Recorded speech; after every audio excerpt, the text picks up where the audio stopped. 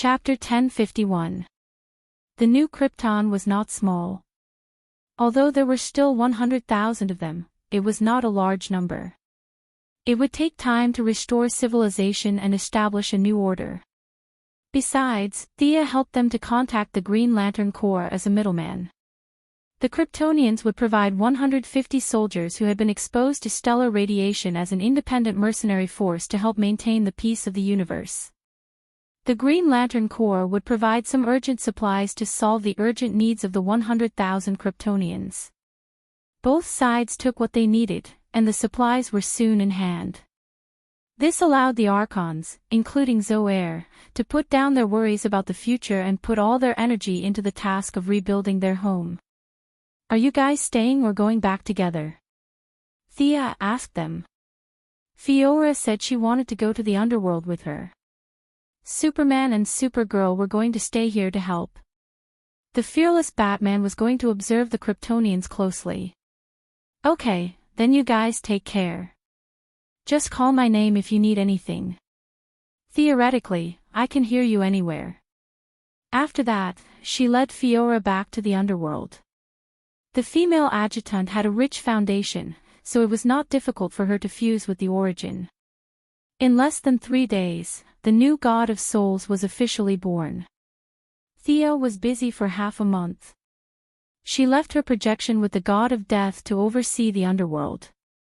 With Fiora's help, everything was finally sorted out. After that, she went to the new creator planet and had a deep talk with Diana for 2 days. Thea curled up in Diana's arms like a lazy cat, rubbing her head from side to side. "Are those Kryptonians really not a threat?" "Of course they are. But, cough cough, I have tampered with their genes. The genes of the future generations will be weaker and weaker. In the end, they will remain at the level of an ordinary alien. Let's not talk about them. Let me see if your technology has deteriorated," Thea said and pressed her lips against the Valkyrie's red lips. It was a veritable war of words. It turned out that Diana was not the kind of person who followed the rules. She had been holding back all day long.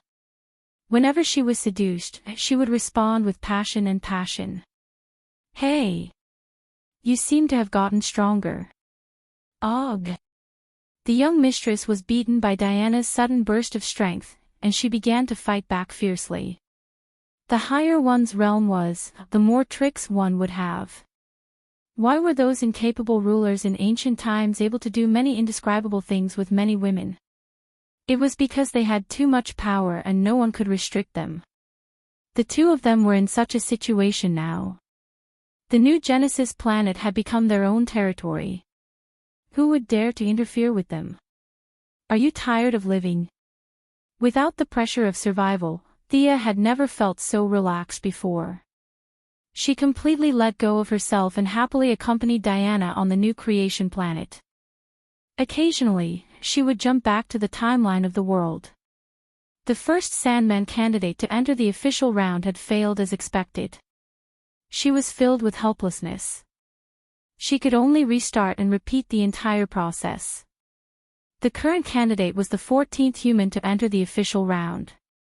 His name was Daniel. He had a handsome appearance and a dignified bearing. There was a hint of vicissitudes in his eyes. Thea was more optimistic about him. If she was not wrong, this Daniel had memories of his past life.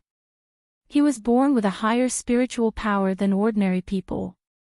He was also very rational, very similar to Thea in her past life. The first 3 scenes were completed perfectly. Daniel had already transcended the body of a mortal. There was an inexplicable charm in his every move. The Sandman had 3 treasures. They were the sandbag that fell into Constantine's hands, the helmet that fell into Lucifer's hands, and a ruby that was lost in Arkham. Daniel had to find these 3 treasures so that he could go further in his cultivation. The sandbag was easily passed with Thea's warning. He successfully obtained it. However, hell was not that easy to enter. Moreover, he had to get the helmet from Lucifer. If there was no outside support, the difficulty of this mission would be hell level. This was when the young mistress had to appear.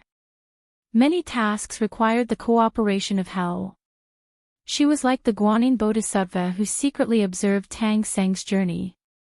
She rushed to hell and prepared to discuss this matter with Lucifer face to face. She walked past a giant river with flowing lava, crossed a basin with jagged rocks, and passed through countless bloody battles with demons. She was like a shadow, heading straight for the deepest part of hell, the grandest palace. Her pace was neither fast nor slow. She was relaxed and at ease, as if she was going to meet an old friend. The low-level demons could not see her, but a few of the top demons vaguely sensed that something was wrong. However, no matter how they searched, they could not find her. Instead, many of the demons that were sent out died. They were completely dead and no longer existed. Even the will of hell could not save these unlucky demons. "Do you want to have a drink, beautiful lady? Beautiful lady?" A very casual voice sounded from her left. It was a blond man wearing a round hat, a long brown windbreaker, a white shirt, and a red tie. He held a cane in his hand. At first glance, he looked very young. However, if one looked closely, one would see that he was imperceptibly old. This was Lucifer, the first angel to voluntarily fall into hell. Unlike those who were exiled, he voluntarily left heaven and left the mission that God gave him. Thea's gaze swept across the other party. All kinds of rules flashed past her eyes one by one. It was hard to judge who was strong and who was weak. In terms of the authority of rules, Thea's priority was higher. However, Lucifer's abilities were very comprehensive. Once they fought, it was hard to say who would win. Of course. Thea nodded slightly. As soon as she finished speaking, the surrounding scenery changed. It was filled with the smell of sulfur. The volcanic lava that filled their vision disappeared completely. It was replaced by a very tasteful restaurant. The restaurant was very high up. Looking out from the floor-to-ceiling windows, it was already late at night. The city was filled with lights and pedestrians. The nightlife had just begun. Thea was not here to challenge the restaurant, so she did not feel any hostility. She also changed into a dress, revealing her swan-like neck and her entire arm. She wore thin high heels. Lucifer acted like a gentleman very well. He pulled out a chair and invited her to sit. The atmosphere was very warm. Piano music sounded from the surroundings. It was very romantic, full of affection, and full of artistic atmosphere. Thea frowned slightly. Under her interference, the melody had some subtle changes. She could hear a choir from it. The tone unknowingly went to the direction of singing hymns. Lucifer casually glanced at her. The Missy had an innocent look on her face. "It seems that you don't like this environment. Let's change." Lucifer's thoughts moved. The Western restaurant completely disappeared. The surrounding environment was still late at night, but it had turned into an amusement park. The two were sitting at a very ordinary table. It was much more comfortable here. Thea did not like to eat with strangers. Not to mention, she had to pretend to act with him. What role-playing, experiencing the life of a mortal. Please. She needed to be cured early. Chapter 1052. When she didn't have the ability, she would put on a smile. When she had the ability, there was no need to hold it in. Both of them fought in secret and didn't see much. She could only say that Lucifer was unfathomable. However, Thea wasn't a pushover either. "I represent the Endless family to discuss something with your majesty." She went straight to the point. Although there were only 2 members in the family and she was the one with the highest combat power, it had always been her style to use the name of a tiger.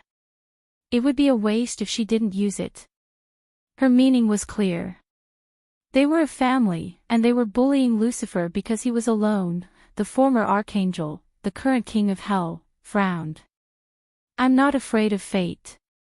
I've transcended fate. You can't do anything to me even if you attack me together. That's right. You're willing to give up heaven and the fate bestowed upon you by the Supreme. This is admirable. Hence, we hope that you can cooperate with the Sandman's growth. Thea didn't seem to hear the unfriendliness in his words and continued speaking. The Endless family will owe you a favor. Thea used the Endless family's name in her words. After all, she didn't owe anyone anything. If she wanted to repay it in the future, she would let the Sandman do it, or her family would do it personally. 2 omnipotent universal-level beings and 5 pinnacle multiverse beings. With such combat power gathered, even heaven and hell wouldn't be able to stop them. Lucifer revealed an expression that said he couldn't afford to offend them since they had the numbers advantage. He couldn't be bothered to pretend to be a gentleman. He waved his hand lightly and agreed to this matter. After they finished talking about official matters, the atmosphere calmed down. Speaking of which, why did your Majesty leave heaven back then? That, father of yours. Did he expect you to do this? Thea asked curiously. He knows everything. There's nothing and no existence that can escape his attention. Even our conversation today is within his expectations. Lucifer stopped pretending to be a gentleman. He threw away his hat, loosened his bow tie, and poured himself a glass of wine. Then is your departure from heaven also within his expectations?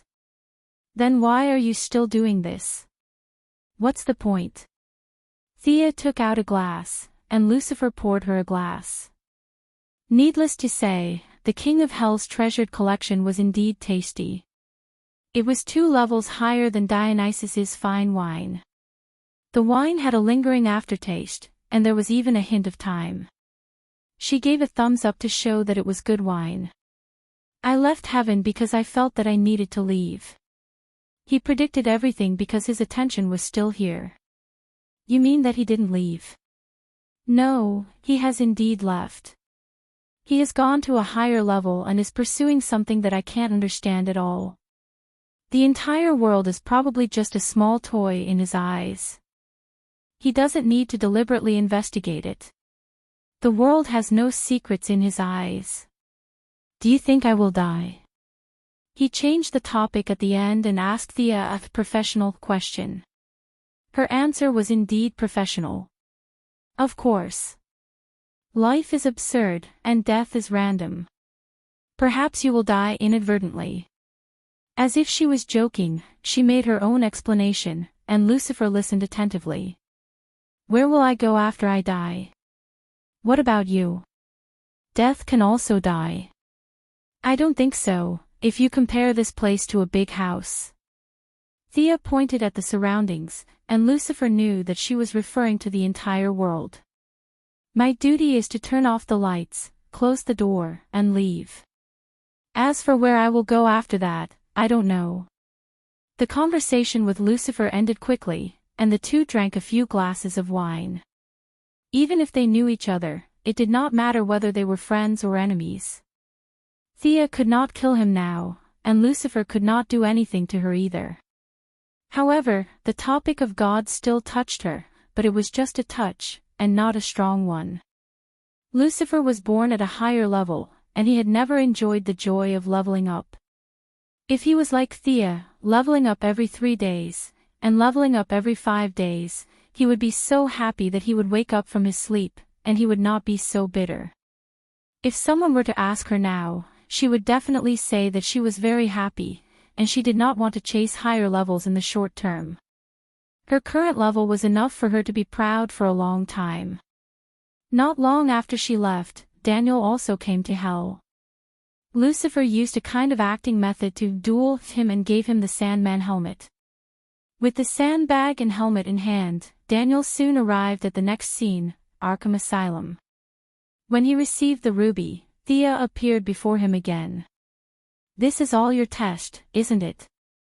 Daniel was not an idiot. In fact, with the memory of his past life, he could see through people's hearts, and he believed that he had found the answer. Thea gave him an awkward but polite smile. F***ck, this is all fate's fault, why am I the one to blame? She did not know that this smile left a deep impression on Daniel. Daniel regretted it as soon as the words left his mouth. He was too rash, and his words were too harsh.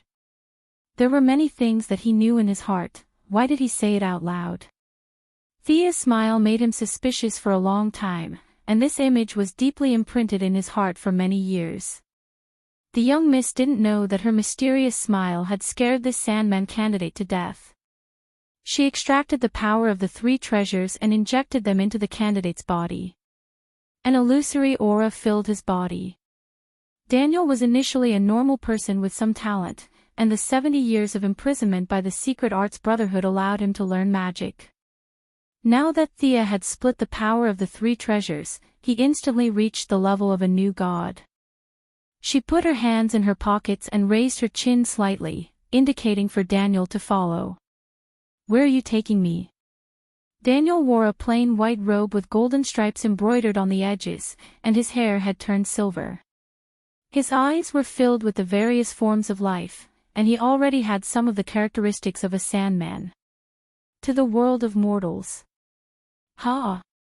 That's where I came from, what's there to see? Thea could not be bothered to talk nonsense with the Sandman candidate, and the two began their long journey. She was like a tour guide, and led Daniel around the world. Without alerting anyone, they first went to the metropolis. This is your statue. Not long after entering the metropolis, Daniel saw the statue of Thea erected by the citizens of the metropolis. They did not hesitate to use the best materials and the best artists to carve it, and now the speckles on it were dense with the power of faith, and it was difficult not to see it. Yes, I came from here, and of course, this is my home now, Thea said proudly. This short and concise sentence gave Daniel a first impression of her, and he felt closer to her. Perhaps this second sister of his was not so high and mighty after all, and she also had an ordinary past. Chapter 1053. The metropolis was busy during the day. The office workers were busy working for their salaries, the lawyers were debating in court, and the owners of small restaurants were preparing lunch. Everyone was working hard for the future. The lives of the ordinary people here are good. I can feel that their dreams are good. Thea was positive about this. After all, this was the headquarters of the Justice League, a place where heroes gathered. If gangs ran rampant and robbers were everywhere, they would not be able to survive. From this point of view, they were much stronger than Marvel's New York. In the evening, they arrived at Gotham. Batman was still moving around the rooftops, and the gangs were also doing their own little things. Year after year, day after day. I've seen this person before, in Arkham. Daniel pointed at Batman and said. Is that so? I still need you to guide him in the future. You'll get to know each other later, but not now. She seemed to be hinting at something. They walked past a few cities. Oliver was still fighting Prometheus and the Silver Swan with the archery club. The Flash was fighting a battle of wits with the Thinker Devo in Central City. The Sea King was in his Atlantis, fighting with his brother. It's really messy. Do you live in this kind of environment? Daniel finally asked after walking with her for a long time. Thea thought for a while. It is indeed messy, but don't you think it's very lively? Daniel squinted his eyes and looked at her as if she was kidding. You have to be clear about your path. Fate wants people to pursue freedom. I'm a friend of life, and you have to be clear about what you need, or what you can give to the world. Now that we've seen the world of mortals, let's go to the realm of gods. She led the way. Miss Fan did not have the demeanor of not entering the house 3 times. She went to the new planet of creation first. Who is he? Deanna was a little surprised to see her bring a man. There's a 70% chance that he's my brother. Her words made the Valkyrie's eyes widen. What kind of brother would have a chance? She had to admit that Diana's eyes were very beautiful. If it were not for the fact that there was no one around, she would have kissed them. He coughed twice and briefly explained the situation through the mental channel. After hearing the whole story, Diana was very cooperative. She ordered the guards to show Daniel around the new planet. Thea took the opportunity to send Daniel away and have a few, deep, conversations with Diana. "Is that Empress yours?" Daniel asked curiously as they were leaving the new creation planet. "Yes, my lover." She admitted it openly. "How envious." Hee. Since they were not that close, she thought about it and decided not to show off her affection. Hell, heaven, and heavenly realms were not obstructed. After a quick tour, Daniel's understanding of dreams finally began to rise from the mortal stage to the deity stage. After that, they arrived at the dream realm and the nightmare realm. The dream world itself was a place for sleeping demons. As a reserve member, Daniel had been here many times, so Thea had nothing to say. Their focus was on the Nightmare Lord. "This place doesn't give me a good feeling," Daniel said. He only had a bad feeling, but Thea's feeling could be described as terrible. The infiltration was too strong, and the entire nightmare realm had been shrouded in darkness. As more and more darkness appeared, it attracted more nightmares from the material world. This was an extremely bad cycle. Yes, all the impossible things that only exist in the deepest part of the subconscious are being carried by a force and reappearing in the form of nightmares. The corruption here is faster than I expected. "Can't you stop it?" Daniel asked. Thea was silent for a moment. "I can't stop it. The universe needs these dark forces to maintain the balance. It has to face all of this if it wants to become bigger. I can't interfere too much in this matter." She then changed the topic. "But you can. You need to tidy up the fragments here and make everything return to normal. Find something to do for her brother and sister." That was how fate dealt with her, and how she dealt with the Sandman. The Sandman was a little dumbfounded. The nightmare realm in front of him was simply broken. He needed to restore it to normal on this foundation. No matter how he looked at it, it was a heavy physical labor. He looked at Thea with a little resentment. He was just complaining. Why did he suddenly have to do such an important task? The fifth-dimensional people believe that everything that exists is, in essence, a story. This is very interesting. Your task is to tidy up the story here. This is not a joke. This is something you must do. Eliminate all the facts that shouldn't exist, let reason return to the world, establish a set of mechanisms, and crush all the fantasies that exist in the subconscious. This is your task. She pointed at Daniel. When you complete the task here, you will officially become the Sandman. She briefly explained. As for how to tidy it up, the young mistress apologized. She didn't know. "Let's go. I have high hopes for you. I hope you can become a member of the family. We still have one last stop, the Apocalypse Star." She pulled Daniel, whose footsteps were heavy, and they quietly arrived at the Apocalypse Star. She could be seen on the new creation star because she wanted to be seen. But here, if she didn't want to be seen, no one could see her. A great battle had just ended. The corpses of the Apocalypse demons and demons littered the battlefield. The Apocalypse Star was not a pushover. After the initial heavy losses, they had developed a way to kill the demons through countless cruel and bloody experiments. Now, the casualties on both sides were almost 1-to-1. The demons were only after looting, while Darkseid was risking his life. The foundations of both sides were different. After the continuous battle, the demons were already thinking of retreating. Death loomed over the entire Apocalypse Star. As the first god to bear the brunt of it, Darkseid didn't notice. He was so blinded by victory that he didn't even realize that a great disaster was about to befall him. Daniel didn't like the evil aura here. After taking a quick look around, he proposed to go back and repair the nightmare world. Thea didn't stop him when she saw how motivated he was. She sent the Sandman off and slowly walked into the depths of the Apocalypse Star. The demons were about to give up. This was a sign that many people and gods could see. The Apocalypse Star was holding a grand celebration to celebrate their victory after half a year of fighting. No one saw Thea. She slowly walked into Darkseid's vast palace. The new gods on Apocalypse Planet were all very nervous. The extraction of the anti-life equation was nearing its end. Darkseid had summoned them to his side to prevent anyone from trying to take advantage of the situation, and he was also worried about the conduct of his subordinates. What if one of them had evil intentions and wanted to steal his item? Chapter 1054. The good traditions of the Apocalypse Star were on full display at this moment. Everyone was greedy. It just depended on how rational they were. As it happened, the Revelation Stars group was a group of deities that were both ambitious and not too rational. Thea saw Darkseid's eldest son, Kalibak, sneaking glances at the anti-life equation.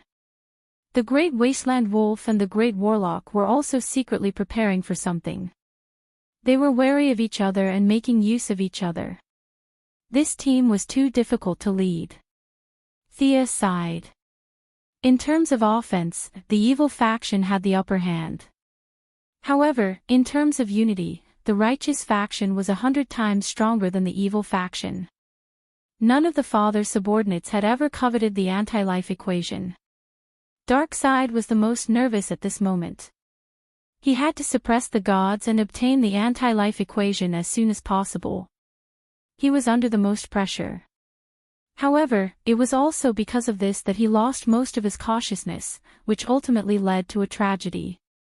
In fact, when the Apocalypse Star was established, the law of the jungle had been implemented on the first day, and the current outcome had already been decided. Everything was decided by force. Whatever was snatched was theirs. In the face of benefits, there were no restrictions. The Apocalypse Star's abnormal rule would make Darkseid suffer today. Back off. Darkseid did not know that there were people spying on them. He said in a low voice. A distance of a few meters was useless in front of the new gods. He wanted to see how long his authority could keep the new gods in check. Reality proved that he was still the majestic Darkseid. His subordinates did not dare to resist and subconsciously took a few steps back. The evil monarch was satisfied. He looked at the anti-watcher again. The anti-life equation was about to be taken away. This person's value would be greatly reduced. Darkseid was prepared to use him as a sacrifice to announce his great strength to the multiverse. However, he did not know that the anti-watcher he was preparing to sacrifice was chatting with Thea. Although the anti-watcher could not even move a finger, his realm was high enough that he could see Thea. The young lady did not distinguish between good and evil. Even the demon king of hell, Lucifer, could sit together and drink. Chatting with the anti-watcher who had destroyed many universes was not a big deal. They had been discussing the issue of re-employment for the anti-watcher. The anti-life equation was removed, and counter-supervisor was completely free. He would remove the burden of constantly destroying the universe and become Morbius again. From what I can see, you won't die today. The life energy needed to reshape you is nothing to me, but why should I help you? If I remember correctly, you were killed by the Black Death Emperor, and it was my white lamp that saved you. You still owe me a favor. The young miss would never do a losing deal. The counter-monitor in the spiritual world gritted his teeth in anger. That was obviously done by Black Thea. Even if you resurrected, what did you do after that? You got Darkseid to beat me up. What have you done? Don't you feel anything in your heart? No matter how he thought about it, being killed again in a critical state was not a pleasant thing. However, at this time, He really did not have much capital to argue with Thea, so he could only throw out his chips first. He said very tactfully, "What about the antimatter cannon? Didn't I help you get rid of the Black Death Emperor? That guy is your enemy too. You did that to vent your anger, didn't you?" The counter-monitor insisted that he was not venting his anger, but doing it out of righteousness. Thea did not believe his words at all. However, after thinking about it, getting rid of the Black Death Emperor was indeed an important step on the path to death. "All right, seeing that you're pitiful, I'll let bygones be bygones. Tell me what benefits you can give me now. If you agree, I'll save you once." Thea was not anxious at all, waiting for him to name his price. "The counter-monitor tower is in your hands, right? I call it Hell's Tower now." Fortunately, it was in the spiritual world. The counter-monitor almost vomited blood. "Do you have any shame?" That's right, that's right. Hell's High Tower. The High Tower can adjust the frequency of the multiverse's vibrations, and the authority to control this is currently in my hands. Your endless family should know that the multiverse will soon experience an unprecedented darkness, and this, Hell's High Tower will play an important role in this. Friends of life, saving the innocent and doing your best to help the ordinary people. Isn't this your mission? For the two multiverses to merge smoothly, and to do your best to save the ordinary people, isn't this what you've always been doing? The counter-monitor understood her mission very well, and said word by word. Thea quickly weighed the pros and cons in her mind. The universe wanted to evolve, and it wanted to completely devour the dark multiverse and make it a part of itself, and vice versa for the dark multiverse. From the perspective of the entire universe, there was no difference between the two. No matter how they evolved, it would be the same for the universe as a whole.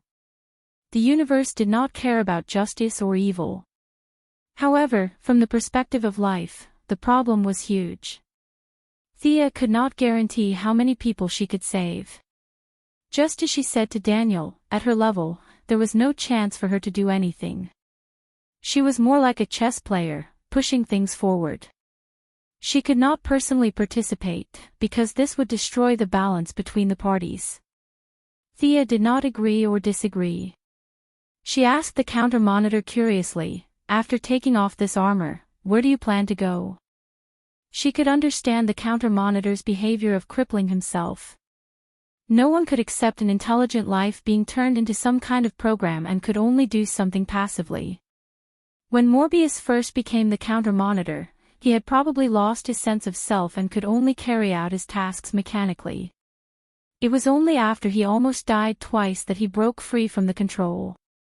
Facing Thea's question, he did not hesitate. "Leave this place, leave this world, and see some new things and new rules. How about it? Do you agree to my deal?" "I promise you." After agreeing on the terms of the deal, they looked at Darkseid again as if they were looking at a dead man. A strong sense of uneasiness shrouded Darkseid's heart, but he suppressed it forcefully. He thought that the environment was making him anxious. His mountainous body stood there, silently waiting for the final result. Heavy pressure surrounded the gods. They each had their own thoughts. Some wanted others to take advantage of them, some hoped that the trouble would not implicate them, and some hoped to replace the evil tyrant. Time passed slowly. 10 minutes, half an hour, finally, after 9 hours, the life-reversing equation was extracted. Streaks of bright red energy cyclones mixed with countless black particles. The destructive energy swirled around each other like a miniature universe. Chapter 1055. Stop right there. Seeing that the anti-life equation had finally appeared, Kalibok, the eldest son of Darkseid, who had been severely injured by Sia several times, could not suppress the desire in his heart. He could not help but take a step forward, but he was immediately stopped by Darkseid. Thea was secretly amused. Kalibok was a complete idiot. Even if Darkseid did not die today, he would not be able to inherit the throne. Just because he was evil did not mean that he was brainless. Darkseid was very cautious. He scanned the faces of the gods one by one, taking in all their greed. However, he was not afraid. He had enough power to suppress all disobedience. His movements were slow but firm. Under the gazes of the gods, he grabbed the anti-life equation with one hand. The anti-life equation seemed to have made a comparison and finally accepted Darkseid. It then turned into a ball of energy and entered his body. It flowed from his palm to his arm, then to his entire body. The scarlet energy appeared around his body. At first, it was just a shadow, but it gradually turned into cyclones. Darkseid's power shot up like a rocket. The entire Apocalypse planet was roaring because of the anti-life equation. Ordinary people were panicking, thinking that it was another natural disaster. However, the Great Plains wolves were flabbergasted. Where did this fear come from? Only Thea knew that the Apocalypse planet was rejecting the anti-life equation. It was a power that should not exist in this world, not even in the realm of gods. Perhaps Darkseid had also received a warning, but he did not care. He had to choose between the safety of the Apocalypse planet and his own power. This choice was not a problem for him. Other than the mad Yoja Khan, he was already at the peak of the new gods. He also had the Omega effect, and now that he had obtained the anti-life equation, the combination of the three powers allowed his strength to finally surpass the bottleneck of the peak of the multiverse, moving towards a higher level. After breaking through the bottleneck, Darkseid's vision suddenly widened. His eyes narrowed as he saw Thea, who was not far away, sizing him up. The Thea today was different from any time he had seen her before. There was no murderous intent, no playful expression. She was calm, as if she was looking at an old friend. Damn it! What kind of look is that? You actually appeared on Planet Revelation in your true form. His instincts told him that there was something fishy going on, and he forced himself to calm down. Thea waved her hand. I'm not here to fight with you. I'm here to fulfill my duty. Perhaps you can understand it as a rule. I'm not here to cause trouble for you. I'm here because I have to be here. Darkseid looked at her coldly, as if he was trying to gauge her strength. Since he was trying to fuse the anti-life equation, she must be here to cause trouble. He thought he had guessed Thea's intention. Get out. You're not welcome here. Otherwise, I won't hold back. Hee hee. Thea put her hands in her pockets and said casually, I won't mind your rudeness because you won't be able to laugh soon. Darkseid's uneasiness grew. He ordered his men, capture her. All of you, attack together. The Great Plains wolf was dumbfounded. His boss was pointing at the air. Who was he trying to catch? Her. He must have grown too strong and lost his mind. As the oldest of the new gods, he was reminded of Yoja Khan's crazed state. He felt bitter, but at the same time, he was secretly delighted. If Darkseid went crazy, with the Apocalypse army under his control, it would be his turn to become the boss of the new gods. Seeing the confusion and doubt on his men's faces, Darkseid quickly turned to Thea. There was no illusion at all. How could his men not see her? Good move. You're qualified to be my opponent. He wanted to say a few more words to buy time. At the same time, he accelerated the fusion with the anti-life equation. Sia glanced at him coldly. Did he think that he wasn't dying fast enough? She tapped her finger lightly, and a white light shot out and hit the lifeless body of the anti-monitor.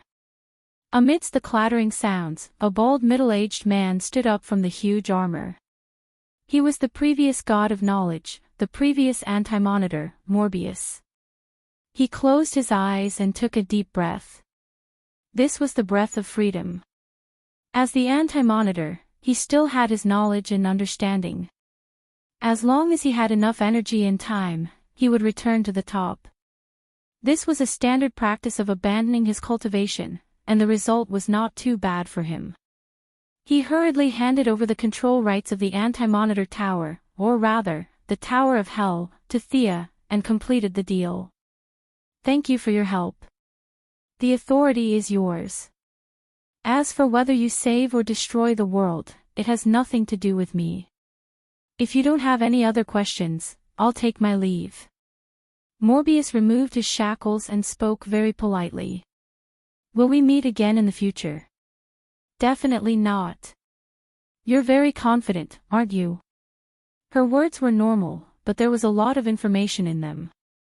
As long as she was still in this world, no one could escape from her. Morbius spoke so confidently. It seemed that he had found the path to another world. Then I wish you a safe journey. Thea nodded slightly. Morbius was leaving this world, and they would not have the chance to meet again. Although she did not know where he had found the path, Thea was not envious. She had even been to Marvel, so she was not interested in some random worlds. Morbius used a unique method to leave the Apocalypse Star.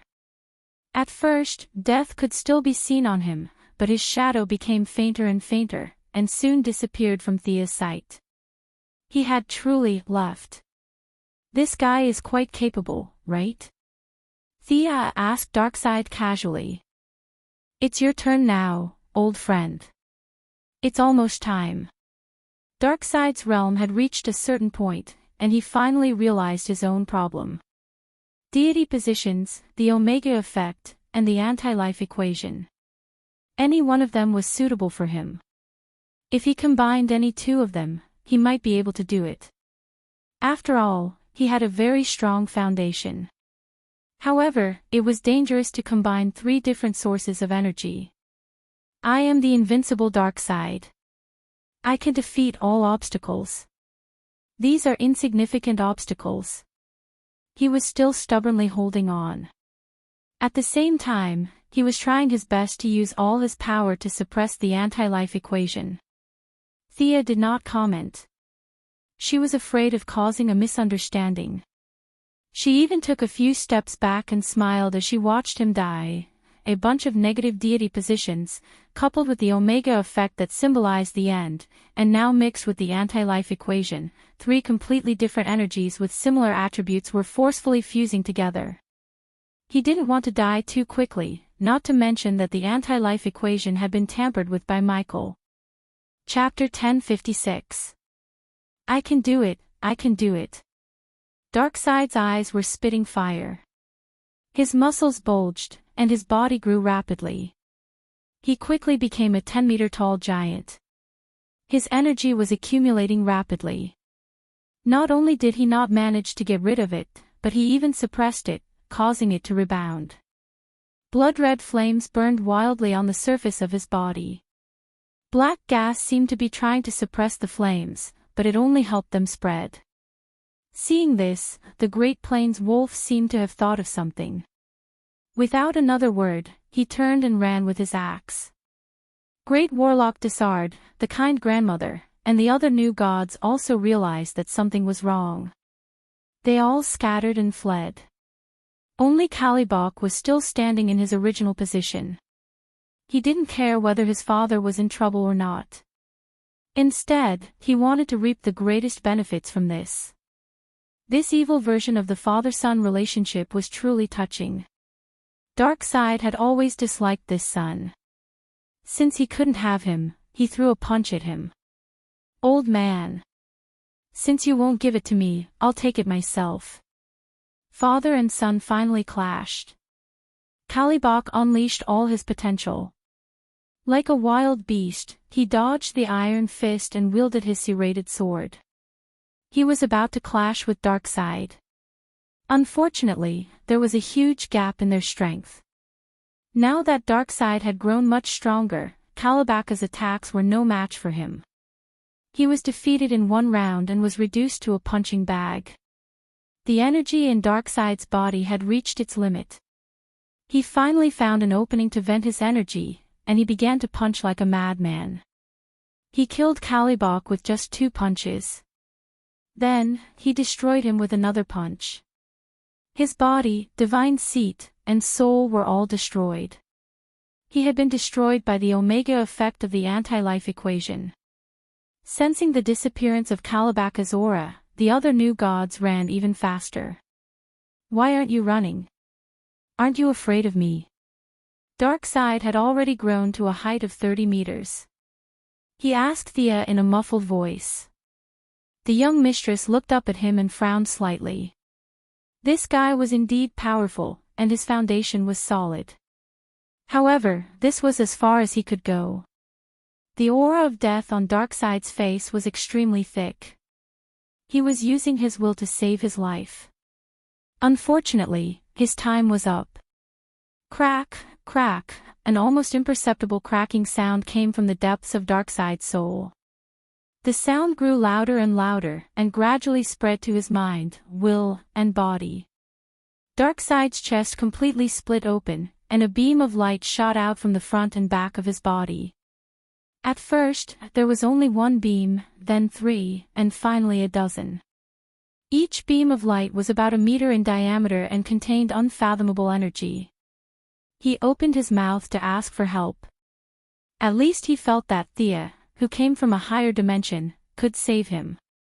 But before he could say anything, he found that the world around him had become so strange. This was a world of black and white. There were only these two colors in the world. Theo looked at him without changing her expression, and he returned to his normal size.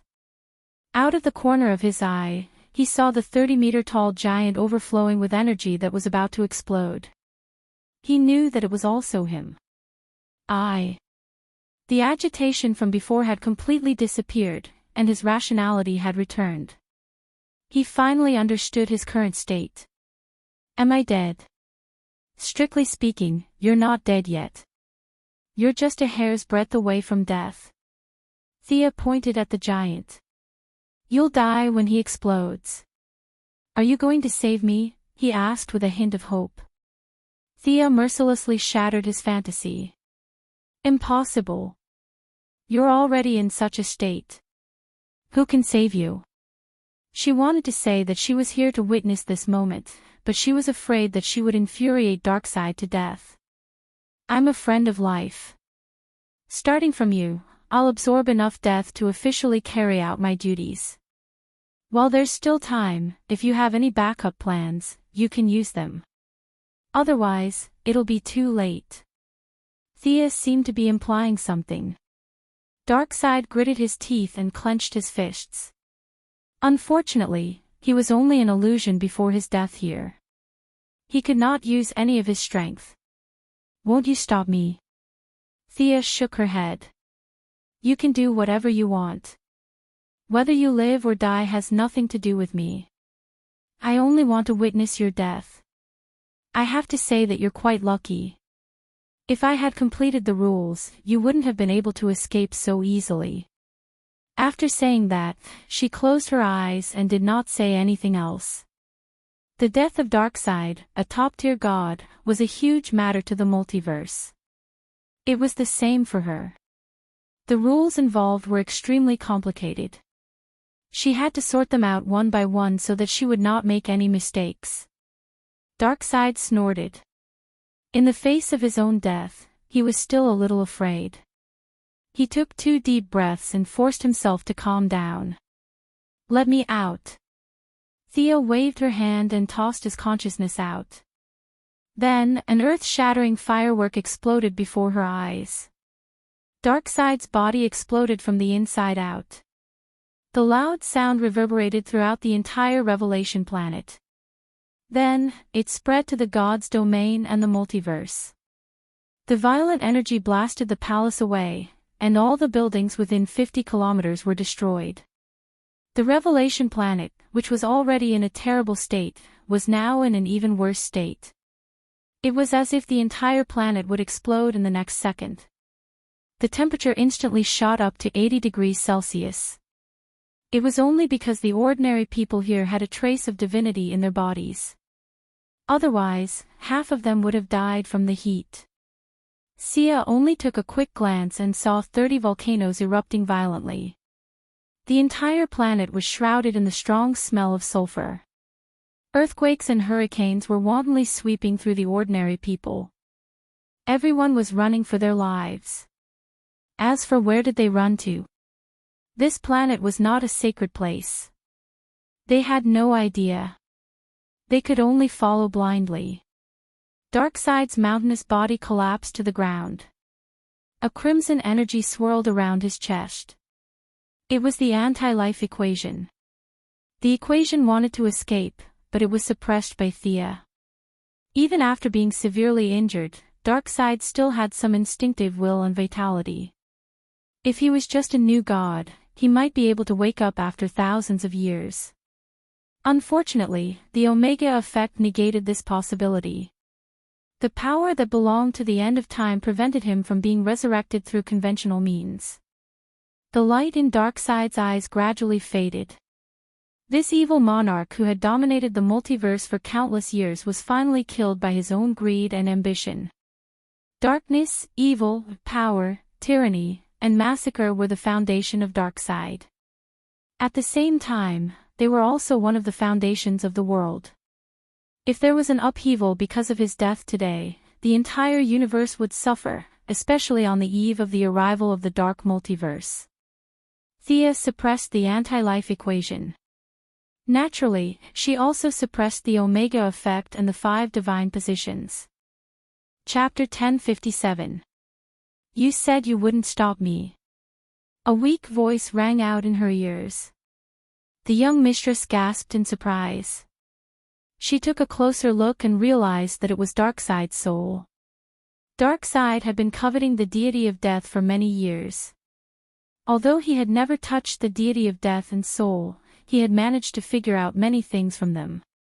He had turned himself into a doppelganger, and the doppelganger into his original body. Darkseid, who had 5 deity positions, the Omega effect, and the anti-life equation, was indeed dead. However, his doppelganger was still alive. Through some sort of transition, his doppelganger had become his original body. Thea clicked her tongue. Darkseid's trick was ingenious. It seemed that everyone had their own tricks up their sleeves these days.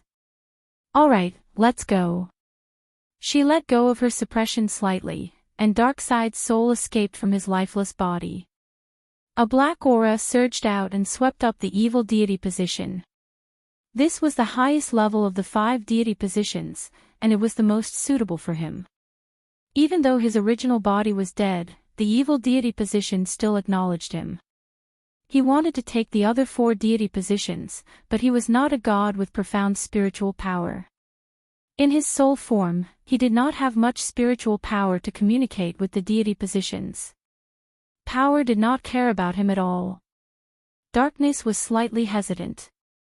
Massacre and tyranny were tempted, but they rejected him in the end. In the end, other than the evil deity position, he had snatched the other deities. They did not acknowledge him. Thea coughed. If you don't leave now, don't blame me for falling out with you. Helplessly, he turned into a black light and disappeared into the horizon. After his soul left, what little life force he had left was finally exhausted. The power of the deity position, the power of the Omega effect, and the anti-life equation were like wild horses, attacking her crazily. The multiverse was also shaken by this level of death. Thea blocked the prying eyes of the outside world. After thinking for a while, she summoned 5 people. Superman, Batman, Death Knell, Orion, and Mr. Miracle, Scott. She left a small area in the current area and stopped the timeline of the entire multiverse. Orion, the adopted son of the Heavenly Father, and Scott, the adopted son of Darkseid, were bystanders who had no idea what was going on. They had met each other on Earth before, so they naturally stood together. Superman and Batman knew a portion of the information, and the rest was based on guesses. They could be considered half-insiders. Death Knell was fully aware of this matter and had even made many preparations in advance. Orion, Scott, Batman, and Death Knell all knew that this was the Apocalypse Star. Only Superman didn't know, but Batman whispered something into his ear. Poor Superman, who was helping the Kryptonians build houses, didn't know why he was called over. "Gentlemen, something big has happened in the multiverse. Darkseid is dead." She did not need to say anything. His body was right there, and everyone knew who he was. Death Knell did not say a word. He was the most confident. With Thea's help, it would not be difficult for him to obtain a deity's position. Batman also knew a lot of inside information. The two of them were just onlookers. Orion didn't have the slightest bit of regret for his father's death. He was very happy. His father's greatest enemy was finally dead. Scott was glad that he didn't have to hide anymore.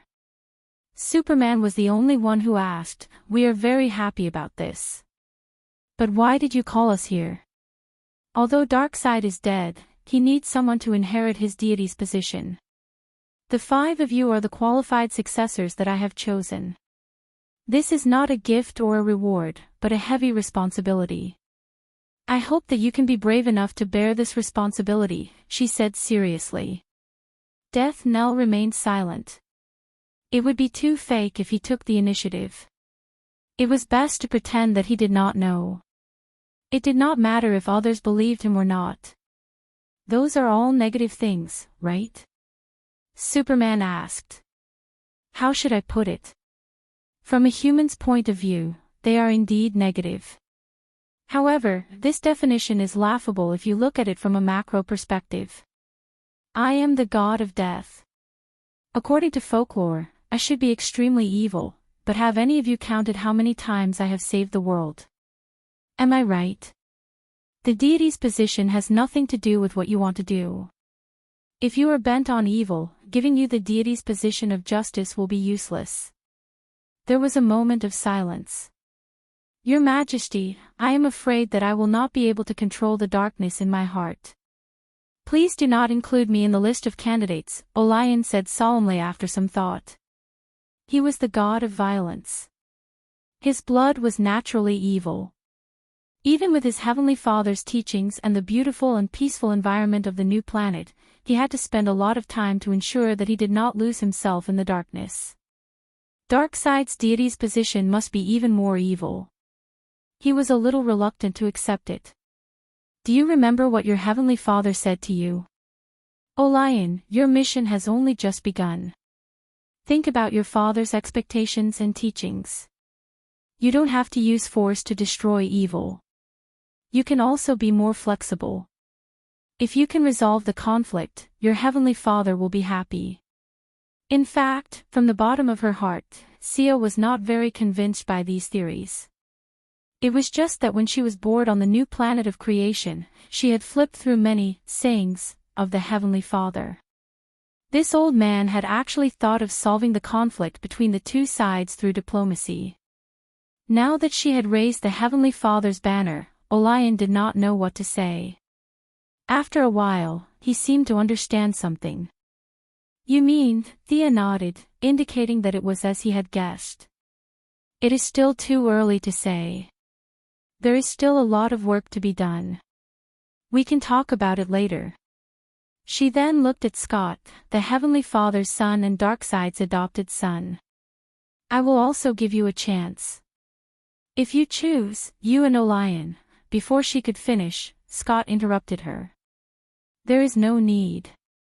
I am not made for that. I just want to live a quiet life. So, you don't have to consider me in your plans, preparations, and ideas. Alright, I will respect your opinion. Thea was giving her Heavenly Father face because of Diana. Her Heavenly Father had secretly provided some help to Diana when she was stabilizing the situation. Otherwise, the war goddess would not have been able to stabilize the new planet so quickly. Actually, Orion was the most suitable candidate. He was the rightful second son. Now that Kalibok had been killed, he was even the only successor to the Apocalypse Star. However, just as she said, there was still a lot of work to be done. She then turned to look at Superman, Batman, and Death Knell. What do you all think? I am willing to take on some responsibility. Death Knell immediately expressed his support. The choice was now in the hands of Superman and Batman. If we choose this divine position that you speak of, what effect will it have on the future of the universe? Batman was already somewhat moved. He understood what Thea was thinking, but Superman did not understand the deeper meaning behind it. Chapter 1058. Thea pointed at Darkseid's body. If those divine thrones are still on Apocalypse Star, they will be used by evil. If you can get your hands on them, the power of evil will fade, and justice will rise. This is why I gathered all of you here, not to share them with the evil gods. I'm not asking you to join them. I'm planning to use your willpower to restrain the negative deity positions. I don't know if I've made myself clear. She looked at them and explained in the most concise manner. Superman nodded. Very clear. I'm willing to do this. If I fall, please kill me. Thea chuckled. That's not necessary. It's just a deity position. You won't lose yourself to it. She had them adjust their mental states. Although it was a little subjective, a good mental state would make it easier to gain the recognition of the deity position. I'll release the restrictions. Get ready. Sia had just released a bit of her suppression when she saw the strength deity flying out with a red tail of flame. It didn't choose anyone else at all. It didn't even have the intention to look at them. It rushed straight into Superman's body. The young mistress was speechless. This level of compatibility was unparalleled.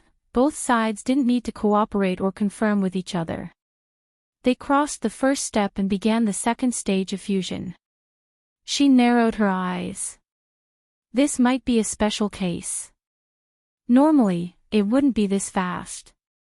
Who wants to go first? According to the agreement, Death Knell was the second to go. Thea secretly pushed for the deity position of Slaughter to choose Death Knell after a few comparisons. Power and Slaughter both had a successor. It was as if the multiverse that was about to be destroyed in the next moment showed signs of calming down. Apocalypse Star, which had been trembling and releasing energy without restraint, also slowly calmed down. The surface temperature was still high, but it was pulled back from the brink of destruction. Thea returned to the normal flow of time. She told Superman and Death Knell some things to take note of for the new god before sending them back. Superman's foundation was frighteningly deep. The deity position of power didn't change him much. At most, it was just icing on the cake. He was still the same as before. Death Knell, on the other hand, was no match for him. Previously, he was considered a strengthened person, and with the yellow lamp, his body was slightly improved. But in front of the new god, this was nothing. It was as if he had skipped the demigod stage from the mortal stage and directly ascended to godhood. Thea asked him to return to the underworld to fuse with it. She had set up a formation there in advance, which could greatly improve one's physical fitness and facilitate the fusion. Death Knell, the god of slaughter, undoubtedly belonged to the ranks of hell. After the Kanto god of shadows and the Fiora god of souls, he became the third new god of hell. In terms of the nature of the divine position of power, there was no distinction between good and evil. Logically speaking, it was more appropriate for him to go to the new planet of creation. But Thea was afraid that he would hook up with Diana. After asking for his opinion, she decided that Clark should go back and help the Kryptonians build houses.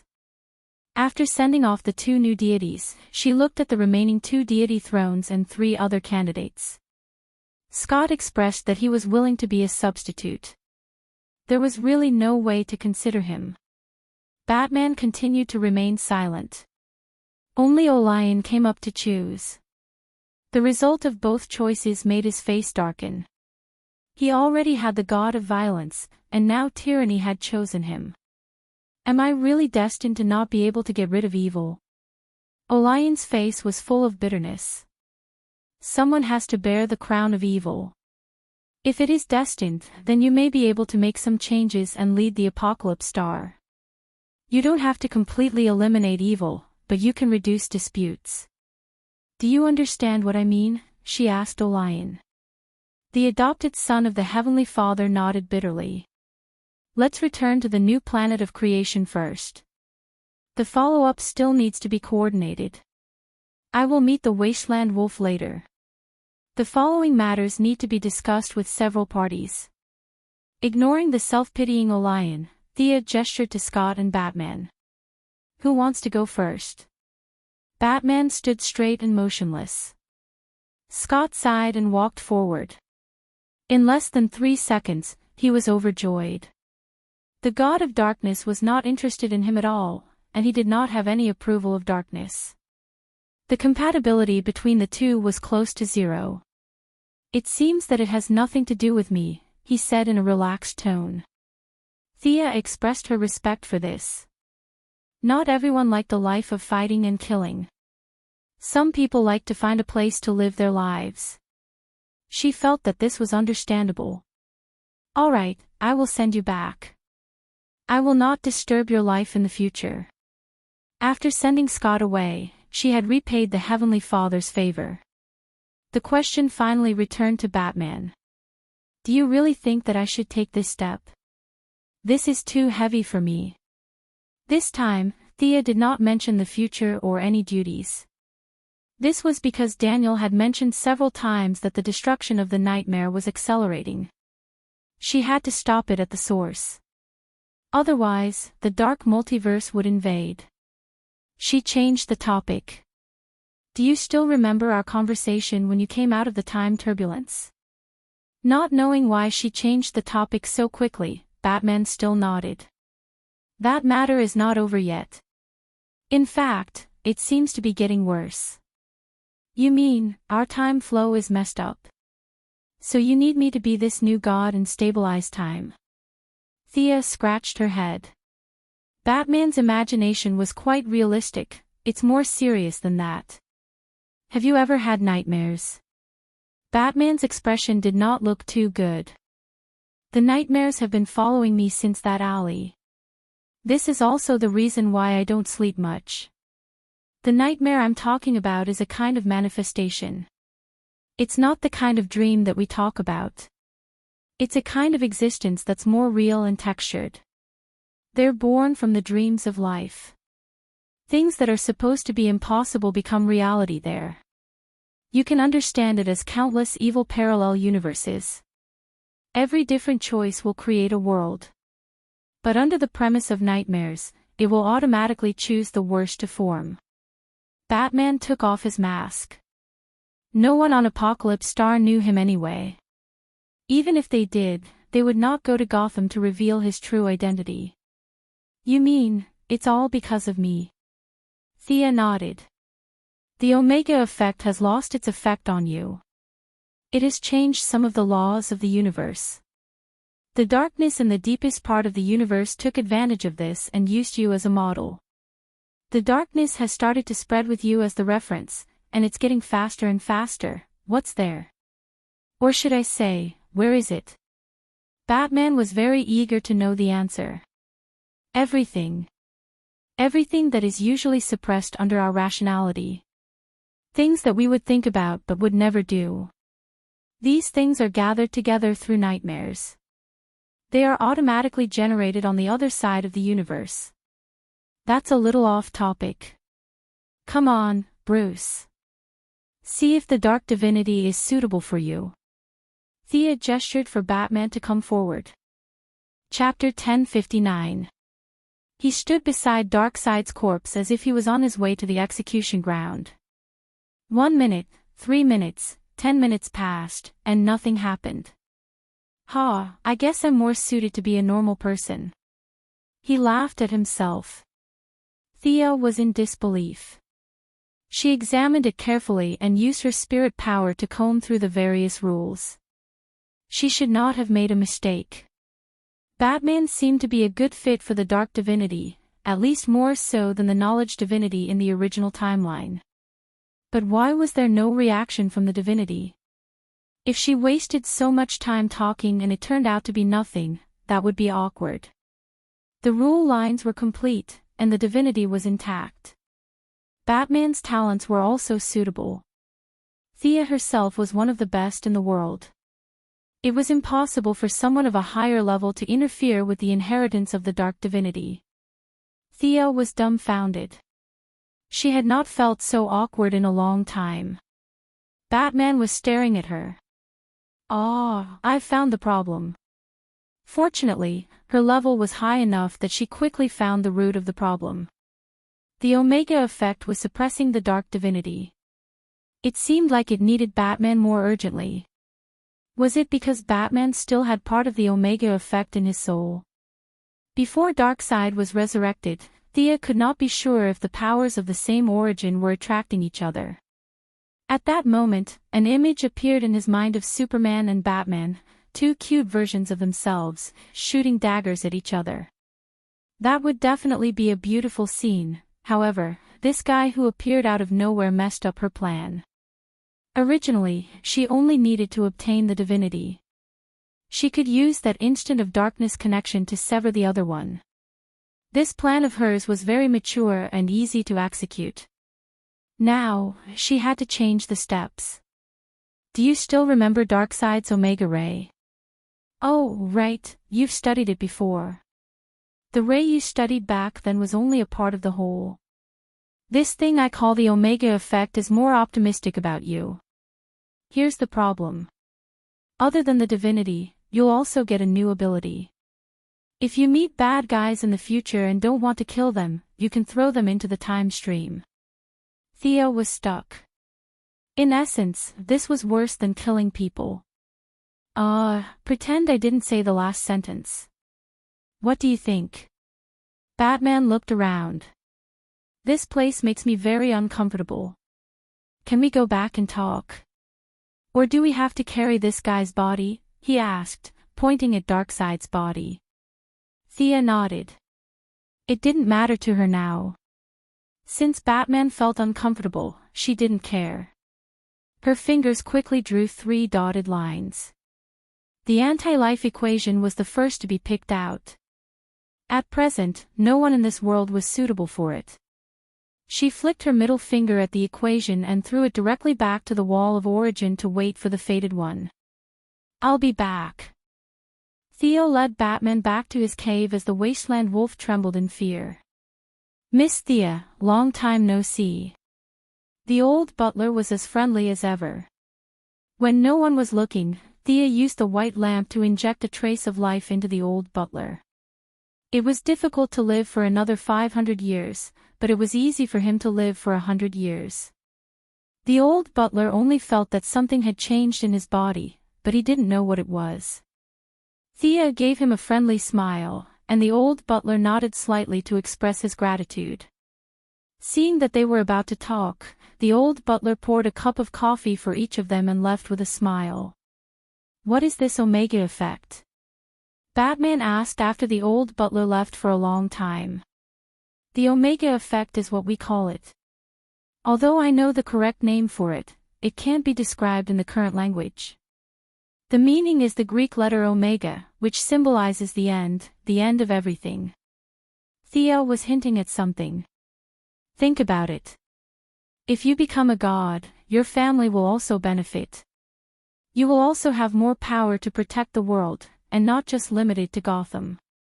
How do I do that? The dark divinity is easy, but the Omega effect favors you more. But you're not Clark, you're just a normal person.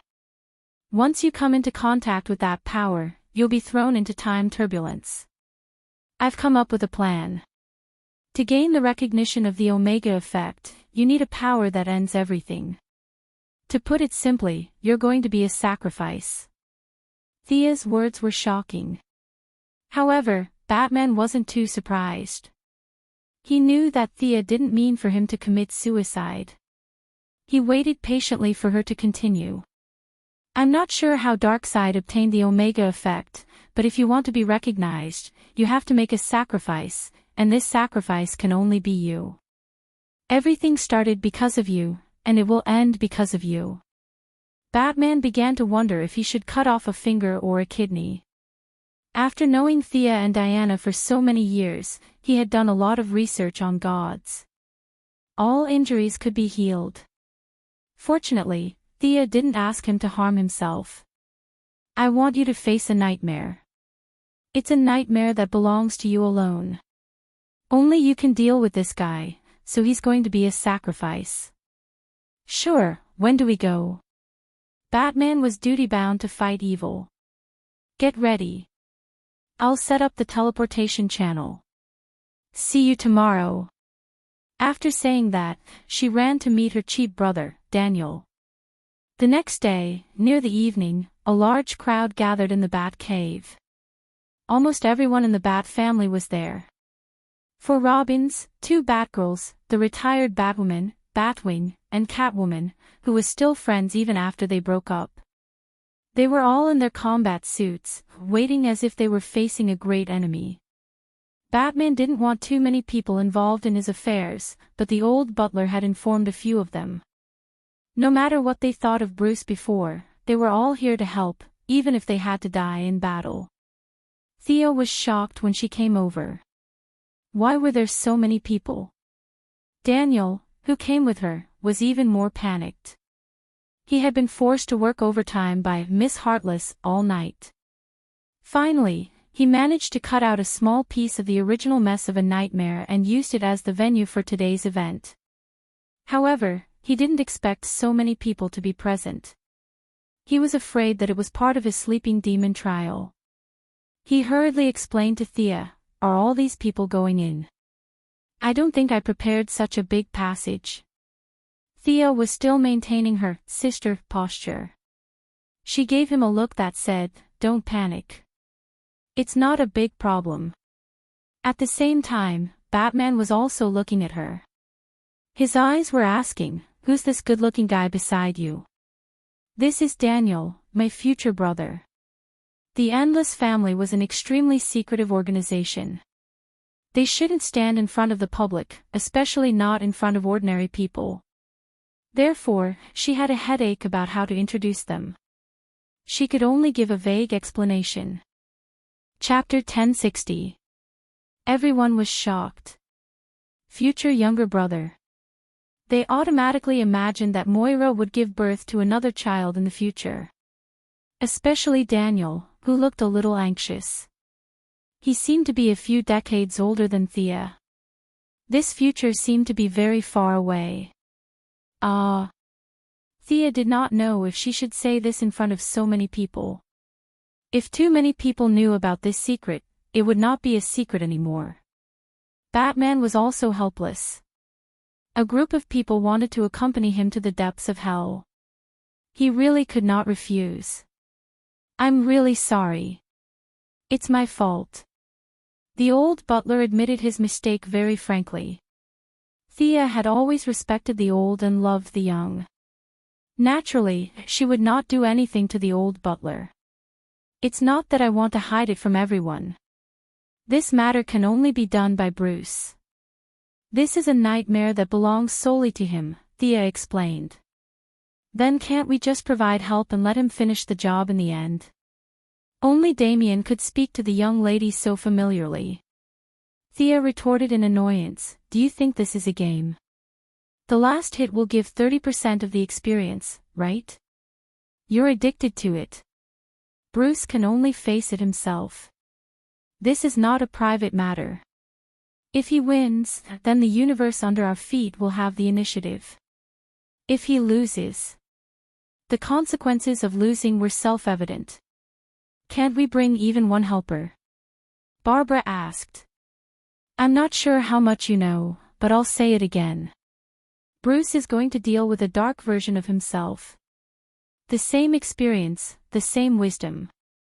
That dark version of Bruce knows all of you. Forgive me for being blunt, but do you really think that you can help and not cause some kind of hindrance? Won't the enemy turn around and use you as a trump card against Bruce?" Thea's words were very straightforward. They were not angry. Even if they had been independent for a long time, they did not think that they had surpassed their mentor. Moreover, the more they chased, the more they realized the gap between them. "What characteristics does this dark version of me have?" Batman asked. "He's a complete copy of you. Starting from that small alley to the Union of Assassins, and the series of activities after that, he's exactly the same as you. Until a certain critical juncture, he made an extreme decision, which caused the difference between the two of you, and it only grew bigger and bigger. Batman was also a little confused. There seemed to be a lot of choices, and he didn't know which one to choose. In any case, it's not a fair competition. I'll give you a hint. You can go with the one that you've locked up in the deepest part of the Bat Cave. He has something to do with this, so he can face this nightmare with you. Her hint might seem obscure to outsiders, such as Daniel, who did not understand. However, everyone in the room was an insider, and they only needed to think for a moment to understand what she was referring to. Nightwing was furious. Bruce, you actually locked him up in the Bat Cave again. Have you forgotten the lesson from last time? The rest of the people were also bewildered, fearful, resentful, and so on. Batman faced all the doubts with silence. He turned to Thea and asked, "Do we have to bring him along? You know very well that he's the only one in this world who can defeat Batman. If you go alone, you'll be sending yourself to your death." Thea spoke as if it was a matter of course. "Anyway, I've already told you my suggestion. Let Daniel take you there. I still have to discuss the matter of the Apocalypse Star. I only hope that you remember that this is not your problem alone, but represents the entire multiverse. Any decision you make will affect the future and the present." The young mistress waved her hand. "Daniel is more familiar with that place than I am. If you have any questions, ask him. I'm going to discuss some things with Diana." After saying that, she ran off in a hurry. Although she said that she was going to the new creator planet to discuss things, no one knew how to draw the line between public and private. It was really hard to say whether she would take the opportunity to do something private. Batman looked at Daniel speechlessly, and Daniel looked back at him with the same expression. He rejected everyone's offer to follow him and led Daniel deeper into the cave. At first, it was very quiet. As they walked, Batman suddenly asked, "Who is she to you?"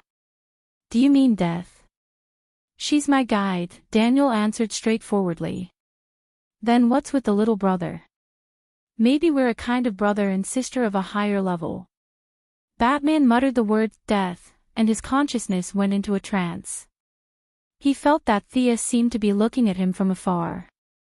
"Do you wish to have a sister like her?" Daniel seemed to understand what he meant. He lowered his head and chuckled. Halfway through, he heard a soft snort in his mind. He quickly changed his words.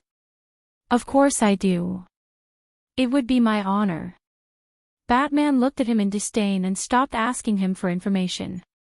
After circling around a few times, they arrived in front of a cell. The cell was made of pure metal. The back of 3 of the walls was made of mountain rocks.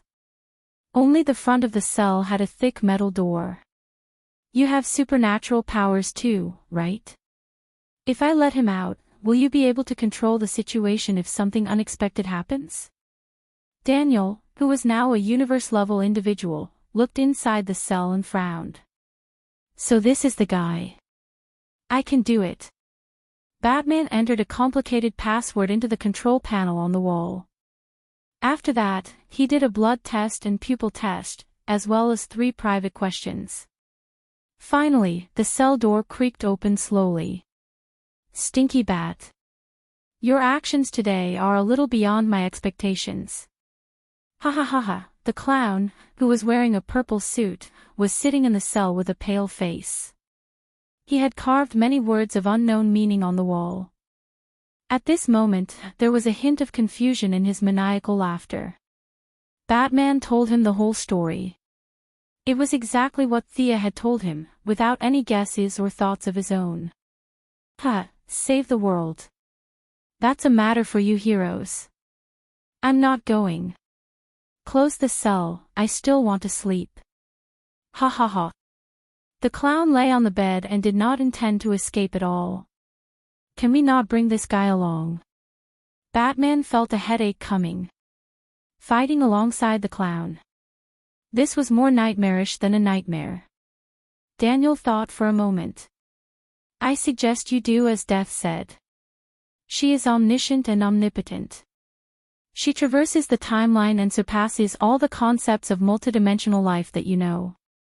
There is no one in the multiverse who is wiser and more powerful than her. Batman's face twitched. Doesn't your conscience hurt when you flatter her so openly?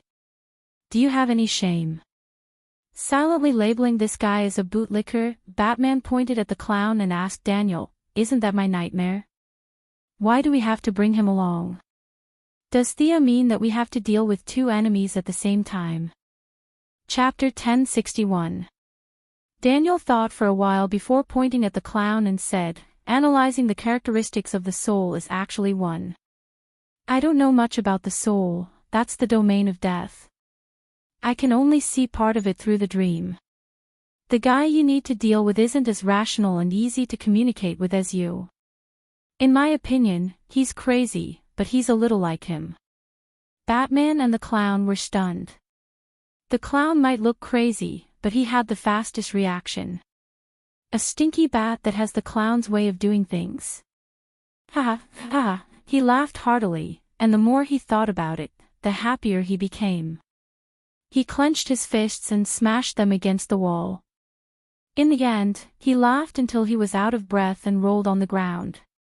I want to see it, you must bring me to see it. Ha, a crazy bat. So this is my nightmare. Batman instantly understood Thea's purpose. He originally thought that he needed to deal with a high-tech version or a Kryptonian version. When Thea asked him to bring the clown along, he understood most of it. Now that he learned the truth from Daniel, he completely understood. Was he crazy in that world, crazier than the clown? Or was he as crazy as the clown? That was not important. Batman only knew that he needed to solve this nightmare himself. Whether it was based on the rules that Thea mentioned or his own life's creed, he had to defeat this crazy bat. He grabbed the clown who was laughing on the ground and turned to Daniel. I'm ready, send me there. Daniel saw that the clown did not look like he was ready, but he did not say anything. He pulled open the dreamscape and started searching according to a certain pattern. Soon, he found the deepest black line with the most connections. Using his ability, he separated two branches from the black line and handed them to Batman. Grab it. It will bring you to the dark multiverse. It's the heaviest darkness there. There's no hope, no redemption, and no luck. Everything you do will end up in the worst possible outcome. You must be mentally prepared. Batman grabbed the black line without hesitation.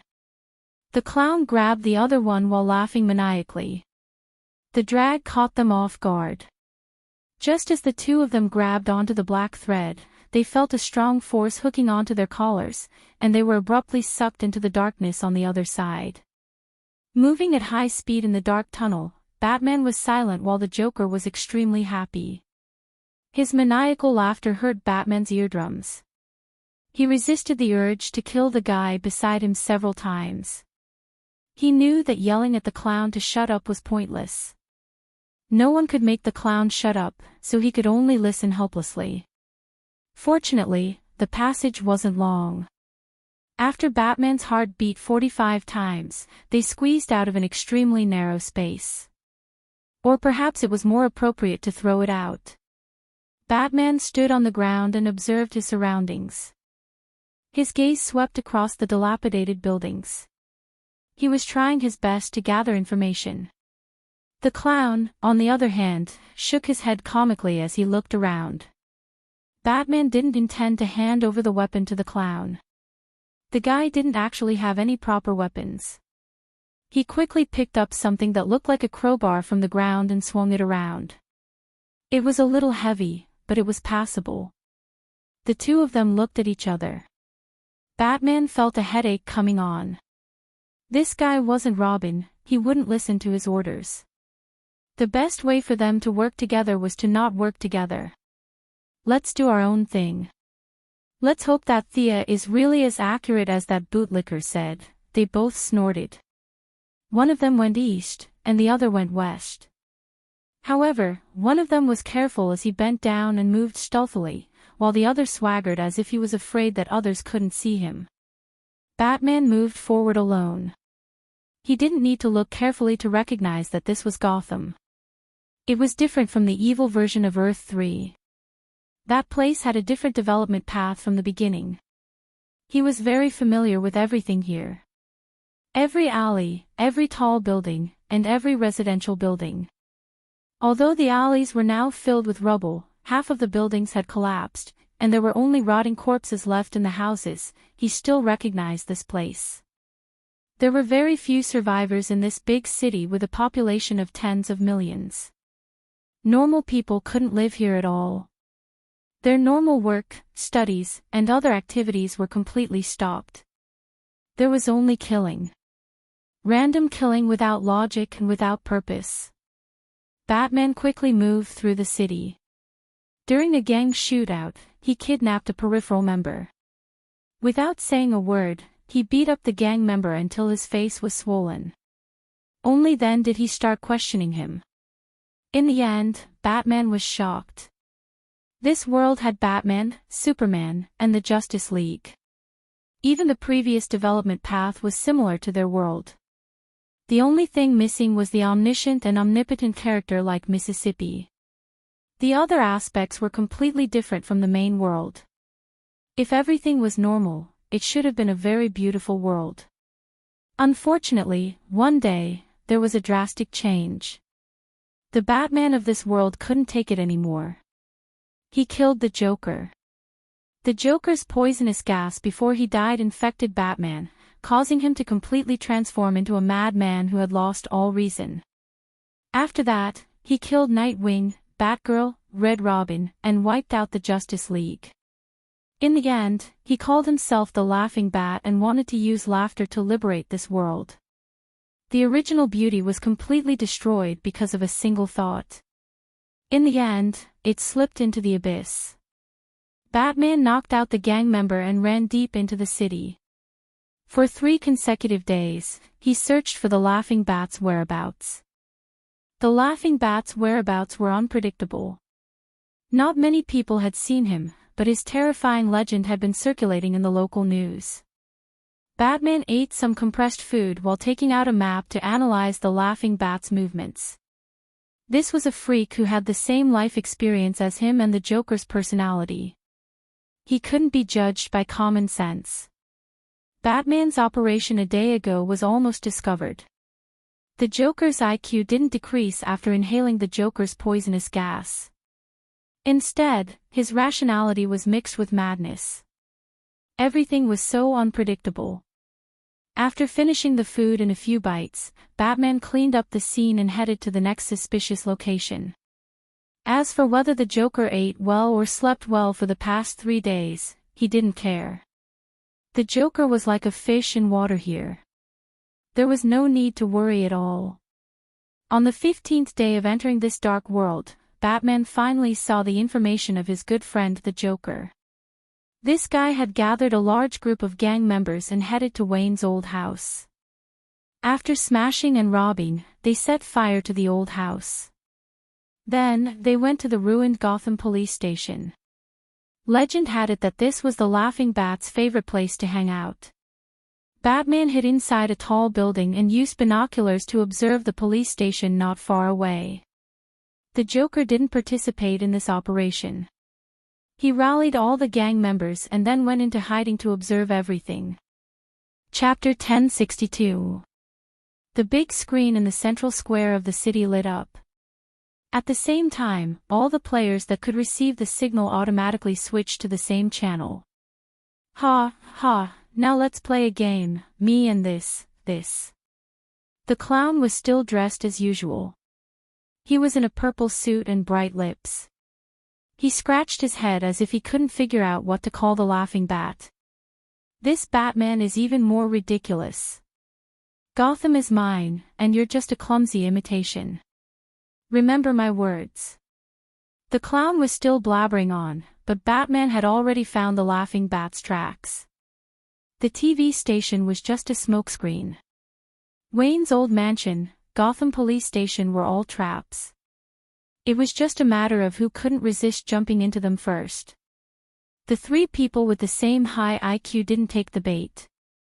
He didn't know what the clown was doing, but through some clues, Batman had already found the enemy's tracks. Like a black ghost, he quickly moved through the ruins of the city and quickly found his target. This was a chemical plant that had been abandoned for many years. There was not a single light in the middle of the night. Compared to the chaos in the city center, this place was as silent as a tomb. Batman found 5 security devices around the perimeter. There were almost no blind spots between them, but he still carefully went around them. The chemical plant occupied a large area, so he had to speed up. Judging from the traces on the ground, the clown might have already broken into it. Batman was afraid that the clown would defeat the laughing bat, his nightmare. If this happened, not only would it affect the matter of the divine throne, it would also shake Batman's confidence. If insanity defeated rationality, then the creed that he had held onto for so many years would be meaningless. This was something that Batman didn't want to see. But he also didn't want to see the clown lying in a pool of blood, defeated by an even crazier version of himself. This would make him feel guilty, as if he was the one who killed the clown. His heart was worried, but Batman was still rational. He didn't lose his vigilance and carefully walked into the depths of the chemical plant. The factory had been abandoned for a long time, and a simple tunnel led to the depths of the ground. Batman checked it and slowly slipped in. The tunnel was very long, as if it was hundreds of meters underground. After walking out of the winding tunnel, it was connected to a group of underground caves. Batman was a little stunned. He did not know if there was such a large group of caves under Gotham in his original world. The lighting here was very poor. Fortunately, the surrounding stone pillars emitted fluorescent light. However, after several refractions, the light seemed a little distorted when it fell into his eyes. Batman simply observed the environment and listened carefully. The faint sound of metal hitting metal could be heard in the wind. He determined the location and found that the fight was not far from him. Batman quietly ran over. Trash. Hee, human scum, freak. It is a tragedy for a scourge like you to live in this world. A voice that was slightly louder than a whisper sounded. The voice was soft, but it was filled with power. Even if one was a little far away, they could still hear it clearly. Batman hid behind a large stone pillar and watched. The clown in the middle of the field was completely defeated. His purple suit was covered in blood. He was lying on the ground with blood flowing from the corner of his mouth. His left sleeve was torn and there was a large swollen part of his elbow. Standing in front of him was a tall and skinny man with a black leather jacket wrapped around his thin body. His eyes were covered with a metal eye patch that was filled with sharp spikes. He looked ferocious and terrifying, like a demon that had crawled out from hell. His mouth broke through the limits of human physiology and opened to both sides. His bright red gums and white teeth made people shudder uncontrollably. This was Batman, who had absorbed the clown's poison. He now called himself Laughing Bat. Unlike Batman's muscular body, this guy's body was thinner. His jawbone protruded downwards and his sharp chin looked very evil. Laughing Bat held a metal rod in his hand and hit the clown's cheek. Human scum. Maggot of society. Freak. Hee, I don't know which world you came from, but I killed you before. I broke your neck. I have to say, that feeling was wonderful. Hee, then he hit the clown again. The left side of the clown's face was completely smashed. Several teeth flew into the air. The clown responded with an even louder laugh. You're a complete idiot. You've always been like this. Ha, a Batman without rules is still Batman. This game of yours is not fun at all. With a clang, Laughing Bat seemed to feel that using a weapon was not enough. He threw away the metal rod. The clown stood in front of him for a long time and felt very uncomfortable. His old personality seemed to be showing signs of coming back. He suppressed the discomfort and smirked viciously. He swung his fists and punched the clown. "Keep laughing, hee, I'll tell you. Remove those childish rules and self-restraint. There will only be one truth left, and that is Batman will win." He attacked the clown madly. His fists were soon broken and turned flesh was exposed, but he did not care. As the victim, the clown was in an even worse state. There was not a single piece of flesh on his face that was intact. His skin was bleeding, and one of his eyes was blind. However, the clown was even happier after being beaten up. He kept yelling for Laughing Bat to hit him harder. "It's over. I don't have time to play games with you, you bastard, hee. Laughing Bat was tired after beating him up for a long time. He had lost the self-control that Batman had, so his long-term training was meaningless. His stamina was far from his peak. Laughing Bat took out an old-fashioned revolver and pointed it at the clown's head. "Do you recognize this gun? It's the gun that killed Thomas and Martha Wayne. It's your honor to die by this gun."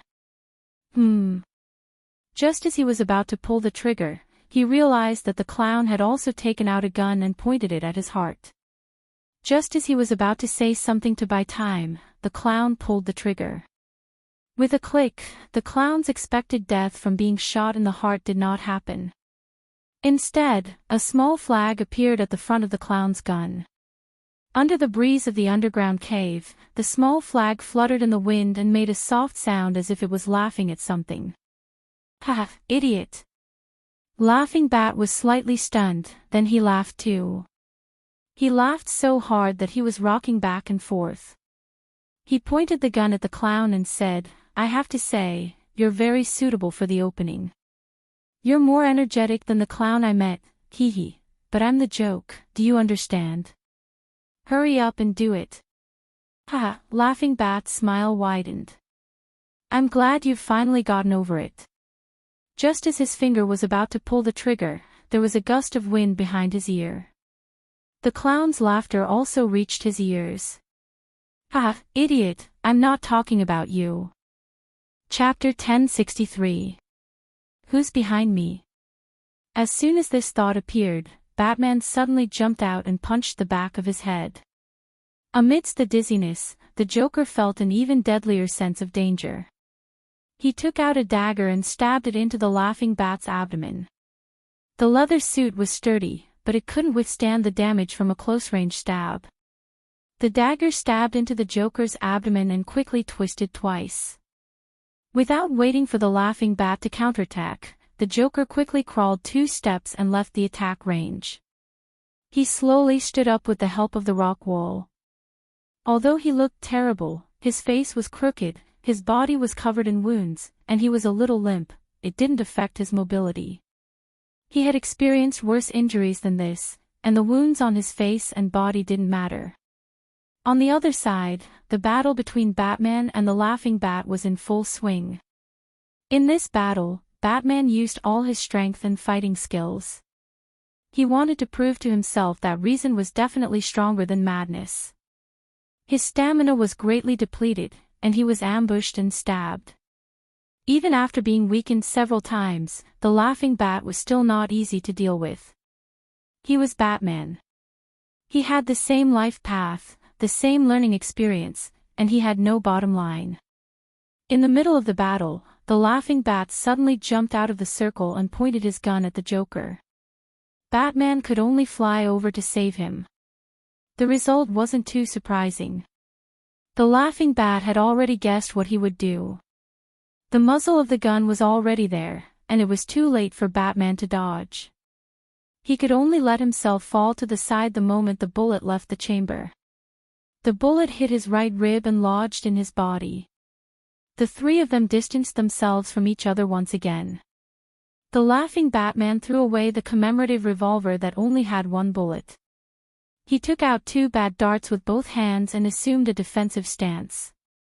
Huff. Huff. Hee hee. It's hard to imagine that Batman would one day fight alongside the Joker. Hee hee. I'll bury you two together. It'll be interesting to be able to kill both of you at the same time. Hee hee. Hee hee.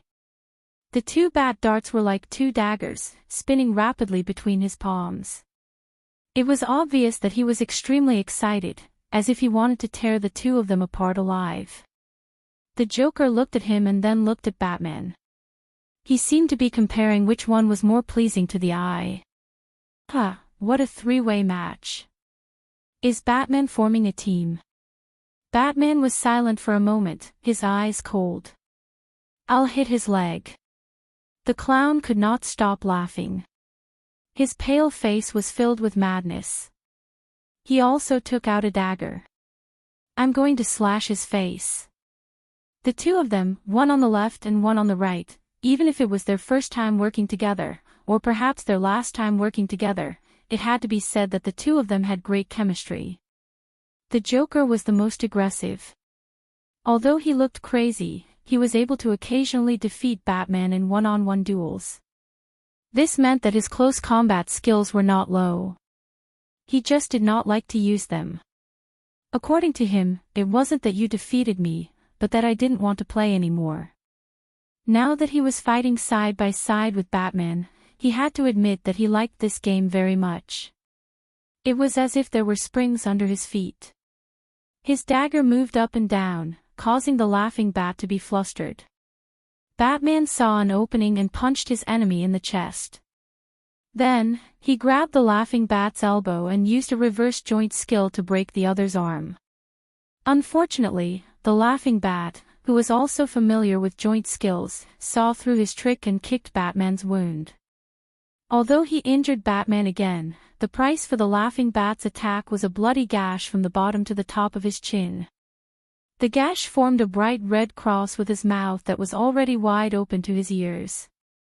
Through the gash, one could see his exposed gums and tongue. It was not a human tongue at all. It was more like a reptile's tongue. It stuck out from the wound and licked up and down. The smell of blood, hee. Looks like you need the children to play with you. He quickly rushed to the left. Batman threw 3 darts, but the laughing bat's willpower was very strong. He ignored the darts and did not slow down at all. In the end, after 3 fingers on his left hand were cut off, his whole body slammed into the wall. The door opened with a rumble. There was a high frequency of footsteps, accompanied by the sound of iron chains hitting the ground. It sounds like there are puppies here. I'm dying of laughter. This bat cave is much more fun than your place. The clown said nonchalantly. Batman called him, the clown. What? I'll say this first. Don't ever mention what happened today again. Amidst the clown's laughter, a few uninvited guests ran around the corner and appeared in sight. Amidst the guffaws, 3 guys who looked more like beasts than humans jumped at Batman and the clown on all 4s. They were wearing the same clothes as the Robins, red vests, green gloves, and yellow capes. They also had an R symbol on their chest. However, they were now like rabid dogs, pouncing at the two, especially Batman. Go and catch up with your good sons. I cloned them using their genes. You must like them. Look at how excited you are. It suits your taste, doesn't it? The laughing bat and the 3 cloned Robins were ready to pincer attack the 2 of them. You take the front and I'll take the back. Batman quickly made arrangements. The clown did not like the Robins. He never liked them. Therefore, he arranged for the clown to continue fighting the laughing bat. Meanwhile, he flew back to deal with the 3 clones who had lost all rationality and showed no signs of intelligence. Where's Damien? What did you do to Damien? He asked as he dealt with the attacks of the cloned Robins. Father, are you calling me? A familiar figure walked out of a small cave not far away. It was the 10-year-old Damien. There was a bullet hole in his head and his heart. The only thing that was still moving was his corpse. The voice came from a vocal device located in his throat. "Father, I'm the best Robin, right? I'm so jealous of Nightwing. He can get Father's love, but I can't. Hee hee." Father looks at me strangely. Hee hee, could it be that he doesn't like his own son and likes an outsider? Damien, who was already a corpse, made some movements from time to time. Disappointment and anger were all mechanically imitated. The range of his movements was large and exaggerated. In addition, the voice simulated by the computer was a little distorted. It sounded in this cave that was filled with laughter and laughter. It made people feel a chill down their backs. "How is it, Batman? I killed Nightwing, the Batgirl, and all your relatives. Hee hee, aren't you happy? You finally got rid of these guys. This is something you've always wanted to do but never did, right?" The laughing bat kept disturbing his mind with words. Chapter 1064.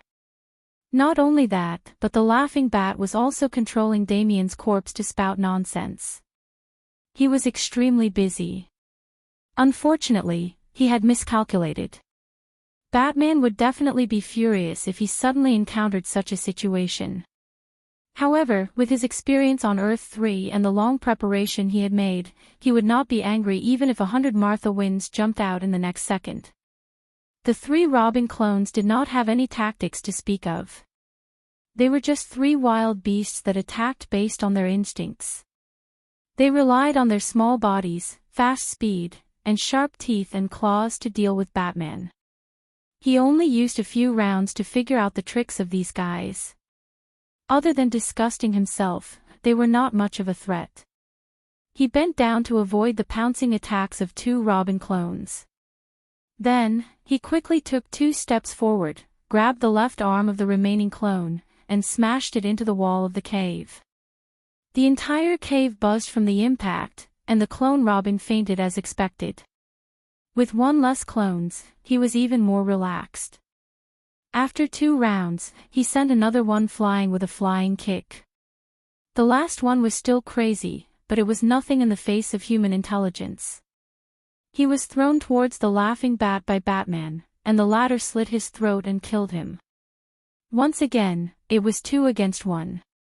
The laughing bat had used up too much of his stamina and was no match for him.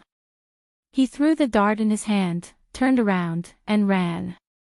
At the same time, he controlled the corpse Damien to stop the enemy. "Father, save me, help me, Father."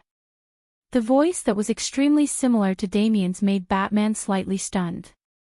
He could not help but slow down for half a beat. Meanwhile, the laughing bat ran out of the tunnel behind Damien.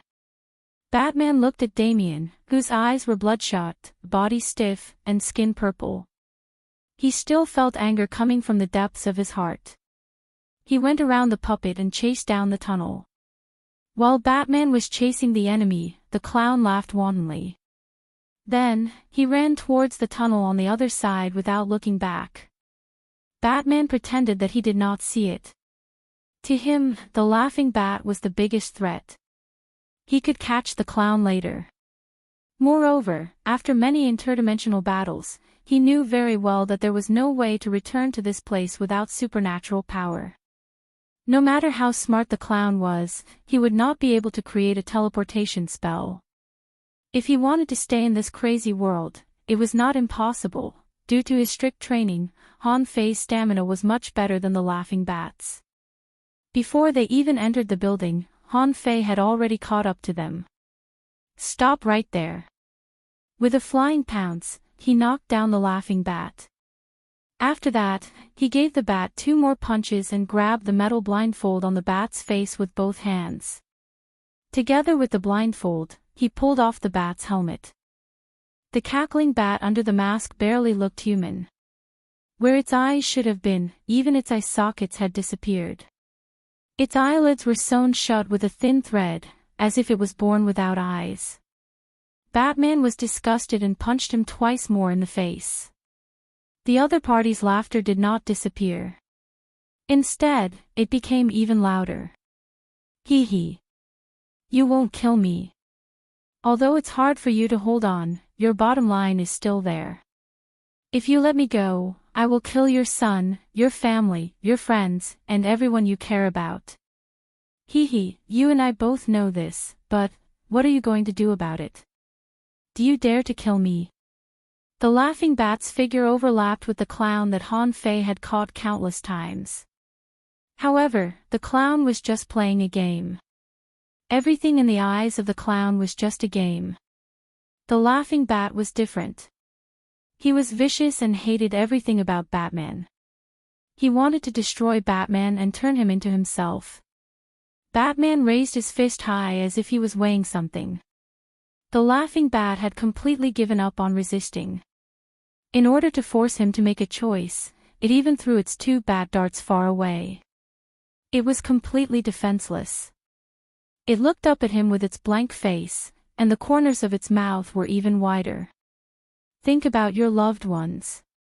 They will die because of your weakness. Come and kill me, come on. Your son is lying in a pool of blood. All of this could have been avoided because you let me go. Do you hear the cries of the citizens of Gotham? Come on. Come and kill me. At the last moment, Bruce's intelligence gained the upper hand. He stopped laughing, but his words touched Batman's heart even more. Just as he was thinking about Batman's dilemma, he was hit by a huge fist and fainted. Batman made sure that he was completely unconscious before standing up. How sad. Maybe one day I won't be able to hold my bottom line, but not today. After that, he took a few deep breaths before speaking to the air around him. Are you guys still here? Daniel's figure appeared. I'm here, but Death isn't. She can't enter here. Batman was too lazy to think about the logic behind this. He pointed at the laughing bat on the ground. Do you guys have a way to deal with this guy? Daniel seemed to be conversing with a lady from another world. He turned around and said, "This guy is best left to you. He's your deepest nightmare. Let's go. Bring him back with me." After that, Daniel pulled Batman and brought the laughing bat back to their original world. At the same time, Lady Thea was holding a three-way meeting in the underworld. The New Genesis planet and the Apocalypse planet were discussing the future. The underworld acted as the middleman to facilitate this meeting. The main topic was Orion inheriting the throne of the Apocalypse planet. The New Genesis planet lost 4 deity positions because of the departure of the Heavenly Father. At the same time, the Justice deity position was severely damaged. If Orion left, he would take another deity position with him. The Apocalypse planet was also severely damaged. Darkseid didn't stay on the Apocalypse planet. He took the evil deity position and escaped from the god's domain. Although Thea knew where he was going, she didn't chase after him. The remaining power, darkness, massacre, and tyranny were all taken by the messy people that the Wasteland Wolf mentioned. Together with Kalibaka's death, they lost 6 deity positions. If he brought Orion back to inherit the throne, tyranny would automatically return to the Apocalypse planet. Violence would also be dragged into the equation. This was equivalent to losing 4 deity positions. It seemed like they still had the upper hand, but that wasn't the case in actual combat. Darkseid's departure was much more serious than the departure of the Heavenly Father from the New Genesis planet. The New Genesis planet had Diana standing on the front lines. She also had 5 deity positions. Although she was a little weak compared to other deities of the same level, she had no difficulty defeating the Wasteland Wolf and the others. Furthermore, the key wasn't how good Diana was at fighting. It was because there was someone behind her. The Great Plains Wolf, who was originally happily preparing to inherit the throne, instantly shrank back when he saw Sia's seemingly well-intentioned but actually threatening tone when she asked for his personal opinion in a flat tone. He forcefully swallowed back a mouthful of blood and patted his chest to promise that he would definitely be a good leader for 3 generations. Chapter 1065. The key to the problem now was Orion himself. If he was unwilling, nobody would force him. He locked himself in a quiet room and thought about this carefully. Thea was not in a hurry. She led Diana around the underworld. When Daniel returned with Batman, Orion had just made up his mind. "If I have no other choice, I'm willing to accept this burden," he said passionately as if he was about to go to the execution ground. The Great Plains wolf pursed his lips. He wanted to say something, but he quickly shrunk back under Thea's gaze. In order to show the historic nature of this meeting, the leaders of the new Creator Planet and the Apocalypse Planet signed an indefinite ceasefire agreement. The underworld would be the witnesses. Sia could not say for sure if Aurelian would be corrupted by the dark forces in the future. Fate did not adhere to a fixed principle. Everything could slide into the abyss because of a small factor.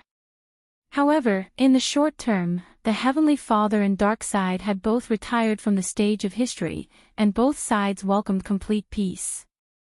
Thea had just sent off the Apocalypse Planet when Batman and the others walked in. Diana greeted him. Ever since she became the God King in the new Creator Planet, she had not seen her Earth companions for a long time. This was the first time she saw the laughing bat.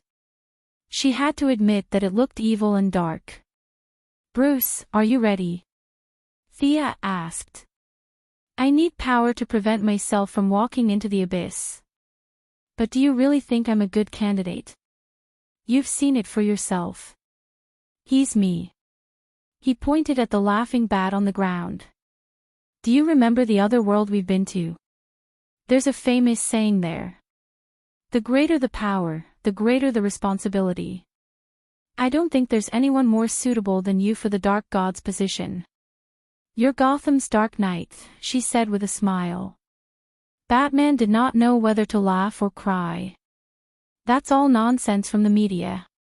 I haven't heard that in a long time. I still want to see someone. Send me to her. I owe her too much." After saying that, he gave her an address in a low voice. Thea glanced at Earth and observed it for a while. She pretended to be enlightened and gossiped to Diana. Valkyrie's eyes lit up. The young mistress laughed maniacally. Betting the bat on her was absolutely safe. "You should go and deal with your own private affairs first." After finding the target, he activated the teleportation and sent Batman back to Gotham. Batman's clothes were tattered, his abdomen was bleeding, and he refused to receive treatment no matter what. The teleportation was very precise. They were on the top floor of a tall building, and the building not far away was Gotham Art Gallery. However, this was not the main point. The main point was that there was a certain someone standing on the top floor with a pair of binoculars, observing the security guards of the gallery. Catwoman, who had come out to scout the area tonight, was startled by the sudden appearance of a living person beside her. When she saw that it was Batman, she breathed a sigh of relief. However, she, who was known for her sharp eyes, still saw Batman's injuries. Are you okay? You've been gone for so many days. Did you just come back?" She was the same when Batman and Daniel left. However, the two of them had already broken up, so she did not say much in front of a bunch of juniors. Catwoman could not understand why Batman, who was in such a pitiful state, came here to look for her. Was he here to educate her again? She cleared her throat. "Don't tell me he's here to lecture me again. Let me help you back to treat your injuries first." Thea, who was hiding in the underworld and secretly observing, twitched her mouth. Batman's dozens of psychological classics were not for nothing. His pitiful act was superb. Batman's next sentence stunned Catwoman. He used the way he addressed her when they were alone. "Kitten." "Bat." Catwoman replied casually. "The first time I met you on that ship," Catwoman frowned slightly. "We met on the street." Batman was stubborn. "It was on the ship. You stole the diamond ring." However, after I got the ring back, I bought it for myself. I've kept it for many years. Catwoman was even more confused. What are you trying to say? I knew. I even knew from the beginning that I would need it one day. Batman took off his mask after he finished speaking. I've always needed this ring, just like I need you. He caressed Catwoman's cheek gently. The rain began to fall. Catwoman seemed to have thought of something. She looked at the ground, not wanting Bruce to see her expression. Bruce took off Catwoman's mask. The two of them stood in the rain. The rain soaked their hair. Selina, I'm so scared, Bruce. Catwoman's voice was a little choked. Selina, I love you. Bruce knelt on one knee and took out the diamond ring that he had kept for many years. Marry me. Bruce, who was always able to predict things, was now a little uncertain. He did not know what was waiting for him next. Hee. Catwoman could no longer maintain her expression. Her originally tense face was replaced by joy. She wiped away the tears at the corner of her eyes, but she could not control her tears. I'm willing. I've been waiting for this day. I'm willing. As she spoke, she threw herself into Bruce's arms. The two of them kissed passionately in the pouring rain. Thea, who was in the underworld, nodded to Diana. I'm afraid that guy won't be coming back today. Let's talk about the Godhood tomorrow. Batman did not return to his Bat Cave. Instead, he stayed at Catwoman's apartment for a night. He removed the bullet, cleaned the wound, and bandaged it. Although he knew that Thea could heal him with a breath, he still enjoyed Catwoman's gentle care. The next day, following his call, Thea pulled them together to the underworld. The extravagance of the underworld caught Catwoman's attention. She could not help but want to take something home out of her professional habit. She only stopped when Thea coughed. I'm just looking. We're good friends. I was just curious. You're very rich here. She was trying to explain her previous actions. Thea waved her hand to show that she did not mind. After exchanging some pleasantries, she looked at Bruce and waited for him to make the final decision. If you think it's okay, then let's do it. If I can't control myself, then kill me and tell Damien that I sacrificed myself in that dark world. Catwoman was shocked. She did not know that it would be so dangerous. She looked at Thea nervously as if she wanted to hear what she had to say. Thea was speechless. These righteous people all had this problem. Orion was like that. Batman was like that. Even Diana was like that back then. How big of a deal was it? It was a matter of life and death. Fusing with the Godhood was simple. However, it was more troublesome to take into account the Omega effect.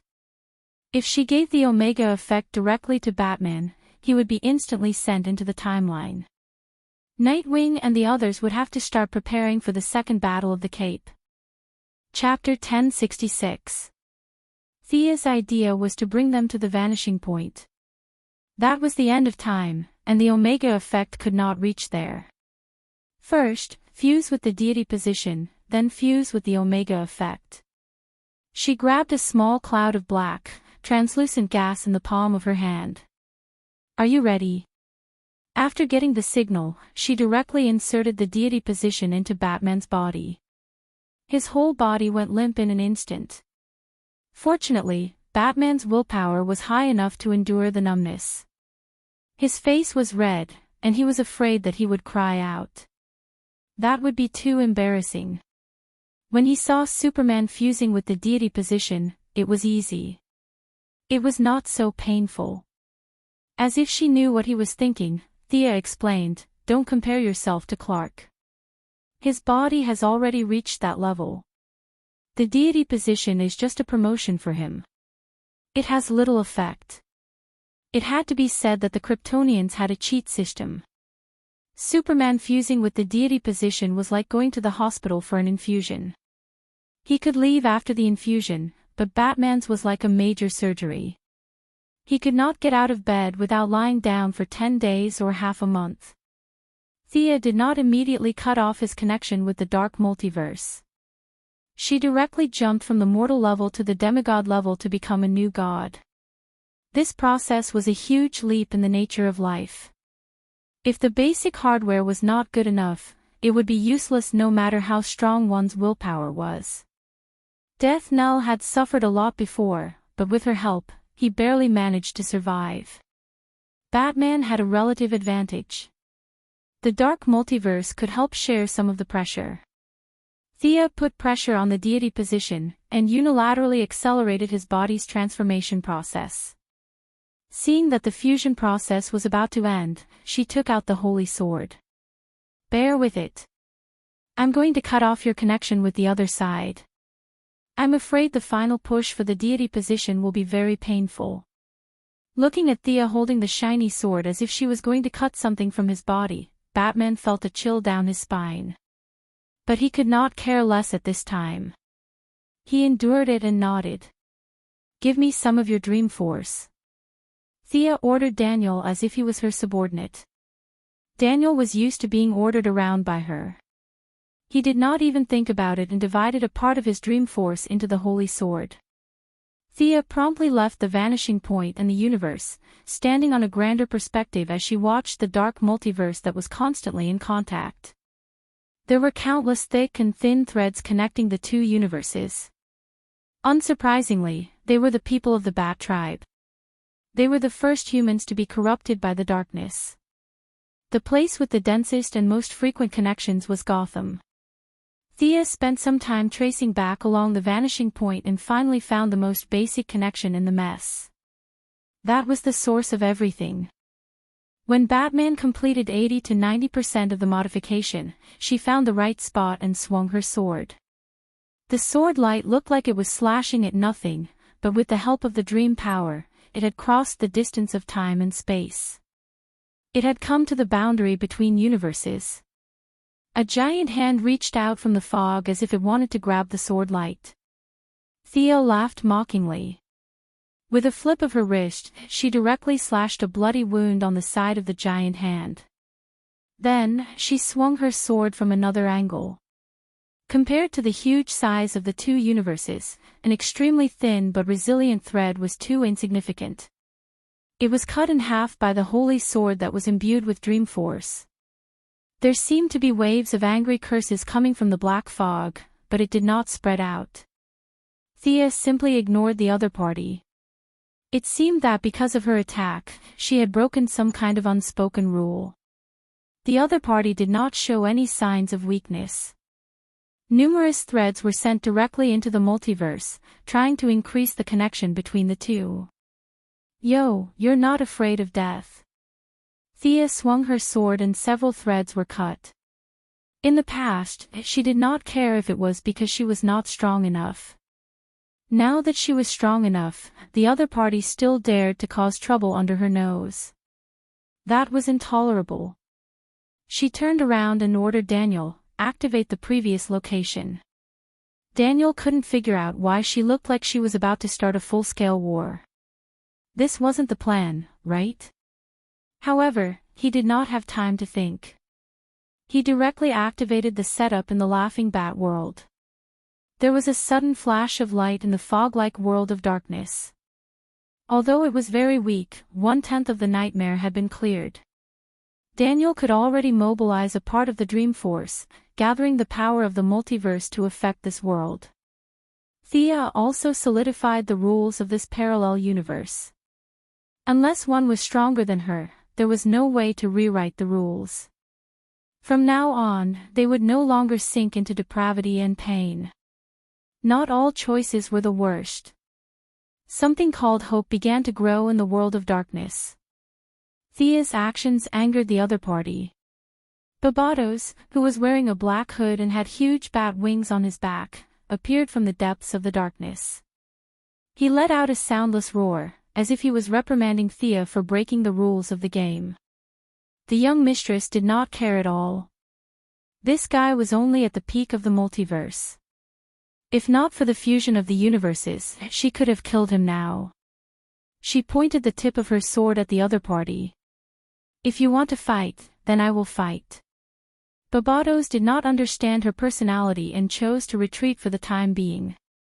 Although Theo lit a lamp in his territory, the passage between the two worlds was not closed. At most, he changed from the attacking party to the defending party. The relationship between the two universes was like the journey to the west. Whether Tang Sanzang went to the west to retrieve the scriptures or Buddha sent the scriptures to the Tang of the east, it did not have much of an impact on the outcome. Thea's actions did not cross the line.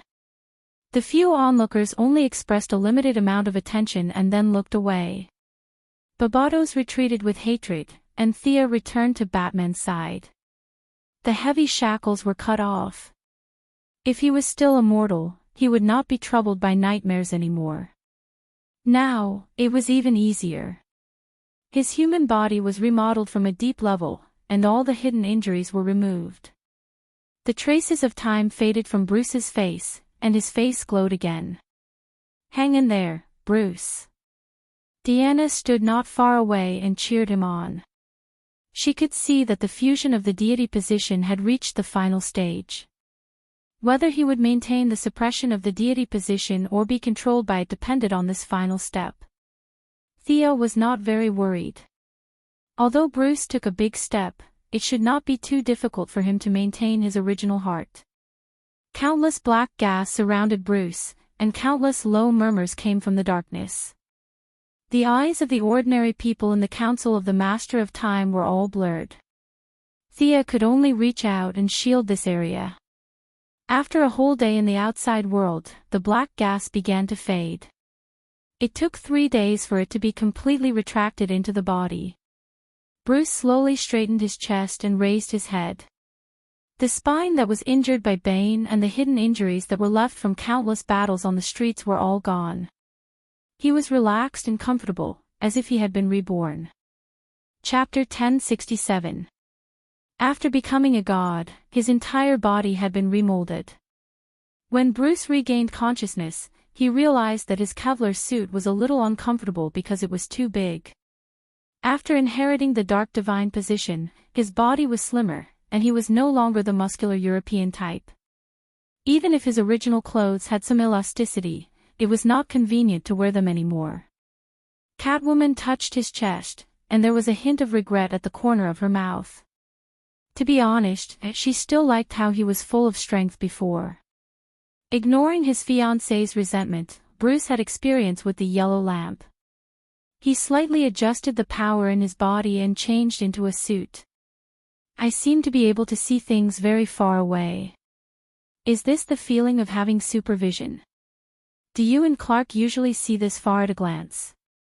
At this time, Bruce was like a research maniac who had obtained a new technological product, but this time, the subject of research was himself. Of course. Clark uses his vision, I don't. Thea felt that he was a little different from before. Is this a god? I seem to hear countless voices talking in my ears, but I can't hear them clearly. Are you guys like this usually? Bruce's personality had changed a little, and he was not as gloomy as before. Thea and Diana looked at each other. At least this was not a bad sign. However, to prevent him from indulging in power, Thea still poured cold water on him. You're far worse than me. Don't think that you're a god now. You can't beat the previous Clark.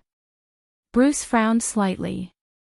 His originally excited mood fell from his throat back into his stomach. If he could not beat the previous Superman, then he was not very strong. Looking at his hands, Superman's humility and respect for ordinary people automatically appeared in his mind. He now needed to learn from him, change his mindset, and adjust his mentality. He was no longer a human, but an extraordinaire. He laughed self-deprecatingly. Looks like I'm not calm enough. Thank you for your timely reminder. Thea originally wanted to give him the Omega effect directly, but she found that after fusing with the God of Darkness, Bruce had reached the limit of his rationality. It would not benefit him at all to bear this ultimate power.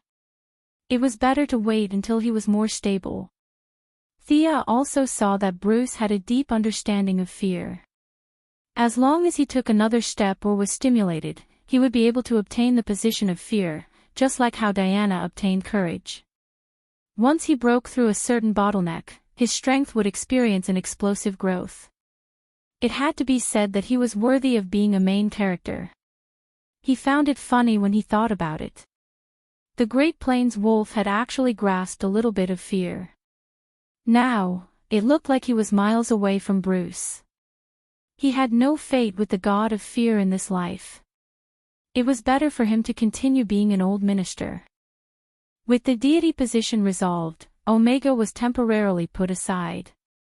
With the matter of the cackling bats on the table, Bruce asked them if they had any suggestions. Actually, you know it yourself, right? You need to deal with it yourself. From our experience, you need to live a normal life for a few days after you go back. You need to regain control of your strength and stabilize your state of mind, Thea suggested.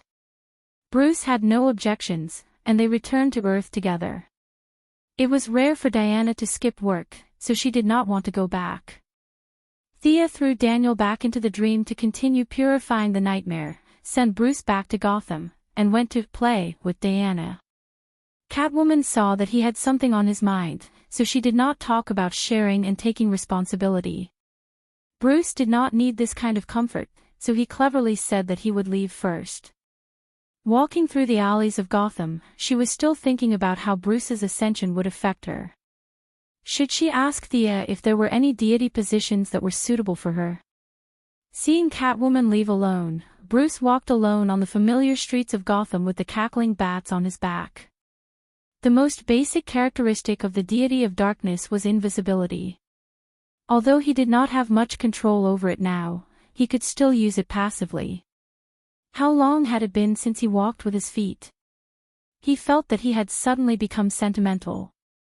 For so many years, he had called himself a mortal, but in fact, he had never lived like a mortal for a few days. Every day, he was like a clockwork, going up and down, constantly playing this and scheming that. What kind of mortal lived like this? Now that he had taken off his mask, perhaps he was a normal person. Without disturbing anyone, he walked into Wayne Manor. In front of his parents' grave, he had something to do. He reached out his hand and touched the cackling bat's forehead. The god of darkness mixed with his fear that he had reached the stage where he could use it freely. A dreamscape that seemed both real and illusory entered the depths of the cackling bat's mind. In that dream, the cackling bat did not kill the clown in the end, nor did he kill his close companions. Although he was in danger countless times and fell to the ground injured countless times, he persevered until the end and died of old age in his bed. The cackling bat, who had repented, finally separated from the clown's poisonous gas. He saw everything that he had done, and as expected, he committed suicide. It was suicide on a spiritual level. He had given up on his will to live. Reflected in his body in the outside world, he took his last breath. Bruce looked at all of this silently. He did not know if what he had done was right. This dark version that had the same experience as him had repented at the last moment. Unfortunately, the mistake had been made, and he could only use his own death to wash away the past and redeem his soul. Bruce took out a shovel and buried this guy in the Wayne family graveyard beside his parents, as a substitute for the normal him, and to remind himself not to take the wrong path. After a wild day outside, Damien returned home after dinner. When he saw Bruce for the first time, he was completely confused. "Who are you?" he said as he threw out a bat dart. Bruce caught it easily.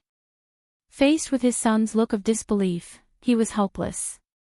He could only briefly explain. Damien was also present when he left, but he did not know if his father's change was good or bad. Damien ate dinner doubtfully. He felt that this father of his was not like his father anymore. He, who used to only drink plain water, started to drink alcohol today. All his strict eating habits were thrown out the window. He did not have any private life in the past. All day long, he wore a cape and a hood and stayed in that cave to do unknown research. Today, for the first time, he even watched television after dinner. He even cared about Damien and Raven. After chatting for 30 minutes, he walked slowly to the bat cave. Something's wrong with my dad. Thea and Diana had gone to play. Other than God, no one could find them, let alone him. Damien could only ask Raven, his soon-to-be girlfriend. Chapter 1068. Raven hurriedly teleported over. After listening to Damien's explanation, she knew that the situation was serious. Usually, such a drastic change in temperament would only occur when a person was possessed by a demon. At least, that was what the big loli thought. It was unrealistic to observe from the crack in the door. The bat cave was full of traps. They would be discovered before they even reached the door. Fortunately, Damien was indeed Bruce's good son. He had installed many surveillance cameras in the bat cave. They were the kind that only he knew about. He turned on a few hidden surveillance cameras. The image quickly switched to the interior of the bat cave. There was blood all over the ground. The demon's summoning circle did not appear. Bruce was currently testing his blood composition. What a dark power. Raven, the Demon King Grand Princess, was very knowledgeable about dark powers. Even through the screen, she could make a rough judgment just by looking at some characteristics. After experiencing many things, the two of them were no longer the careless people they used to be. Damien quickly came up with plans 1, 2, and 3. However, these plans were based on the premise that they had to control this strange father of theirs. Raven could not. Her magic was too extreme. They had to find outside help. The few from the Bat family had all failed. Short sticks, whips, and darts did not seem to be much of a threat to the current Bruce. Now that the young mistress was nowhere to be found, it was a test of intelligence to find help. Damien immediately contacted his good friend, Little Jonathan, and asked him to contact Superman. When Superman rushed into the deepest part of the Bat Cave, Bruce was slightly stunned. Then, he quickly understood the cause and effect. So, he didn't believe a single word I said. This child is too suspicious. He actually called you here. Bruce now understood what it was like to have a suspicious person by your side. He was a little depressed. Superman did not let down his guard. Are you all right? If you feel uncomfortable, you can tell me. Clark, you are a very good friend. Bruce put down the tools beside him. This action and tone made Superman nervous. He could not help but clench his fists. He remembered that most villains would say this before they transformed. After that, they would definitely say, but, I'm really fine. Bruce's words made Superman even more vigilant. Bruce held his forehead with one hand and sighed, how can I prove that I'm fine for you to believe me? You were there when Darkseid's divinity was divided. Why do you still have doubts? Haven't you changed? None at all. Superman quickly shook his head. No, I don't feel any discomfort. It's not much different from before. Are you saying that there's a big difference between us? Superman neither nodded nor shook his head, but that was what he meant.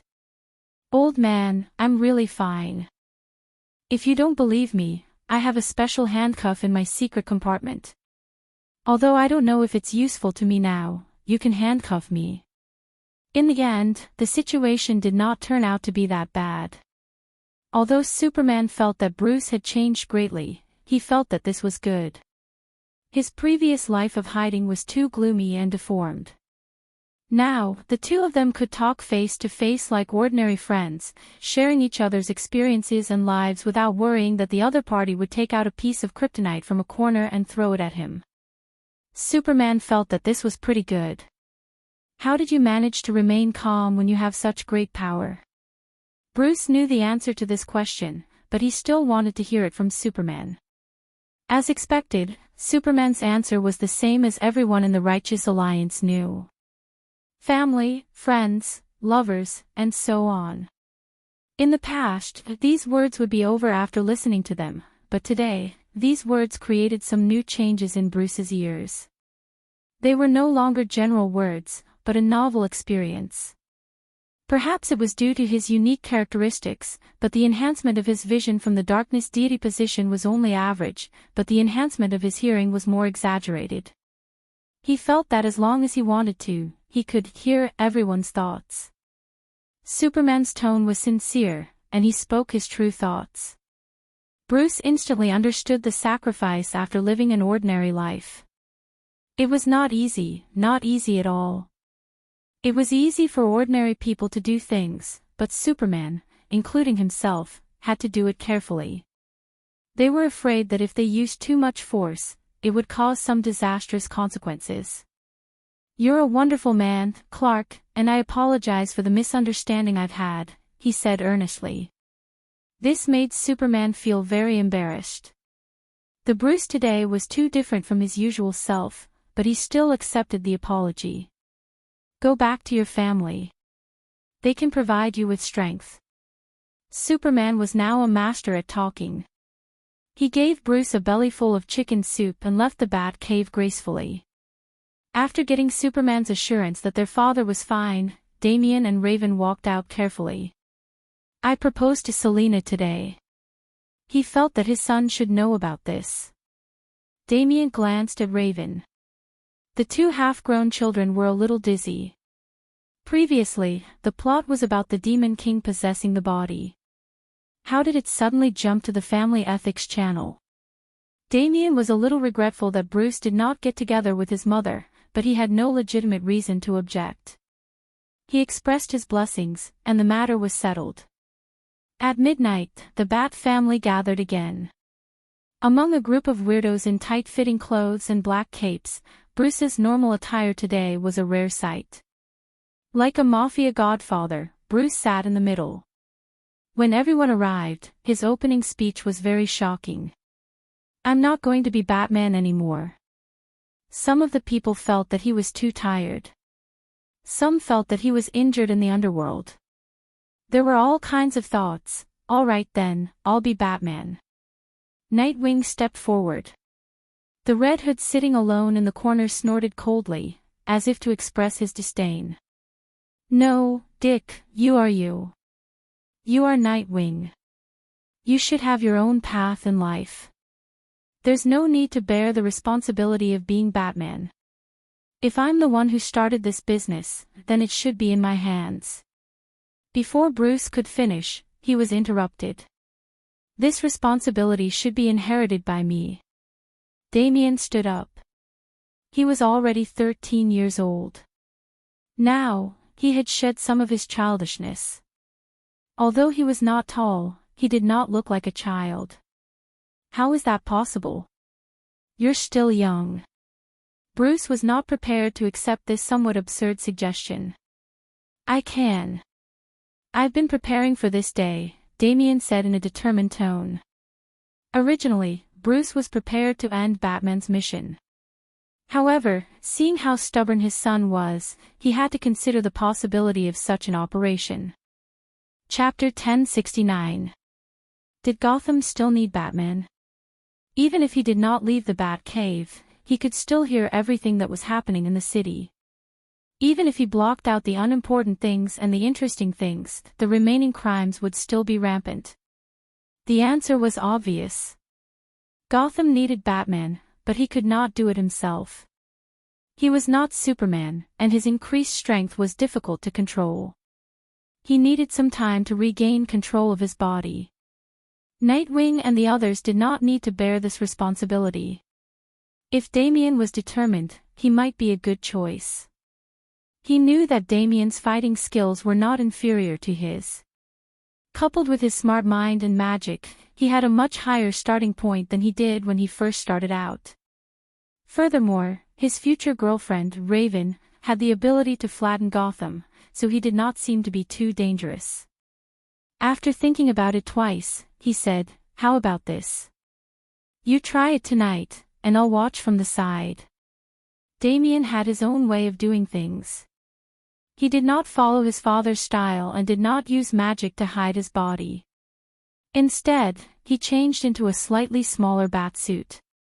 He was not afraid of using his supernatural abilities, and in one night, he caught 32 criminals. After a week of continuous attacks, the media finally noticed this new guy who had popped up. The second Batman, that was what the media called him. As for what happened to the previous Batman, there were different opinions.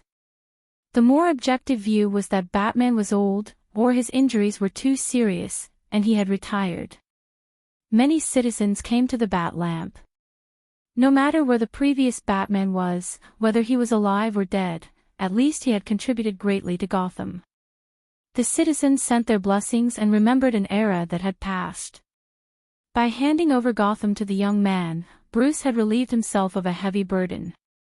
Damien did not need his care, and he was not Batman's shadow. He could walk his own path. Bruce decided to follow Thea and Superman's advice and spend more time with his family. Putting down the newspaper that analyzed Batman's whereabouts, he felt that his journey of redemption was complete. The fear that he had felt since that small alley was now gone. He had finally walked out of the haze in his heart and could face the world and his own heart. Who was his most important relative? Actually, it wasn't Damien, or Catwoman, or even Talia.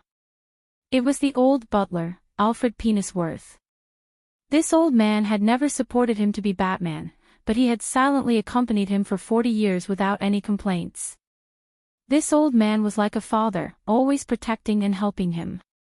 The old butler regained his mobility after receiving the White Lantern ring. He looked 10 years younger.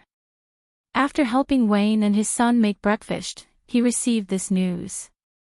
Traveling? Yeah, let's go out for a walk. I need to interact more with ordinary people now. Selena will come with us. Bruce made up a lame excuse. The truth was that he wanted to go out with the old man. The old butler had served the Wayne family for 50 years, and for the past 40 years, he had been around him. He had never left Gotham, much less travel around the world. Damien was very perceptive. He said that he had a lot of work to do recently, and that the two retired old men should go out and have fun. Catwoman was even more sophisticated.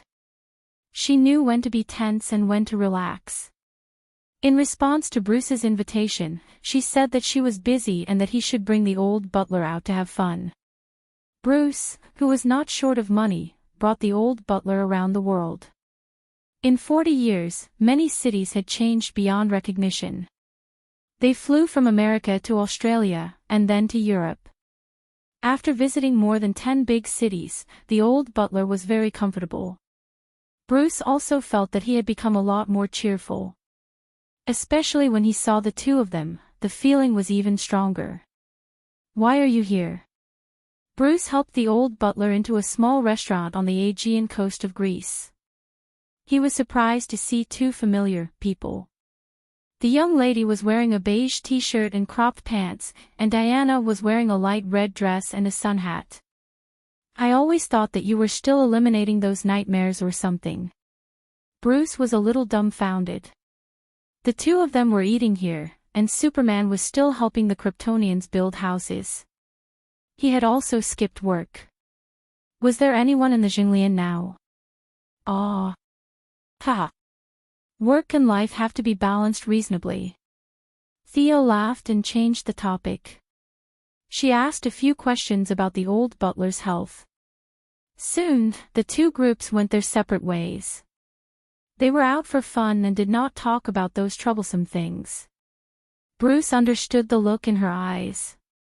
Now that he had become a god, he also felt that his vision had broadened. Many things that he had thought were very urgent before now seemed not difficult to solve. He shook his head and continued to travel the world with the old butler. The two women smiled as they watched them leave. Only then did they continue the previous topic. What do you think I should do? It's up to you. Theo looked at the sky and did not say much.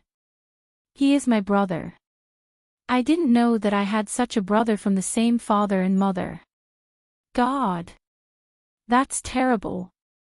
The Valkyrie was angrily stirring the black tea in front of her with a straw. It's up to you. The young lady rested her chin on her palm. She still looked like she had nothing to live for. Hey! Are you listening to me? Diana was very dissatisfied. She grabbed her collar and shook it hard. Ordinary clothes could not withstand her strength. With a tearing sound, she tore off half of her clothes, from the collar to the sleeves.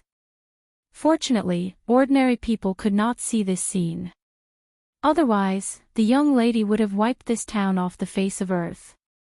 Really, can't you just talk nicely?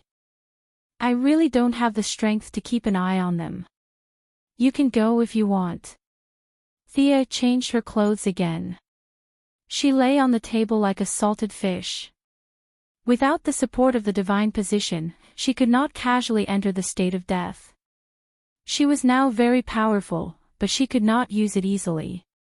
Ever since she came out to play with Diana, during the deep conversation period, she was like an ordinary girl. She was bullied by the Valkyrie who was in peak condition. She could not fight back at all. She was very happy.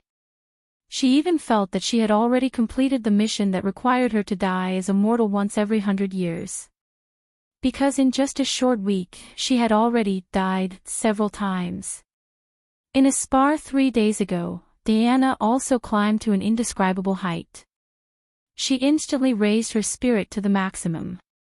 She felt the call of her bloodline. She did not care about her exhaustion.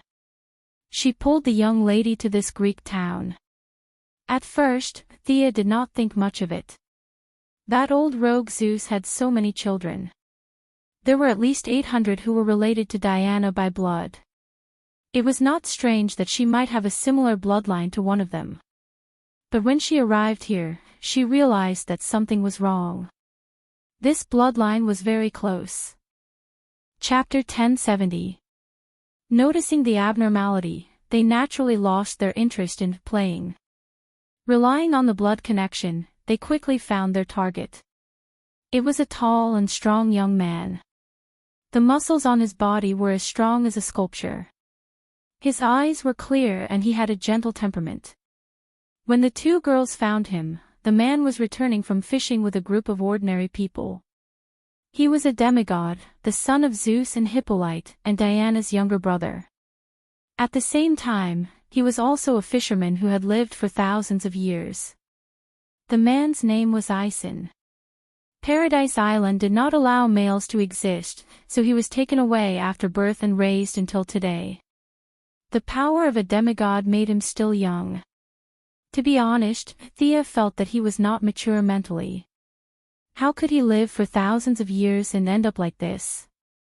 It was too tragic. However, for Diana's sake, she did not ridicule him too much. The two girls hid in the dark and observed for 3 days. The scene of family members crying and hugging each other did not appear at all. Diana did not lack love. Moreover, she was born in a big family like the Greek gods. The relationship between siblings was cold and there was not much affection at all. She was no longer the newbie who had just left the island. Every day, she interacted with people like Thea and Batman. Her first reaction was that there was a conspiracy against her. Especially when she saw the joy on his face when he was fishing, this suspicion was even stronger. After living for thousands of years, even a stone could become a spirit. How could he be as innocent as a child? How could there be such a foolish person in this world? Sia also felt that this matter was not simple, but she was not afraid. There were only a few suspects who had the ability to do this, and among them, the most suspicious one was the one who was related to Diana. In the end, the fearless young lady was dragged out by Diana for observation. They followed Ison's fishing boat out to sea in the middle of the night. That's right, this guy did not have a fishing license, so he could only do it secretly. Why doesn't he know how to use his power? It's impossible that he doesn't even know how to use it after so many years, right? Diana was full of confusion. After saying that, she noticed that Thea's expression was strange. You must know, right? Tell me. Thea frowned. Facing Diana's unquestionable gaze, she could only tell the truth. There are a lot of traces of time on your brother.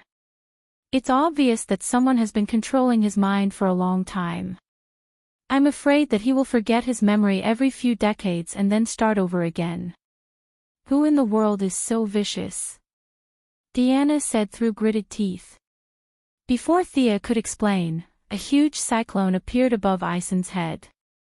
The speed of the cyclone wasn't fast, but it was still hovering above Ison's head. This silly kid thought that he had encountered some kind of natural disaster and fainted. The cyclone didn't calm down because of this. Instead, it stopped there and continued to rotate at a constant speed. It seems like he's inviting us. Are we going in or not? Although she liked to take the initiative in the in-depth sparring, that was because of her personality, and Thea deliberately went easy on her. Diana usually respected Thea's opinion. She glanced around casually, her gaze penetrating through the layers of barriers. She sighed. It wasn't appropriate to pretend that she didn't see anything. The other party's intentions were hard to grasp, but they would have to meet sooner or later. Nodding, they walked into the vortex hand in hand. The simple teleportation channel didn't pose any obstacles to them. The two women walked through the boundary wall with ease. In front of them was a peaceful paradise with birds chirping and flowers blooming. It was a clear sign that they had arrived in another world. This seems to be the realm of gods. That's right. Just like hell and heaven, the apocalypse star and the new creation star, and the nightmare realm and dream realm, this is the heavenly realm of the underworld, the resting place of all the old gods. Thea didn't like this place very much. It was a natural conflict with her attributes. The guys here were all gods who had used various means to stay here. One wanted to transcend, while the other wanted to kill. The conflict between the two sides was almost irreconcilable. There were a few valiant auras in the heavenly realm that seemed to show signs of fluctuating. If she didn't express herself, there would definitely be a gang fight. Being surrounded by hundreds of gods, even if she could kill them all, it wouldn't be very meaningful. She coughed and said, "Go ahead and sleep. I'm just passing by." After saying that, she identified the direction, and walked toward the northwest corner of the heavenly realm with Diana. "Humph, you're quite arrogant." Thea was very displeased to be here, especially when the other party was still sitting in the temple waiting for them with the airs of a god king. This made her even more displeased. If she wanted to, she could destroy this place with a single thought. Diana squeezed her hand. Before her were sculptures and buildings with traces of ancient Greece. She knew very well where they were, and the person they were going to meet later. "Let's go after meeting, okay?" She pleaded in a soft voice, which was rare for her. Thea couldn't not give her some face. She could only sigh and continue walking. Fortunately, the other party didn't intend to offend her too much. When he noticed her displeasure, he was already waiting for them outside the temple. He had a tall and muscular body, a bare upper body, a face full of beard, and a crown on his head. His eyes contained surging lightning. This was the Greek god king, Zeus. "I'm sorry, both of you. My body is too weak, and I can no longer leave the temple. Please forgive me if I've been rude," Zeus said in a manner that was neither servile nor overbearing.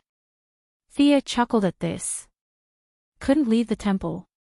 How did the arrangements on Earth come into being? The God King's prophecy, Diana's blessing of the 6 gods, Athena's child, and old Shazan's divine power. Where did all these come from? 2/3 of Thea's early experiences were related to Zeus. Who were you trying to fool by saying that you didn't know anything and couldn't leave the temple? However, having a reason was better than not having one. At least it gave both parties a way out. Wasn't this just nonsense? Who was afraid of whom? She shook her wrist and released the mentally retarded old Shazan. Previously, she had relied on him to absorb a lot of Zeus' divine power. Now that she had seen the master, it was inappropriate to keep him. She pointed at old Shazan and said, "This is a lonely old man I met many years ago. He looked pitiful and has been taking care of him. He seems to have similar attributes to yours." To be honest, Zeus was shocked by such a shameless explanation. However, old Shazan wasn't the topic of today's discussion. He was just a chosen. He didn't care. Following her words, he also expressed that he found old Shazan pitiful. Since their attributes were similar, he would let him live out the rest of his life. Gently brushing past the past, they entered the temple. Thea was surprised to find that Hera was also here. Hera was very respectful to her and directly bowed to her. Thea hurriedly helped Hera up. One of them was Diana's lover, and the other was Diana's legal mother. Logically speaking, their relationship should be very melodramatic. However, the reality was that they had a good relationship and could be considered friends. Chapter 1071. Thea saw that Hera was not wearing a crown but a retainer. Needless to say, Zeus had appeared and the throne of the god of gods had returned to him. She already had some guesses about the following topic. Why did you put a shackle on Aeson and make him lose his memory every few decades? Diana was not happy to see her father at all. She was the first to ask. It turned out that Zeus was also good at shifting the blame. That child has the power to control the storm.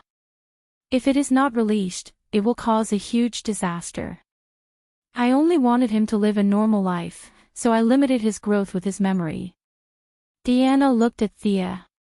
She knew that Thea had the ability to change reality. Since she could change it, it should not be difficult to simulate and verify Zeus' words. She closed her eyes slightly and simulated Aeson's physical condition.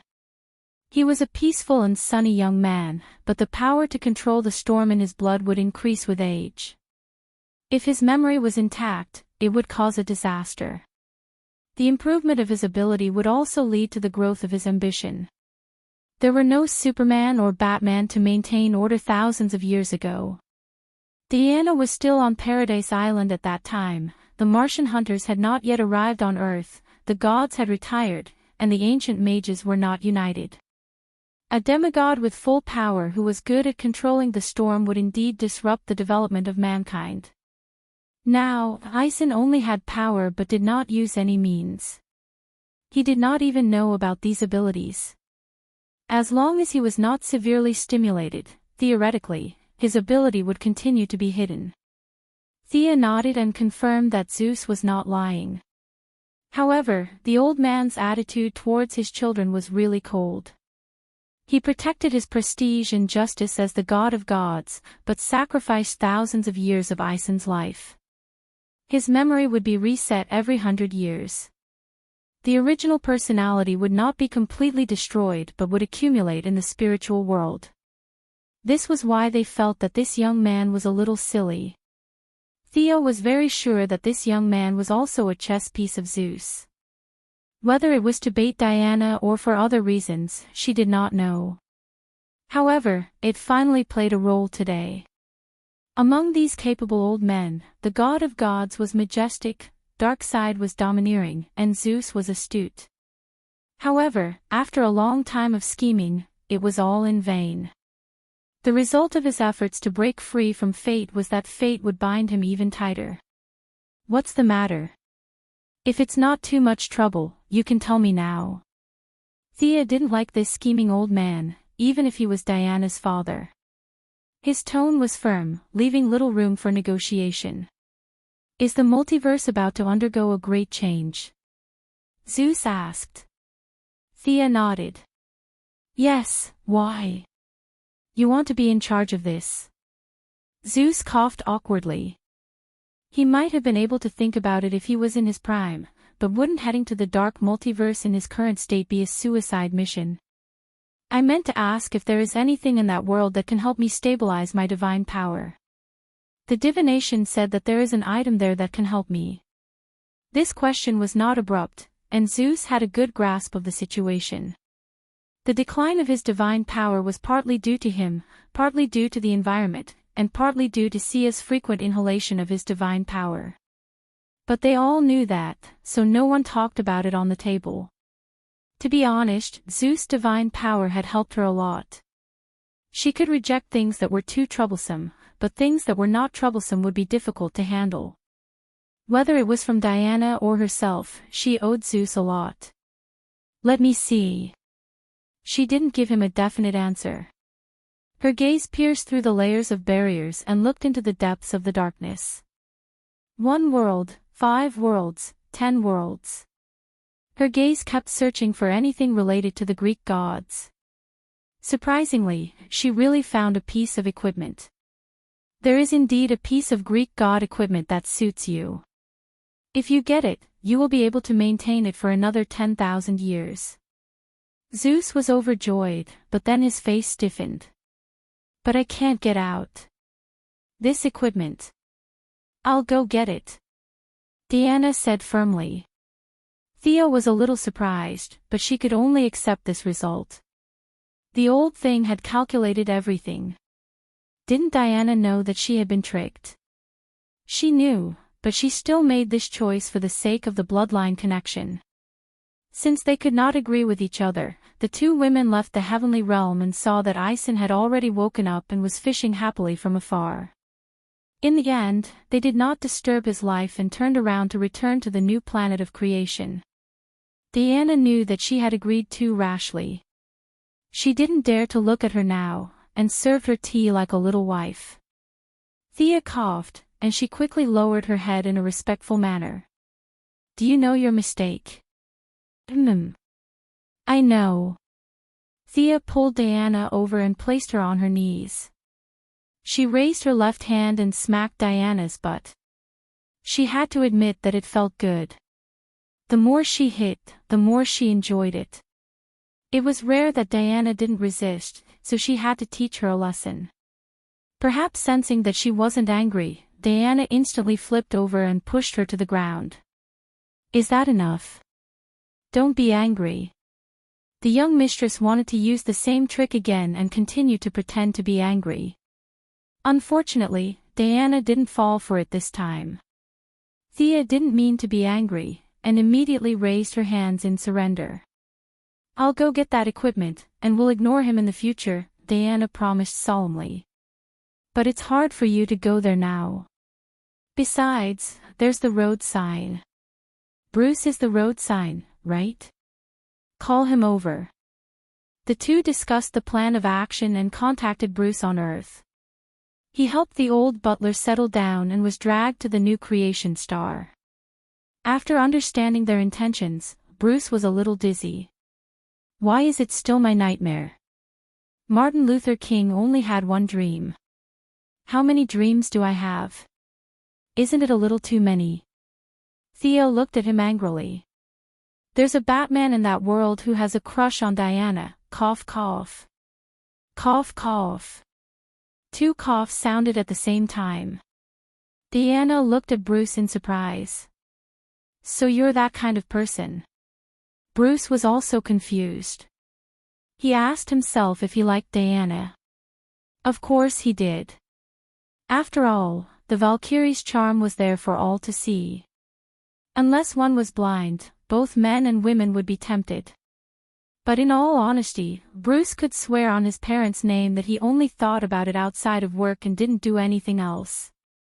He hated this dark multiverse to the core now. This universe had infinitely magnified the tiny idea in his heart and showed it to everyone, making him blush and embarrassed as he stood in front of the two women. Chapter 1072. Bruce could not refute the facts, so he might as well not explain. He could only lower his head and pretend that he did not hear anything. Thea snorted and continued, Ares from that world slaughtered the gods and used the gods' divine power to create a helmet. That helmet would amplify his own power by 100-fold. He was truly the god of war. Diana and Bruce pulled themselves out of the awkwardness and listened to her story patiently. The Righteous Alliance was wiped out. Diana destroyed Ares' helmet at the cost of her life and died in Batman's arms. She looked at Bruce strangely. Don't describe these details. I'm begging you. Bruce looked at her, not knowing whether to laugh or cry. Oh, it's weird when I talk about it too. Anyway, in the end, this Batman put on the helmet that gathered the gods' divine power and defeated Ares. He also became a killing god and called himself the Merciless War Demon. Our goal is that helmet. With the divine power of the same origin, Zeus can live for another 10,000 years. Thea explained the mission briefly. This time, she did not need Batman to follow her. She was prepared to go there with Diana, just like when they stepped out of Paradise Island to fight Ares. However, because they were too powerful, Thea could only send a projection to accompany Diana's clone. They still needed Daniel's help to teleport. With Bruce as a reference, they quickly located the location. At the same time, they made some noise in the world of the laughing bats to attract Barbato's attention. The two girls prepared themselves and teleported over quickly. It was still a world of ruins. There were more survivors here than in the world of the laughing bats. However, their wills were also destroyed. The two girls flew in the air and saw many ordinary people in ragged clothes kneeling before the statue of the Merciless War Demon, begging him to give them a way out. Batman, who had transformed into the Merciless War Demon, was the only true god here. All the beliefs of the mortals belonged to him. He relied on himself to maintain order. He was the law, the judge.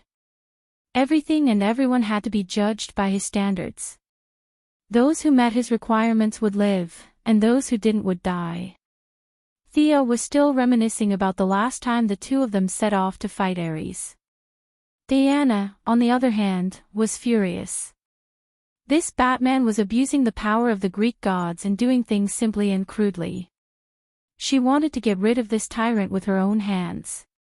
Can you see where he is? Diana asked as she organized her equipment. Thea had once again returned to her archer's attire. In her hand, she held the longbow that she had not used for a long time. As a projection, this body did not have much combat power.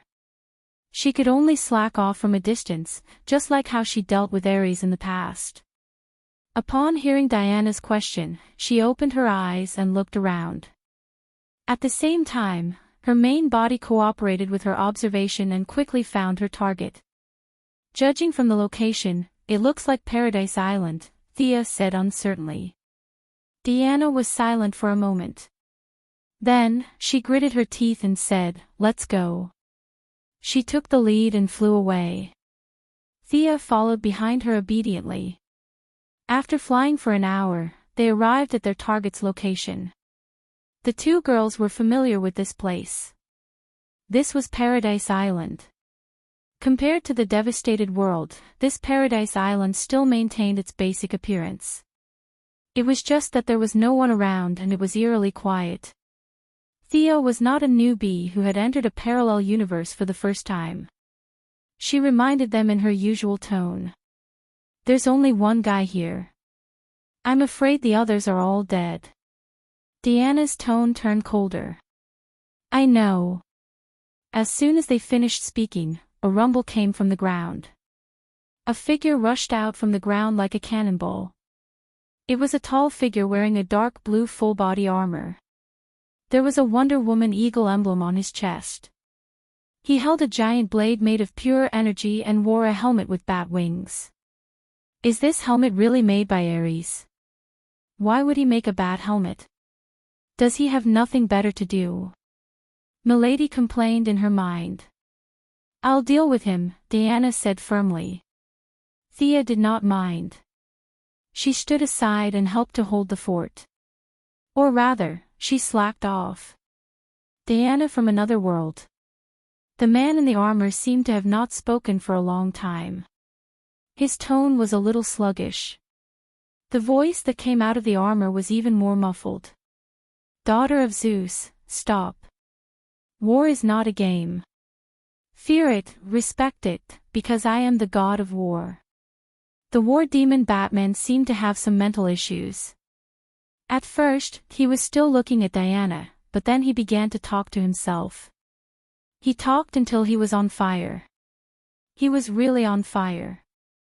Blue flames rose outside his armor, and he looked like a god that had walked out from ancient times. Diana was ready to charge with her shield. She was confused by this guy's random words. She turned around and looked at Thea. This guy is probably crazy. Kill him and take the helmet back. Our mission will be complete. She was too lazy to watch this drama queen. She just needed to remember that Batman was crazy. The other details were not important.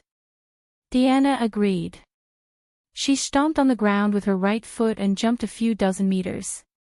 She slashed down with her sword. The war demon Bat, who was wearing thick armor, did not back down. He did not care about the Vulcan's sword at all. He raised the giant energy blade in his hand and slashed at Diana's waist. The two sides entered a deathmatch mode as soon as the battle started. Diana's doppelganger was about the same strength as the war demon Bat.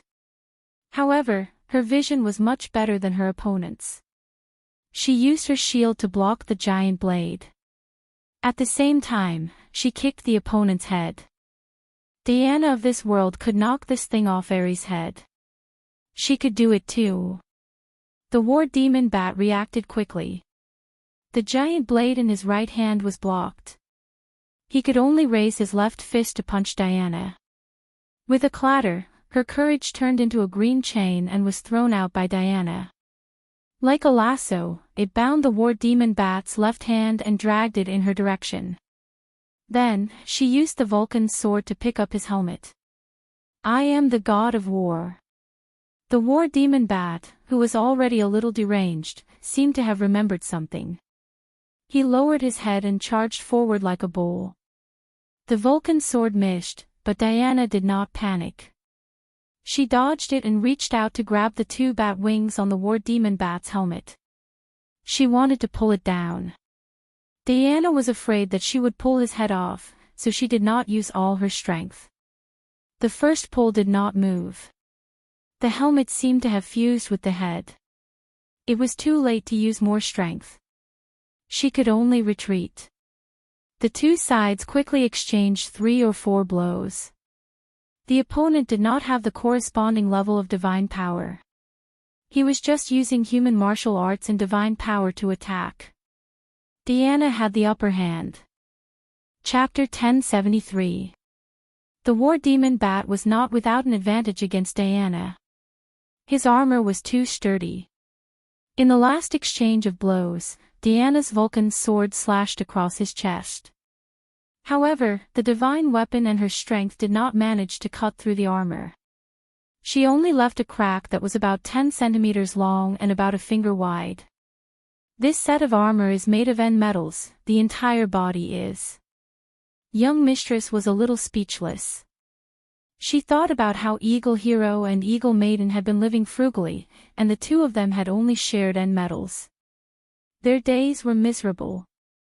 A large hammer would become a medium hammer would become a small hammer. And this guy was rich enough to use N metals to make a full body armor. With the support of divine power and N metals, his strength was limitless, and his entire body was overflowing with energy. Let's end this quickly. Let's take him down together. Sia held the bow in her hand.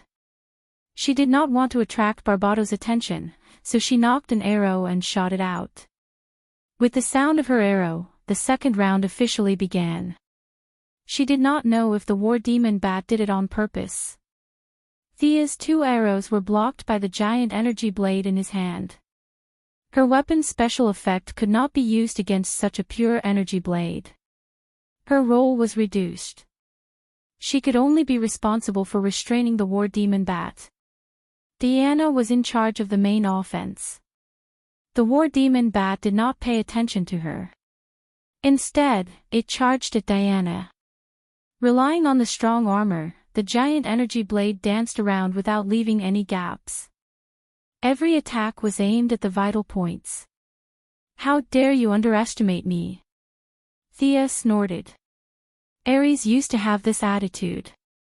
Now, this war demon bat did not take her seriously. "You will regret this." She pulled the bowstring to the fullest and shot at the war demon bat.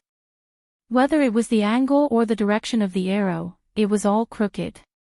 The other party seemed a little curious as to why he had shot such an arrow that was out of standard. However, in the next second, Diana raised her elbow and slammed it into his face. The Guardian's silver bracelet had long since retired, but Diana's strength was 10 times greater than when she was at her strongest. The elbow hit the war demon bat's face and sent him flying more than 10 meters. He landed on Thea's arrow.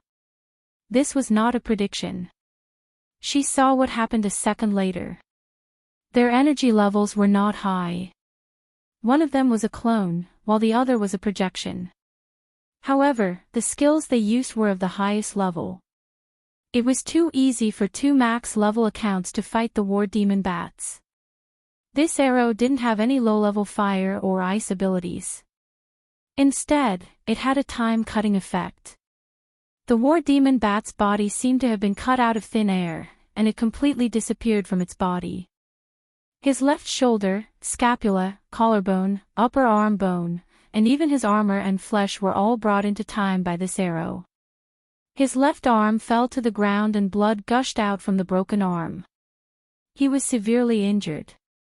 He was barely able to maintain his posture with the help of the giant blade while muttering something under his breath. Diana was a little disappointed.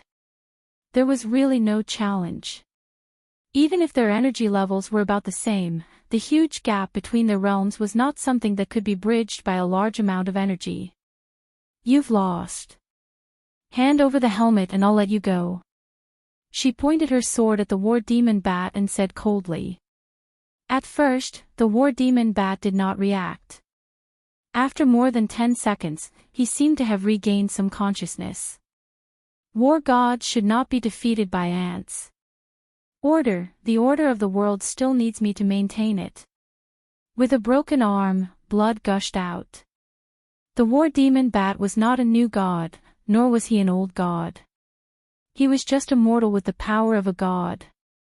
There was no way he could heal his body. He could only use the giant blade in his hand to burn the wound to stop the bleeding. "You are all enemies." "Enemies," he roared at the sky like a sad hero. "Humph," Milady snorted and signaled Diana to dodge. She pulled the bowstring to its limit again. She aimed at the war demon bat's heart. Strands of death aura were extracted from the world. She pulled very carefully, not wanting to disturb Barbados. She was just a projection, so it didn't matter if she lost it. Diana was here as a clone. It would be a loss if she was injured. The death aura gathered very little. After being compressed, it was only left with a black cyclone the size of a fingernail. It was attached to the arrow. Thea whistled to attract the enemy's attention. At the same time, she released the bowstring. The speed of the arrow did not have any special effects like a meteor chasing after the moon. In fact, it was not fast at all. She whistled and did not prepare for a sneak attack. Milady's arrow did not have much power or angle. It was not even as good as a beginner's arrow. However, this arrow had the power of law. This law was made up by her on the spot. The content was that the war demon bat must die. Although it was not a god, the war demon bat's energy was not ordinary. He had a premonition that he was in trouble. He grabbed the ground, picked up a giant rock, and threw it at the arrow. The arrow ignored the giant rock and went through it like a shadow. There was a muffled sound. The armor that the war demon bat was proud of, and the divine power that was gathered by the Greek gods, could not block this light arrow. The arrow went straight into the bat's chest. It turned into black gas again and spread from the heart to the rest of his body. In less than 2 seconds, the war demon bat fell to the ground. His body started to crack from the inside. It quickly spread to the armor. Even the end metal could not withstand the power of law. He was dead. Thea reached out and tapped the helmet. This helmet that was made by Ares and watered with the blood of the Greek gods left the war demon bat's head. The face under the helmet was a little distorted. She could only vaguely see some features of Bruce between the eyebrows.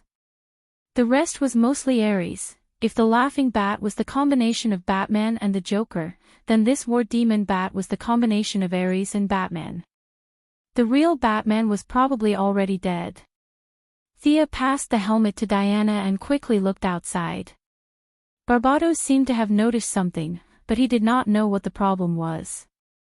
Let's go back first. As she spoke, she used the connection of her main body to summon the two girls back. This helmet came from the same source as the Greek gods. With Zeus's ability, absorbing it directly would not cause much damage. Moreover, Thea had already killed Ares in the helmet. If anything happened, then Zeus would be a complete idiot. The atmosphere between the two parties was not harmonious. Diana volunteered to deliver the helmet to the heavenly realm, but she did not go. After watching Diana leave the new planet, Thea turned her gaze to the dark multiverse. Barbados, who was just short of writing the words, "I'm the villain," on his face, appeared again. Thea heard a soundless wave. She knew that he was scolding her for not following the rules. She did not argue with him. "I'm not following the rules. What can you do about it? Come at me if you can." Chapter 1074. Seal looked at the figure in the darkness that gradually retreated and carefully identified it again. Then, she turned her head and said to Brosnan, "Bring the old butler back to Gotham first. I think he's pissed off this time. He'll most likely make a move. Why don't you attack earlier, like the previous few times?" "Because the time for the universe fusion hasn't come yet. There's a high chance that the universe fusion will upgrade to an omnipotent universe. It's good for us, and you too. If I start a war now, many people will jump out to stop me. I'm not afraid of one or two, but it's not easy to deal with too many. If she had a choice, she would have gone over and killed Barbados instantly. However, she was not the most powerful person in the universe. If she angered everyone, it would be troublesome. Damien found a cave deep under Gotham. It's exactly the same as the one I saw in the world I went to. However, I remember that 10 years ago, when I explored Gotham's terrain, there was no such cave." Bruce thought about this question for a few days, but he could not find an answer. Theo looked at him in surprise. "Your way of thinking is still stuck in the past. Do you still remember the Bat Tribe? If I'm not mistaken, they were the ones who dug it. To you, the cave didn't exist 10 years ago. However, looking at the overall timeline, the Bat Tribe has been digging for thousands of years." Bruce thought about it and felt that the explanation was a little ridiculous. However, there was no better explanation. He seemed to have thought of another question. "Judging from the remains there, they still have close ties with Gotham City." Thea nodded. "They're from the Owl Court, right? Speaking of which, the court had provided her with a lot of financial help when she was at her weakest. However, their internal organization structure was too loose. They were basically a super large club. The two agents she supported had died in internal strife. The court was involved in all aspects of Gotham. Bruce had attacked them several times, but it did not hurt them at all. The Court of Owls is like a Gotham version of Hydra. No matter how convinced you are that they are gone, they will always jump out and slap you in the face. The Wayne family was known as the Wayne Banching. Other than the Wayne Corporation, they also owned various commercial land, resorts, construction companies, chemical factories, and military factories. These companies all belonged to the Wayne family in name, but the real controller had always been the Court of Owls. They used hundreds of years to build and control Gotham City. Thea thought for a moment and said, "Why don't we screen the stubborn Bat Tribe members and let the government deal with the rest?" They quickly decided on the fate of the Court of Owls. Bruce returned to Gotham to monitor the court's every move, while Thea returned to Hell to adjust her Hell Tower in preparation for the future fusion of the two universes. While being on guard, Barbados from another universe still made his move. No one knew if he was mad or if he had been planning for a long time, but he made two moves. One was terrible, and the other could be said to be a 1-second move. A Batman injected with Doomsday cells secretly arrived in the metropolis. He called himself the Ravager. The Superman of that world lost control. Batman injected himself with Doomsday cells and easily killed the Superman. But he could no longer turn back. In the early days of his arrival, the Ravager was full of glory. The whole city seemed to tremble under his feet. However, his glory did not last for more than 3 seconds. When Superman arrived with 150 Kryptonian compatriots, the result was as expected. The scene was tragic. 150 Kryptonians, under the leadership of Superman, the new god of strength, surrounded the Ravagers and gave them a good beating. The scene was heartbreaking to the onlookers and made them shed tears. The Ravager was no match for them at all. If he still had Batman's wisdom, he could still struggle a little. Unfortunately, he was more like a beast at this time. 150 stellar-strengthened Kryptonian heroes knocked him down to the ground while singing, and each of them stepped on him. The Ravager's injuries were too serious. Doomsday cells could not repair them. The cells did not know that there were 150 enemies in the outside world. They would only evolve to be stronger than the Kryptonians. However, it was useless. He could defeat one, but he could not defeat 150. In short, this was a classic case of quantity defeating quality in the history of combat. On the other hand, there was bad news. A crimson figure suddenly paid a visit to the central city. It was a powerful extreme speed user.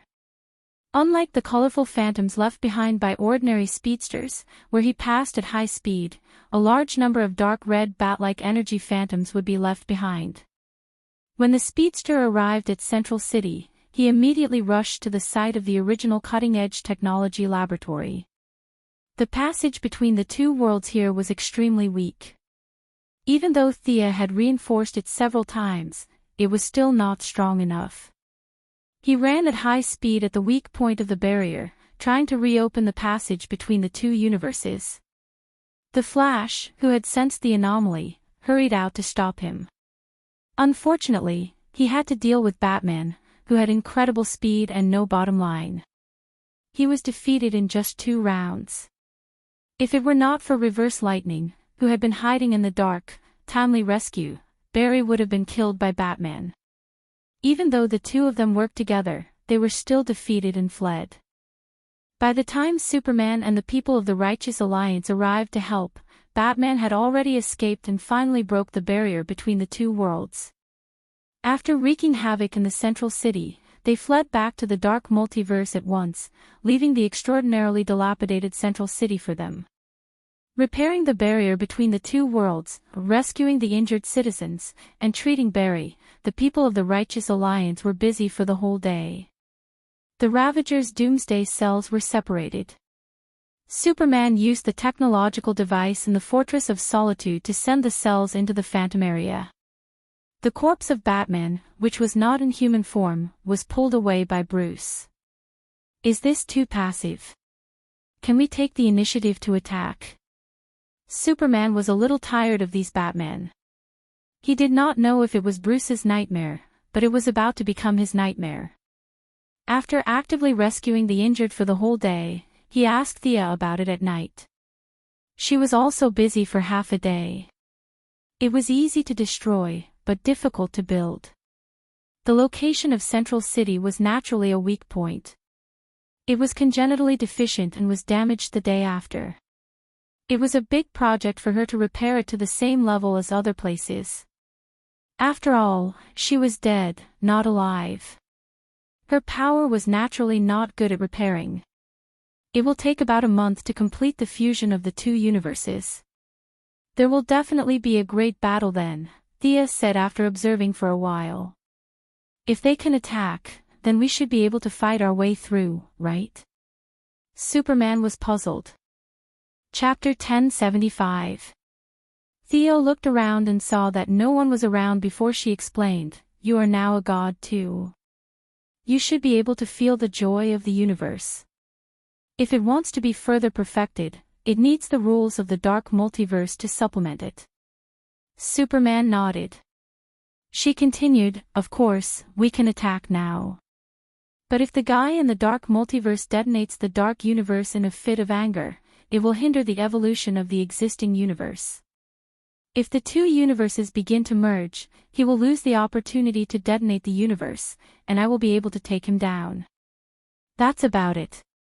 Superman was dizzy from listening and flew away as if he didn't fully understand. For the next month, Earth was shrouded in the shadow of Batman.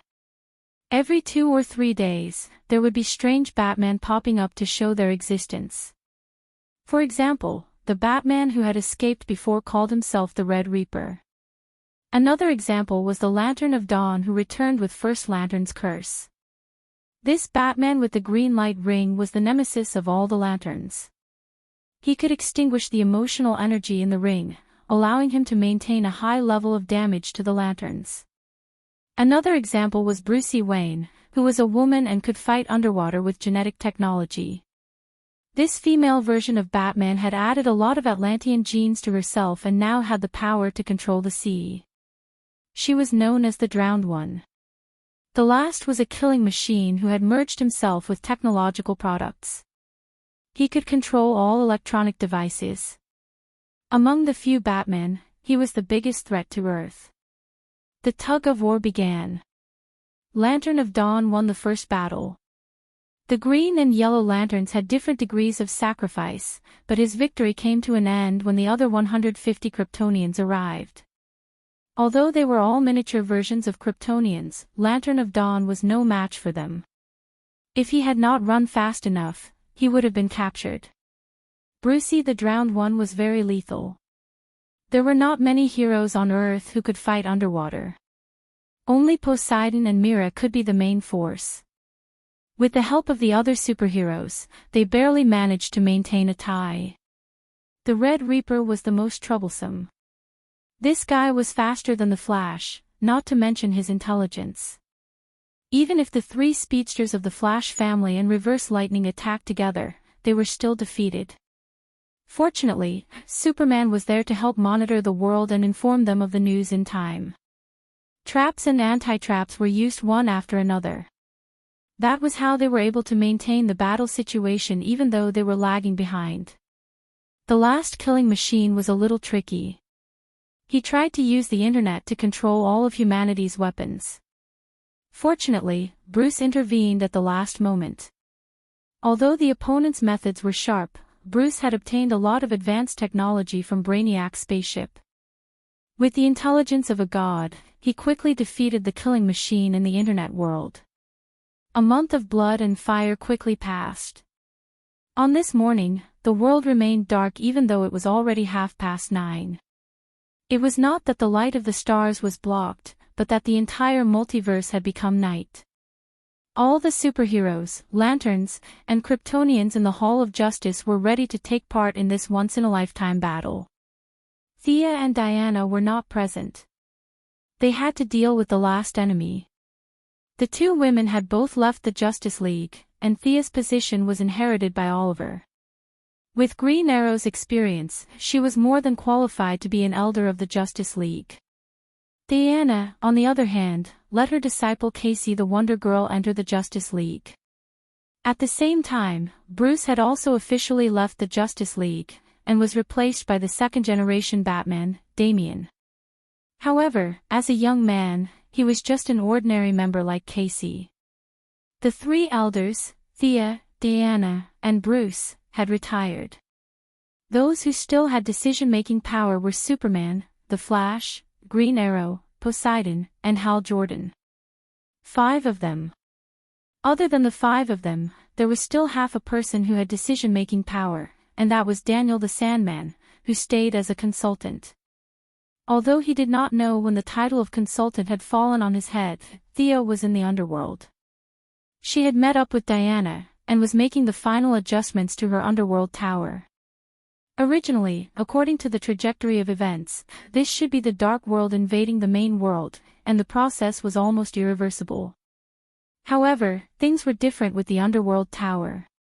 With the highest authority, this super-civilization technological equipment that could adjust the frequency of the multiverse began to operate slowly. The main multiverse maintained the original frequency, and at the same time, changed the frequency of the dark multiverse, making the other side close to it for the main multiverse to devour. The heroes of the main multiverse were ready to go. Before they set off, they talked about the things to take note of, and the attack strategy. This was originally Bruce's job, but he was not present today. After all, the enemy that a bunch of people wanted to defeat was Batman, and he was too ashamed to say anything in front of everyone. Since he was not present, as the greatest superhero, Superman took up the role of leader. After being a superhero for more than 10 years, he had an unparalleled reputation today. After an impassioned speech, he asked Daniel about the specific grouping. Teleportation is random, but it is also inevitable. Everything is influenced by the will of the universe, and we can only make some slight changes. At this time, Daniel created a psychedelic 7-colored teleportation door, and behind the door was the dark world. Will there be a situation where we are completely restrained by the enemy? Superman asked cautiously. At the mention of this, Daniel was very proud. He snapped his fingers. This problem has been solved. We will enter the world of the original Laughing Bats first. There are rules of death solidification there, and it can be used as a transit and on-site command center. Our chances of winning are very high. The heroes had nothing to say. They stepped into the teleportation door and entered the world of the Laughing Bats. As long as we defeat the few deepest nightmares, the whole world will become weak, and our main multiverse will be able to devour this place. Everyone knew who the few nightmares referred to. It was the 4 nightmare versions of Batman that had survived until now. Daniel lowered his head and fiddled with it. Teleportation between universes was much easier, and he could do it just by using the power of dreams. He was judging and capturing the intricate information of the world. Suddenly, he shouted, "I see it, the world of the drowned one. Who wants to enter?" As he spoke, he opened a blue teleportation door at the side. The Sea King laughed heartily and walked out first. "I'll do it, my battle with that guy is not over yet." Of course, Mira could not let him fight alone. This time, the husband and wife had to deal with the drowned one, Bruce Wayne. There were too few heroes who were good at naval battles. Fortunately, there were still talents among the villains. Under the premise that Thea promised to resurrect her father, Black Manta, who had been imprisoned in Atlantis for many years, also came to the scene. Chapter 1076. Black Manta was an ordinary person, but with the help of his own technological equipment, his underwater combat power was not inferior to the Sea King. Other than that, Green Arrow Oliver had also joined the team. He had water armor, so he did not need a bow. His close combat ability was also at the level of a martial artist, so he could provide some help. These worlds are deformed and broken. Do not walk onto the battlefield with compassion. Please remember this, Daniel reminded them before they left. The 4 of them walked into the teleportation circle together. As soon as they stepped out of the door, the seawater that rushed at them gave them a heavy blow. Fortunately, they were skilled. They dove underwater and began to track the drowned person. The water world was completely swallowed by the sea. 99% of the world was seawater. Because of the previous few battles, the Sea King had left a unique tracking mark on the drowned person. It was the divine power of Poseidon's trident, and could not be removed by technological means. The 4 of them swam quickly. They did not speak along the way, and soon found the drowned person, Brucey's hiding place. It was still Gotham, but a city sunk under the sea. Brucey was waiting for them. The woman was wearing a metal mask. Her left eye had been removed and replaced with a technological eye that could see underwater. The mask was crudely made, and it had been corroded by seawater for a long time. There was a faint layer of rust on the surface. Only her nose and chin were exposed under the mask. Her skin was covered in scars, and a piece of her right cheekbone was unnaturally missing. Her feminine beauty was gone. Sea King. She used a unique vocal organ to speak underwater, and the few of them could hear her. I once killed a Sea King. You are the second. She raised the trident in her hand. This weapon was a little broken. The original Sea King's trident did not recognize her, so she could only use technology to modify the weapon. Now, this trident could be considered a semi-divine and semi-technological equipment. Surrender. We have entered this world en masse. You can surrender and enjoy life under the sun. The Sea King was still trying to persuade her. Surrender. What do you know? Do you think I willingly live underwater? Do you think I like having these dirty Atlantean cells? I was forced to do all of this. My world is barbaric and rotten. I've been poor my whole life, and I've been fighting for it. I thought this was an achievable goal, but I was wrong. This is a low-level world. There is nothing here. There was no sunlight or hope in the past, and there will be no hope in the future. There is only vengeance and anger. This world is destined to sink and be destroyed. The Sea King was a little suspicious, as the other party seemed to already know the truth behind the scenes. The Sea King felt that his persuasion this time would be effective, so he said with a serious tone, I admire your efforts, but there is always a limit to a person's strength. Will you leave this world with us? The corners of Brucey's mouth curled up into a strange arc. She waved the trident in her hand, and the surrounding seawater squeezed toward the four of them. Damn it! The other party's obvious malice made them curse silently. It seemed that no matter which world they were in, Batman could not be moved by words. Black Manta, who had been on high alert, rushed out of the water. Even though he had no superpowers, he was not afraid at all. He held a water splitter made of special metal in his hand and stabbed it at Brucey's face. An ordinary person. She blocked the water splitter with her trident and scanned it with the technology in her left eye.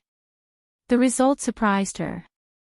An ordinary person was fighting with her in the deep sea. The two of them quickly exchanged blows. Black Manta did not intend to hold back at all. The two water splitters appeared and disappeared mysteriously, and Brucey, who was using a long weapon, was unable to parry them. Seeing that his opponent showed a flaw, his helmet began to gather energy, and a second later, two red lasers were shot out. This time, Brucey was prepared. She swung the trident in a circle and blocked the lasers directly. At the same time, the Sea King and Mira also rushed over, while Green Arrow relied on the water armor on the outside. The Sea King and Black Manta, these two old friends, worked together for the first time, so they were a little unfamiliar with each other. Working together. That was impossible. Mira could only help to control the seawater to put pressure on Brucey and provide opportunities for the Sea King and Black Manta to attack. Unfortunately, Brucey had undergone cruel self-modification surgery. She also had the Atlantean bloodline and the ability to control seawater. Both sides were fighting for control of the seawater. In terms of talent, Mira was definitely stronger. However, Brucey was ruthless to both her enemies and herself. She had forcibly modified her genetic chain and gathered the water control ability of dozens of people on herself. In comparison, Mira was no match for her. Wrapped in a large amount of seawater, her trident was pulled to the side, forming a small whirlpool. She then controlled the seawater to push it out horizontally, directly hitting the Black Manta that was in her way. In terms of water control, she was stronger than Mira. In terms of martial arts, she was stronger than the Black Manta and the Sea King, who had been guarding the lighthouse since young. The two tridents slashed and pierced each other. In just 2 moves, the Sea King, who was average in martial arts, had 3 holes in his shoulder. This tattered, semi-divine, semi-technological trident had some special effect. An unknown substance was mixed into the wound, severely hindering the Sea King's self-healing ability in the seawater. Fortunately, Green Arrow was not far away to help. As a martial artist, he could fight dozens of moves with Batman even with melee weapons. Although fighting underwater was a little awkward, the principles of fighting were still the same. Brucey, the Sea King, and the Black Manta all used the sharpness of their weapons to attack the enemy. Green Arrow pulled out 2 straight swords from the armor, and at the same time, the armor powered the weapons to help resist the power of the divine trident. Oliver's face was serious as he saved the Sea King. One of his swords blocked the trident, and the other went straight for the enemy's left hand. Good skill. The drowned person praised softly. She turned the trident around and used the handle to block the straight swords. At the same time, she opened her mouth and spat out a large amount of ink like black water at the few of them. Retreat, the Sea King reminded. Green Arrow, Mira, and the Black Manta each pulled back a distance. The ink was the exclusive ability of the drowned person, containing countless wronged souls. Of course, for Brucey, who believed in science, souls did not exist. She believed that the ink was full of the spiritual imprints left by the dead. These spiritual imprints would turn the living into the slaves of the drowned person, combining attack and defense. Brucey used this move to single-handedly destroy Atlantis in her world. Chapter 1077. She had used this move in the Battle of the Main Body and severely injured Maylaw. Fortunately, Thea had saved her, or else she would have been severely injured even if she had not died. Now, they could only avoid this unsolvable move. The opponent could only spit out a limited amount of ink in a short period of time. As long as they were prepared, it was not difficult to deal with. She ran away. Only the Green Arrow armor had a detection device. The few of them waited in the dark sea for a long time, and in the end, they received such bad news. There was nothing to say. Let's chase. The thick ink blocked their vision. Even the Sea King and Maylaw could not see the direction. At this time, Green Arrow's armor came into play. He led the way and chased to the side. When they swam to an underwater cave, Green Arrow was a little hesitant. The magnetic field in the cave was unstable and had been interfering with his armor. The Black Manta ray that relied on technology was also affected. After a simple discussion with the Sea King, the two quickly made up their minds. They would not go in. Knowing that the opponent had set a trap inside, they would still rush in. How stupid would that be? Although the Sea King and Green Arrow were a little impatient, they had been beaten by reality for so many years. I don't believe that she has been hiding down there. Let's go back to the surface. The Sea King said and let Green Arrow and the Black Manta ray go first while he and Maylaw stayed behind to guard. Their caution paid off. Realizing that they were not fooled, Brucey could only take the initiative to attack. She hid among a group of fish and hid from Green Arrow's thermal imaging system. However, when she approached carefully, she was discovered by the Sea King who liked to control underwater creatures. There was a living person hiding in a group of fish. The Sea King attacked without looking. Green Arrow and the Black Manta ray cooperated with him on both sides. Tridents, water thorns, and straight swords danced up and down. Brucey could not block them and was pierced by the Black Manta ray on her shoulder and collarbone. Light blue blood flowed out of the wound. However, she did not care and controlled the water flow to block the wound and continued to fight with them. You actually modified yourself to such an extent. Green Arrow felt that she was terrible and pitiful. She had forcibly changed her genes. Just thinking about it showed how much she had suffered and how much she had suffered. This is the price of power. She yelled and used her left hand to control the water flow to block the Sea King and the black manta ray. She held the halberd in her right hand and swung it at the green arrow at lightning speed. If this was on land, Green Arrow would have no difficulty dodging it. His dynamic vision and reaction speed were among the best among superheroes. However, he was still underwater. His vision could react, but his armor was not that sensitive. He could only gather energy and activate the defensive barrier within his armor. This set of armor was made by Thea in the early days. Whether it was in terms of performance or attack, it wasn't outstanding. It was just that it was made with the bones of the shark god, which made it faster underwater. In the face of Brucey's attack, the armor's energy shield was directly shattered, and a huge gash was left on its chest by the trident. The other parts of the armor were slightly inferior, but due to the young Miss's fear of death, its defensive capabilities were still quite good. This time, it did not penetrate the armor. Although Brucey was a little surprised, she didn't care because the huge pressure in the sea would help her destroy the enemy. Green Arrow secretly gave the Sea King a look. The latter understood his tactical intention and pretended to be anxious to attack first. It seemed that he was ready to let Green Arrow leave the deep sea and return to the surface to repair the armor. The enemy wanted to escape, and Brucey certainly wouldn't let go of this opportunity. She began to attack Green Arrow wildly, vowing to kill him with her halberd. The Sea King desperately tried to cover her and shouted from time to time to run. In order to attack first, Brucey naturally relaxed her control of the sea, and Mira was able to regain the initiative. The sea gathered from all directions and rushed towards the battlefield. Brucey paid the price of having her neck pierced by the black manta ray and once again slashed Green Arrow's armor with her halberd. Just as she was about to watch the other party get crushed by the sea, she saw a flash of white light on Green Arrow's body and instantly disappear. Due to the lack of information, she didn't know that Thea had placed teleportation gems on several of her close relatives. Green Arrow was like a bait, firmly attracting her attack. When Brucey realized that she had fallen into the trap, one of the enemy's combat power had disappeared, but she was also seriously injured. She lost control of the sea, and the wound on her neck was even more serious. She didn't know what technology the black manta ray had developed, but the metal on the surface of his water splitter could slow down the healing speed of the Atlantean's body, and it was accompanied by a strong poison.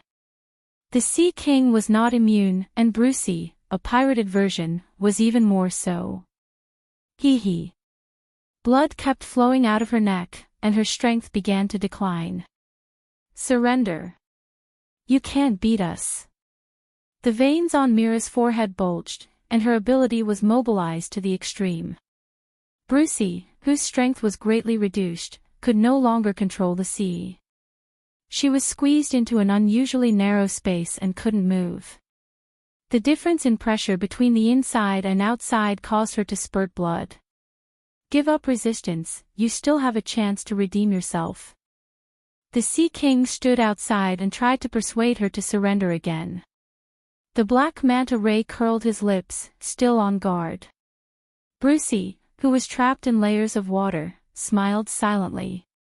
Her smile was full of cruelty and bloodthirst. Her body began to expand violently, and ink flowed out of her body uncontrollably. The pressure on Mira increased sharply, and she could only mobilize more of her mental strength to hold on. The souls in the black ink were squeezed into a small space, and the last thing the Sea King heard was Brucey's crazy and joyful cry. In the next second, the water space exploded from the inside out. Mira was directly injured, and she spat out a mouthful of blood and fell into a coma. The Sea King did not have time to check on his wife's injuries, and quickly swam away with her. The black manta ray swam quickly, and the black ink spread rapidly in the sea. Countless fish were caught in it, lost their nature, and began to provide energy for the black ink.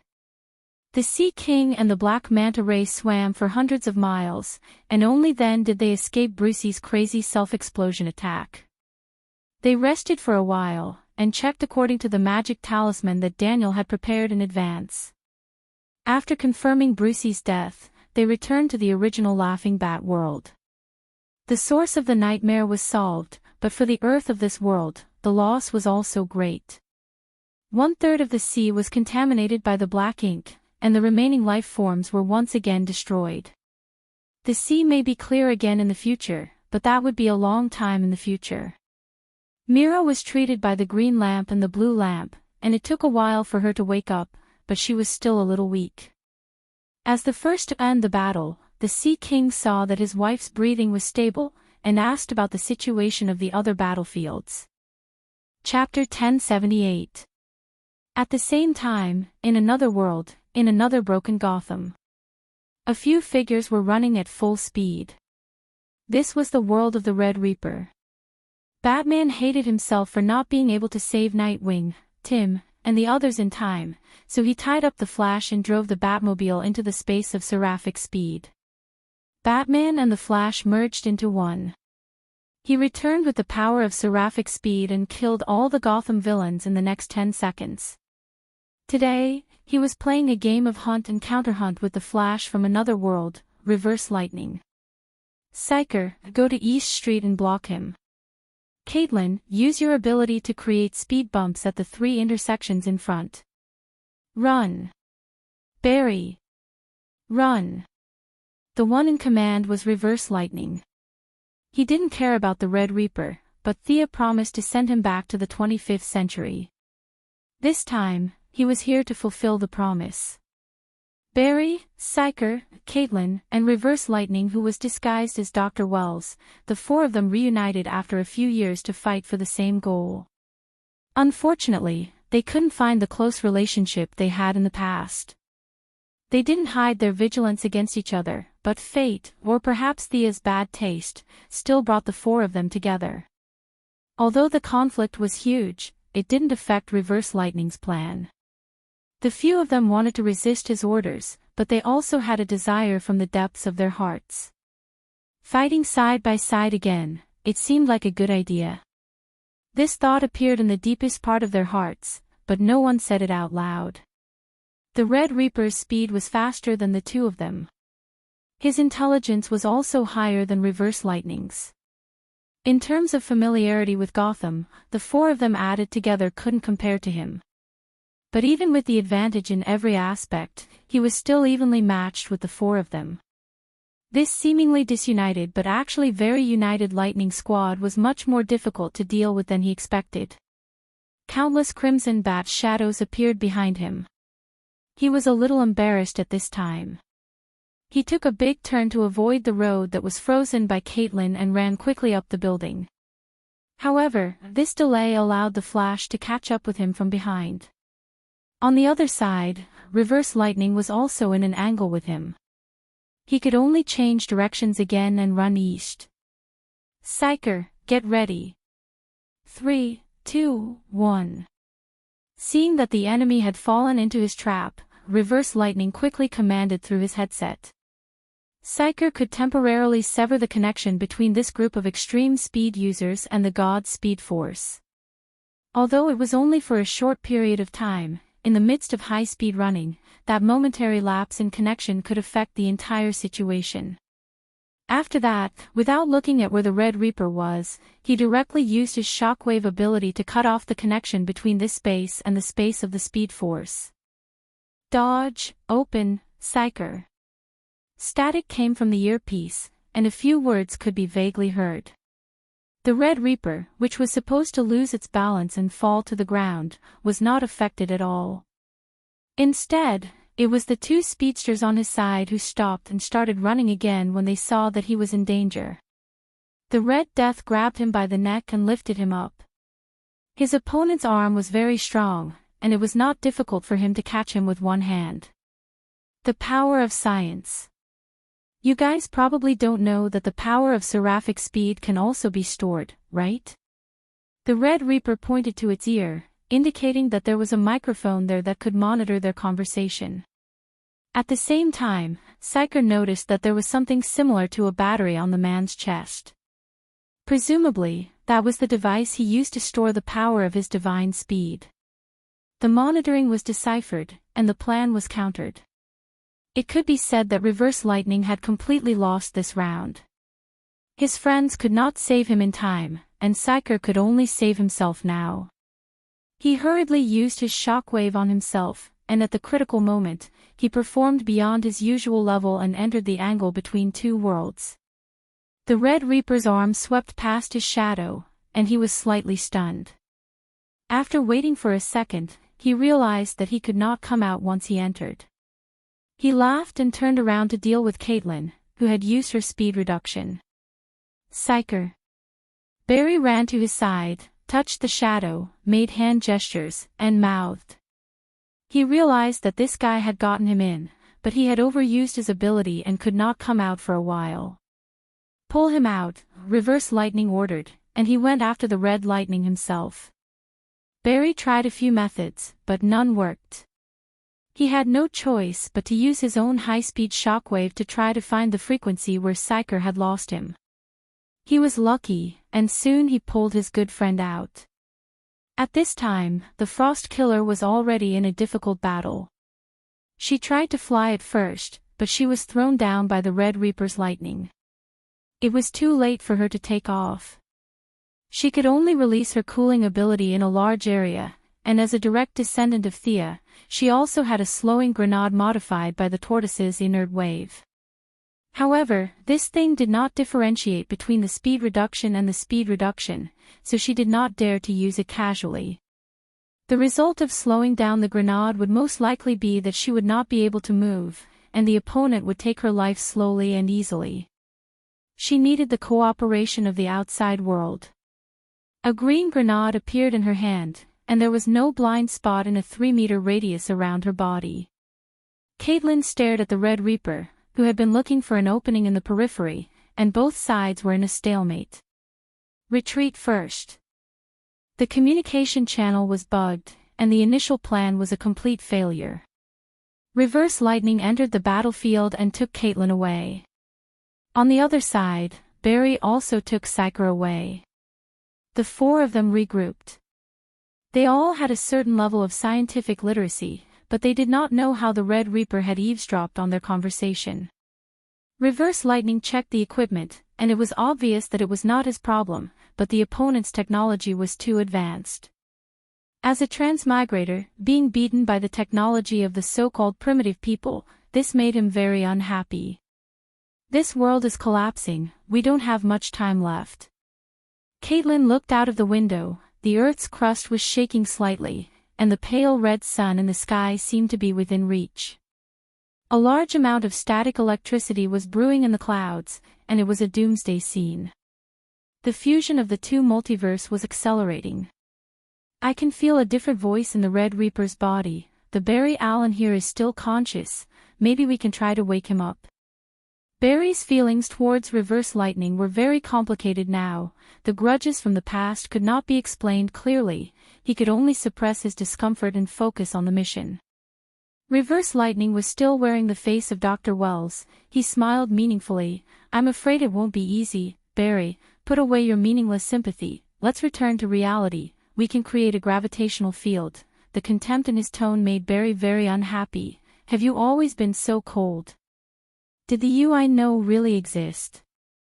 Seeing that they were about to quarrel, Psyker and Caitlin hurriedly pulled the two of them apart and pulled their attention back to the enemy. Chapter 1079. They were working hard to break out of this situation.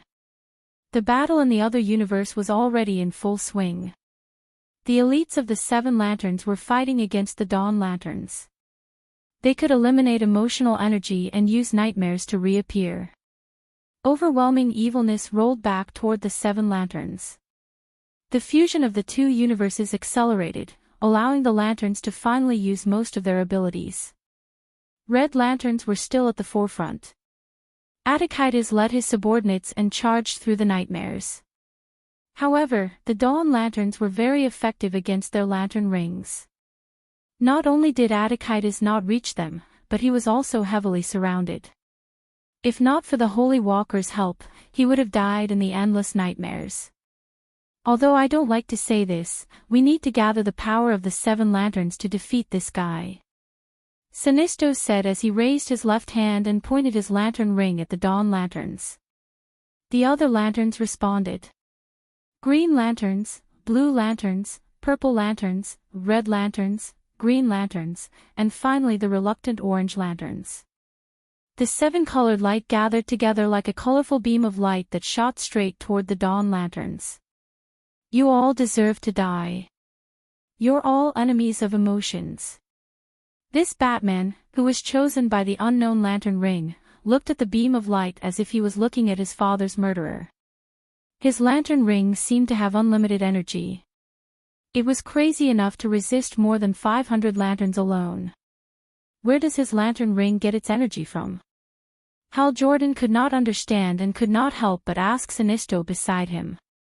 Uncle Seth looked at him strangely. How would I know? He's extracting emotions from this parallel universe.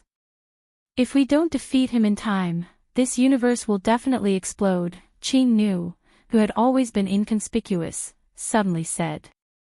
Sinisto glanced at Ching Nu. She said that, right? Ching Nu knew that she was referring to the young mistress. She nodded. Deliberately mystifying. Sinisto said with disdain, but his spirit was already at its limit.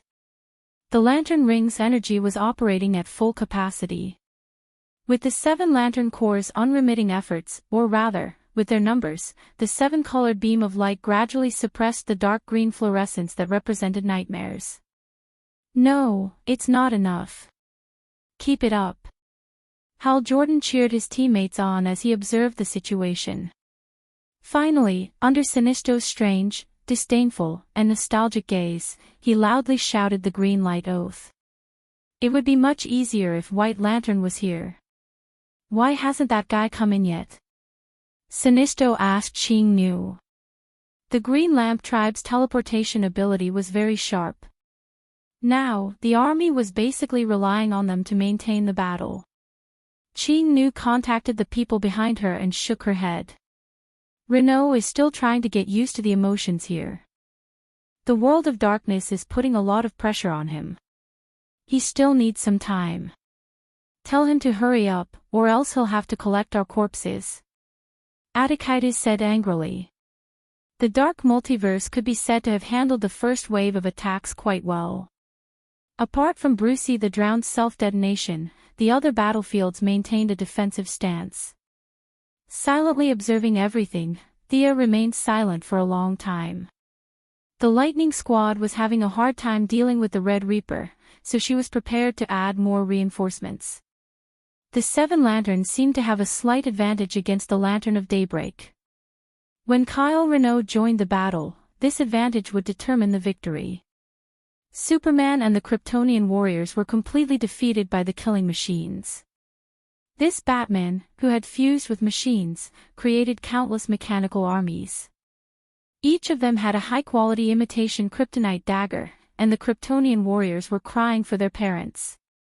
If it were not for the timely rescue by the Martian hunters, they would have suffered a lot of casualties. The Dark Multiverse did not only have the 7 evil Batman, but also many parallel worlds. Some of the scarecrows had become the king of the world, and the fear gas had spread all over the world. Some of the two-faced men's laundry detergent business had spread all over the country and even out of the solar system. In short, the heroes were sent out to eliminate these nightmares that had become reality. The heroes with a bottom line against the villains with no bottom line won more than lost. The situation was not good. Thea nodded to Diana, and the Valkyrie appeared in the world of the laughing bats in full armor. Bang! Bang! Bang! She hit the shield with the sword in her hand, creating echoes. The halo of courage surged in every corner of the dark multiverse. The heroes' morale was greatly boosted, and the villains were somewhat restrained. The Valkyrie's intention was simple. She was inviting Barbados to battle. Both of them were at the level of the multiverse. Barbados was at the peak of the multiverse, and his combat power was stronger than Diana's. In order to not let the courage spread to this world, he had to accept the challenge. Although he knew that Thea had other plans in the future, he did not have many chips in his hands. Ever since the connection between Bruce and the dark universe was cut off, he had been passive. Shaking his body, he stood up from the darkest abyss. His mountain-like body crossed the distance of space and came before Diana. It had a black hood, huge bat wings, and skin that was as gray as a corpse. At this level, there was not much difference whether he had a weapon or not. Without a word, he clawed at Diana from thousands of meters away. The Valkyrie still maintained her normal body shape.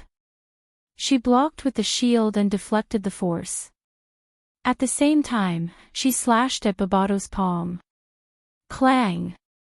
There was a crisp sound as if she had hit a piece of metal. The Vulcan sword, which had been forged with precious materials many times, did not leave a single mark on Barbados' skin.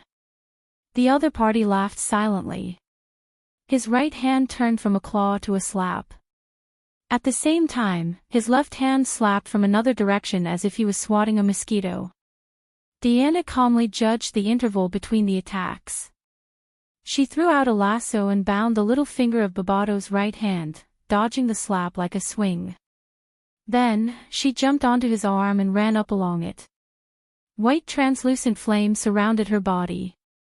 That was the fire of justice. Although the temperature was not high, it would never die out. A path of flames began to burn Barbados' arm. He let out a sound wave at Diana.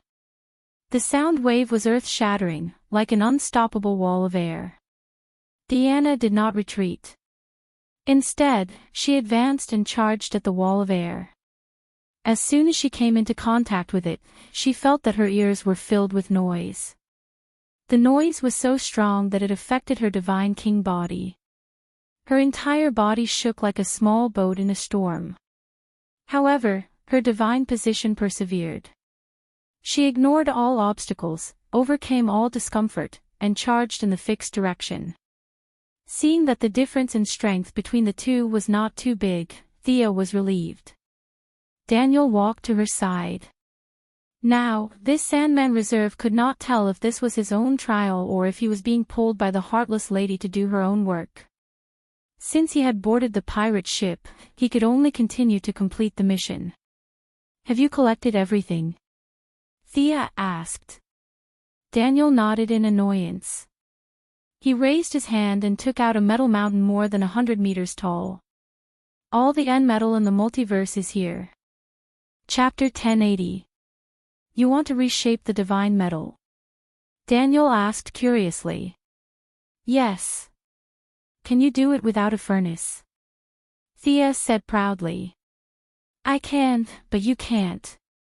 With that, she ignored the unhappy Daniel and looked towards the depths of the dark multiverse. That was the core of the dark multiverse, the place originally known as the Furnace. Just like what she had told Batman and the others, apart from the Watchers and the Anti-Watchers, there was also a third party set up in the rules of creation. The Watchers created, the Anti-Watchers destroyed, and the third party was like a daily antivirus software that would isolate and clean up all nightmares and unfavorable factors that should not exist, allowing the world to develop smoothly and orderly. At least, that was God's plan. Unfortunately, everything would change with time. The Watchers gave birth to the concept of self, and they did not want to perish with the Anti-Watchers destroying the universe. They resisted and won in the end. At the same time, they gave up their job of creation and changed it to surveillance. Needless to say, the Anti-Watchers were synonymous with democracy fighters. They would rather destroy their own martial arts in order to pursue freedom, and were finally let go by Thea. The series of changes affected the third party as well. A horseshoe nail affected an entire empire. The variables that started with Bruce kept accumulating and finally reached the third party. He was killed by his own assistant, a dragon that specialized in devouring nightmares. The dragon later changed its name to Barbados and stayed in the depths of the dark multiverse until today when Diana challenged it to a battle. Thea refined the N metal into the divine metal. The first prerequisite was to see how the furnace worked.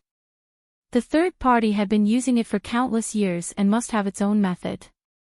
It would save a lot of trouble if she could learn from it. Daniel looked at his little sister stretching her neck to look at it for a long time. Just as he wanted to let Thea rest for a while, she sighed in relief. That's easy. I thought it would be difficult. Thea closed her eyes slightly as her slender hand stroked the metal mountain. She did not need a hammer, anvil, or flame to understand the manufacturing process. She could refine the metal that represented the original power of the universe out of thin air. Soon, the fluorescent dots were smelted again. The N metal, or should it be called the ninth metal, was purified into the original power. This was the 10th metal, the divine metal. Thea raised her hand and sent the divine metal into the dark multiverse. Barbados suddenly saw this scene and realized her goal. He hurriedly tried to stop her. Too late. Idiot. Diana laughed and tied the lasso around Barbados' neck. Using all her strength, she pulled back 2 steps. After that, the flames of the fire god's sword were completely extinguished and replaced by the fire of justice. She raised the sword and slashed twice at Barbados' defenseless back. Seeing that he could not stop the metal from entering, he was forced to retreat twice in a row. He could only turn back and continue to attack Diana. With the help of the divinity metal, the heroes throughout the dark multiverse had their strength, speed, and stamina greatly increased. At the same time, their lethality towards the dark creatures had also reached a ridiculous level. The heroes' counterattack began. Kyle Rayner had an additional set of armor that resembled a sacred garment over his white tights. An even brighter white light shone in the dark multiverse. With his addition, the Seven Lantern Corps was finally able to dispel the nightmarish manifestation of the Lantern of Dawn. No. Today will be your doomsday. He was still resisting tenaciously. More strange creatures that were completely incomprehensible were manifested. Faced with the continuous attacks of the Seven Lanterns and the White Lanterns, the nightmarish manifestations roared and struggled. They wanted to devour all emotions. A vague figure appeared behind the Lantern of Dawn. It was the remnant of First Lantern's will. He no longer cared about the time he had left. He wantonly extracted the universe's emotions and turned them into nightmarish manifestations to attack the lanterns. The ability to extinguish emotions was very domineering, and the manifestation that ignored the ring's upper limit was also very powerful. However, First Lantern was already dead. With that remnant of his will and evil Batman's own will, he was able to fight against 500 lanterns and Kyle Rayner. Especially with Kyle Rayner's divine metal, the combination of First Lantern and evil Batman was completely defeated. When the nightmare manifestation saw the White Lantern, it was like snow meeting sunlight and quickly turned into nothingness. The energy beam of the Seven Lantern Corps then pounced. The Lantern of Dawn's struggle was meaningless. In the end, with a vicious curse, he was completely destroyed by the energy beam along with his ring, leaving nothing behind. The lanterns went to different parallel universes to destroy the source of the local nightmares after a little rest. The Lightning Squad had also received the bonus of divine metal. Previously, they were almost wiped out. Not only was Red Reaper fast and intelligent, but he also had a lot of black technology equipment. He even had Captain Frigid's freeze gun. As he ran, he would turn around and shoot, making the Flash and Reverse Lightning unable to take it. Fortunately, metal fell from the sky and evened out the speed difference between the two sides. Caitlin, throw. Reverse Lightning didn't care if the other party could eavesdrop and shouted loudly. Boom! The speed reduction grenade exploded among the 3 extremely fast people. The 3 of them were as slow as turtles. Red Reaper used several types of technology equipment in succession, but he still couldn't get rid of this speed reduction. When he was about to continue experimenting, the Flash and Reverse Lightning had already walked up to him. Well, they walked up to him slowly. Hee hee. Red Reaper found that this speed reduction was very fair. He lost his speed, and so did the other party. He immediately waved his fist and attacked the two of them. It turned out that even without the power of speed, Batman, who had 127 types of martial arts, could beat the Flash and Reverse Lightning, who had lost their speed advantage. Reverse Lightning was more of a scientist than a warrior. Barry had gone to the police academy, but he majored in crime scene investigation. His combat skills were sloppy and ordinary, so he was no match for Red Reaper. Red Reaper used his joint skills to break one of Barry's arms. When he heard footsteps behind him, he rushed forward and turned around. The attack he imagined didn't happen. He saw Reverse Lightning holding something that looked like a camera in his hand. The other party smiled at him. With a click, a colorful and countless colors exploded in front of him. Red Reaper's expression was confused at first, then pain, and finally ferociousness. Spots of golden light came out of his body. When the effect of the speed reduction grenade disappeared, he was already kneeling on the ground with his head in his hands. "Is he okay?" Barry asked. Reverse Lightning glanced at him and didn't say anything. Psyker hurriedly explained to his good friend the principle of his invention and Reverse Lightning's. A bunch of words about creatures, brains, and spectra. It sounded like he understood, but he didn't really understand. Chapter 1081. In less than half a minute, the Red Reaper's body began to change. The dark red bat shadows began to disappear and were replaced by gold. Suddenly, the red battle suit began to dissipate from his body. The divine metal that covered the sky of the dark multiverse also descended in the next second and surrounded him. Waves of black gas were squeezed out of his body, and at the same time, a golden suit appeared on his body. The members of the Lightning Squad looked at each other, wanting to know what this change meant. "I'm Barry. Most of that guy has been expelled. His body is now under my control, at least for now." The other party took off his mask. His face was still bruises, but his voice had become Barry. It was the kind Barry of this original world. "I've suppressed that evil thought." "You've won," the Golden Barry said emotionally. The Lightning Squad did not really trust him, but after Daniel confirmed it, they accepted the result. The last world was the world of killing machines. In that world, Batman used technology to copy the old butler, Afu, and turned the old butler into a terrifying virus program. Batman didn't realize it at all, and allowed the virus to merge with him. In the end, he became a monster that could control countless machines. The machines were very powerful, but with the cooperation of Batman, Luthor, and Mr. Excellent, they still managed to break into the opponent's computer network, erased the old butler's virus, and made the killing machines go offline. The main nightmare worlds were purified. The final moment had finally arrived.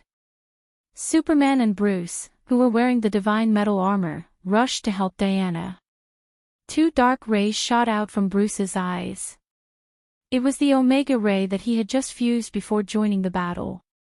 However, he was still a little weak and could not fully unleash the power of the rays. Seeing the rays shooting out of his good friend's eyes, Superman felt that it was strange, but he quickly composed himself and focused on the battle.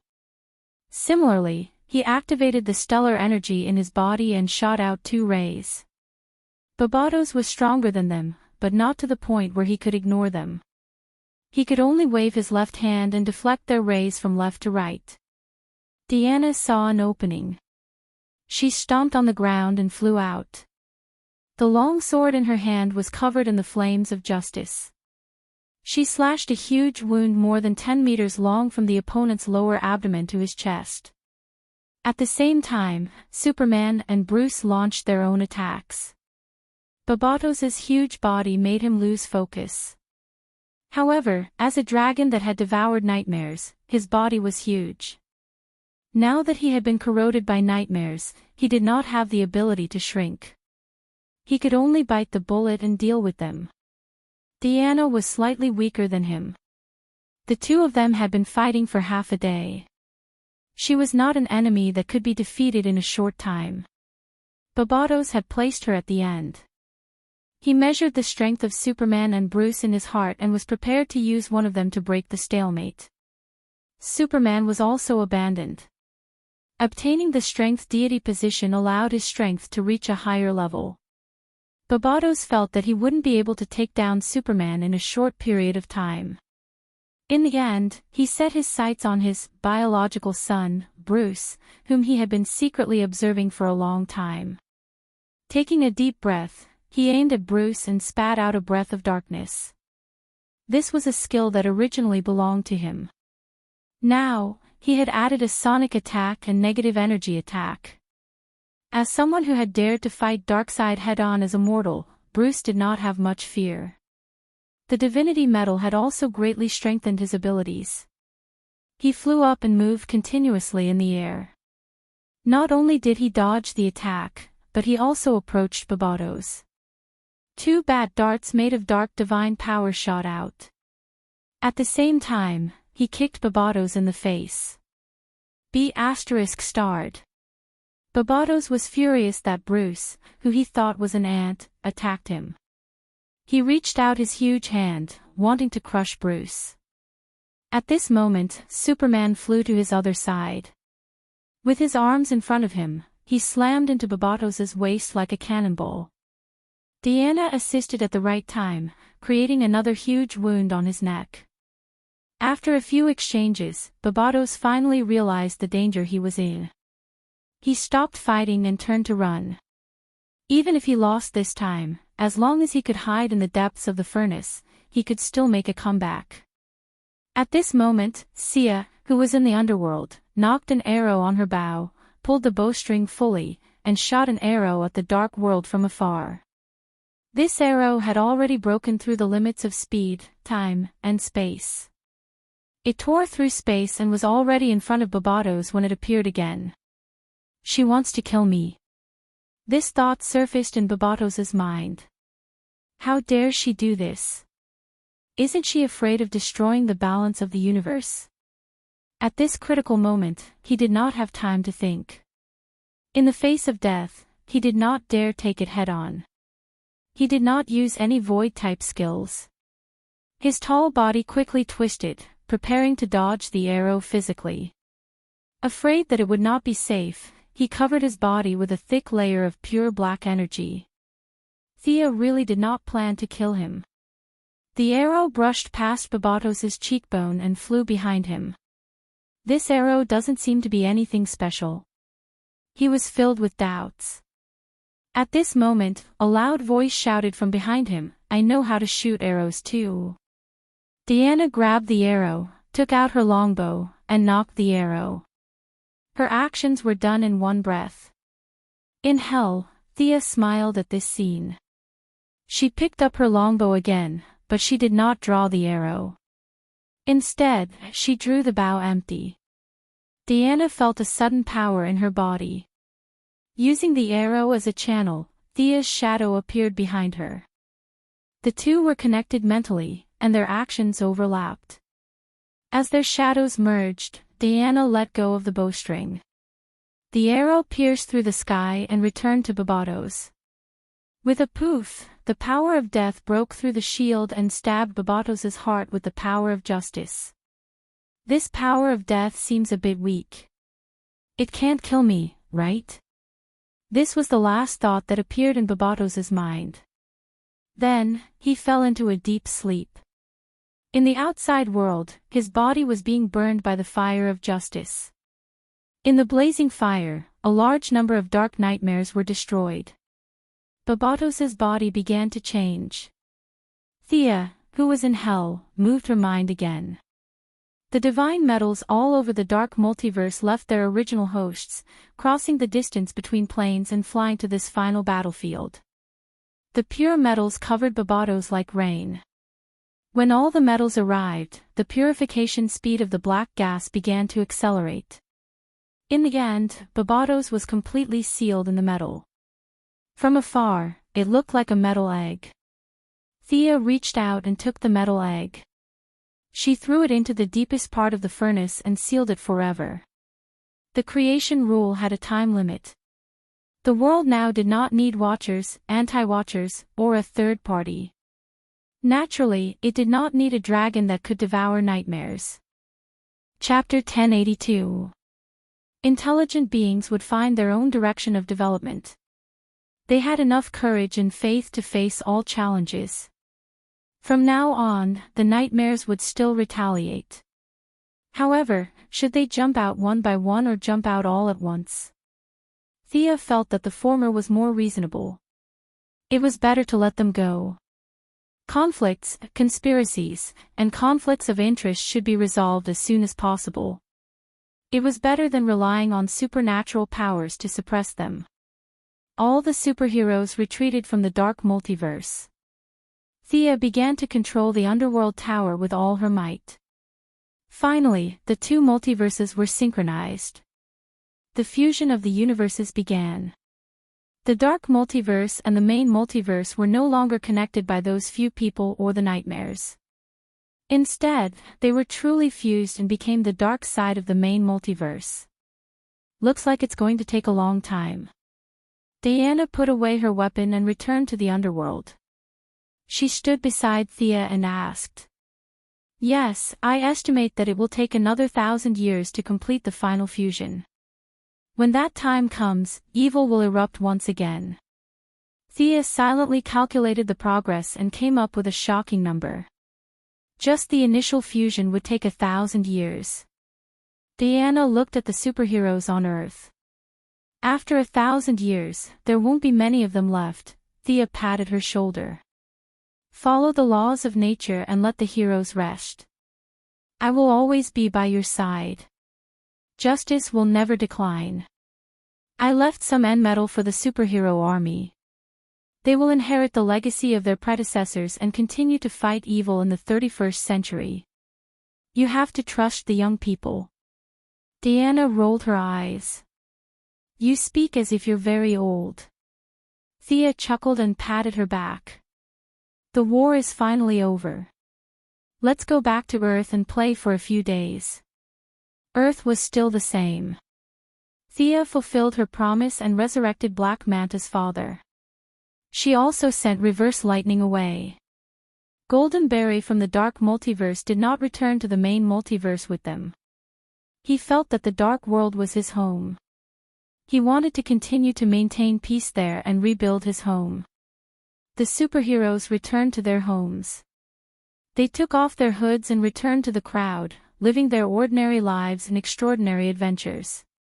A month later, in Gotham, a wedding was being held in Wayne's old house. The famous Bruce Wayne returned to the public eye. He was going to marry the commoner Selina Kyle today. Celebrities gathered together, and superheroes hid their identities to attend this hard-won wedding. Catwoman had successfully written her name into the Wayne family's genealogy, turning herself into Selina Wayne. Her wish of 20 years had finally been fulfilled today. At this moment, she was smiling happily at the guests, or the fat sheep in her eyes. Thea felt that 70% of it was because of love, and the other 30% was because of money. Damien was happy to have a stepmother. At this moment, he didn't know whether to laugh or cry. He could only pull a long face and pretend to be deep in thought. Formal church wedding, vows, rings, flowers, celebrations. At night, the guests left, and the place belonged to the heroes. Looking at the noisy crowd, Diana suddenly felt a little sad. The heroes had already settled down and had entered middle age. Now, even Bruce had a home. It seemed like it was the end of an era, right? Seeing her sadness, Thea pulled her out of Wayne's old house. Where are we going? Diana was wearing a long dress today. She was tall and beautiful, but a little lazy. We're going to get married too. Diana was shocked by the young lady's words. Then she covered her mouth and giggled. My identity is British. America's same-sex marriage law is invalid for me. Thea snorted. The law can't bind us anymore. Bruce worships a fake god. Today, we'll find the real god to be the MC. Then she looked to the side. What do you think? The existence that she could still be so courteous and respectful to even now, was on the verge of being revealed. Sharina from the Phantom Stranger family walked out like an old man. Deanna almost exclaimed. Why was there a dog? And it looked a little old. But she believed that Thea wouldn't mess around. She would just watch quietly. I think. Sharina glanced at the young lady and decided to give her face. I think it's okay. Thea clapped her hands to show her joy. Then, do you want your real body to come or? My real body can't come. I only have a piece of my consciousness. Sharina's expression was unreadable. Thea frowned slightly and decided not to force it. So be it. Seeing that she nodded, Sharina scratched her face and disappeared with a weird expression. 1 second later, the whole world trembled, symbolizing the arrival of a majestic being. Who is this? Deanna asked in a small voice. A piece of consciousness left by God. He calls himself the voice of heaven. Let's change. Deanna was a little embarrassed, but under Thea's gaze, she quickly changed into a pure white wedding dress. Thea gave her a look that said, you know what's good for you, and changed into a suit. Regardless of their status in the sparring, in the outside world, Thea, who had the highest combat power, represented the image of the two. A blurry face appeared in the sky. It covered the sky, but even so, it couldn't completely enter this world. It was too big for this world. Then, the voice of heaven asked, Miss Thea Quinn, are you willing to marry Miss Diana Prince? Are you willing to take care of her, protect her, love her, and never leave her? Needless to say, the voice of heaven was very powerful. With just a few simple words, it became the law of the world and entered the wall of origin with his words. Diana looked at her with happiness. Her face was filled with excitement and longing. 5 minutes ago, they were still at Bruce's wedding. Thea didn't hesitate and said loudly, I am willing. The voice of heaven asked Diana this time, Miss Diana Prince, are you willing to marry Miss Thea Quinn? Regardless of whether he is rich or poor in the future, regardless of whether he is healthy or sick, are you willing to be with him? The voice of heaven's tone was weird when he asked this. How could it be? Sick.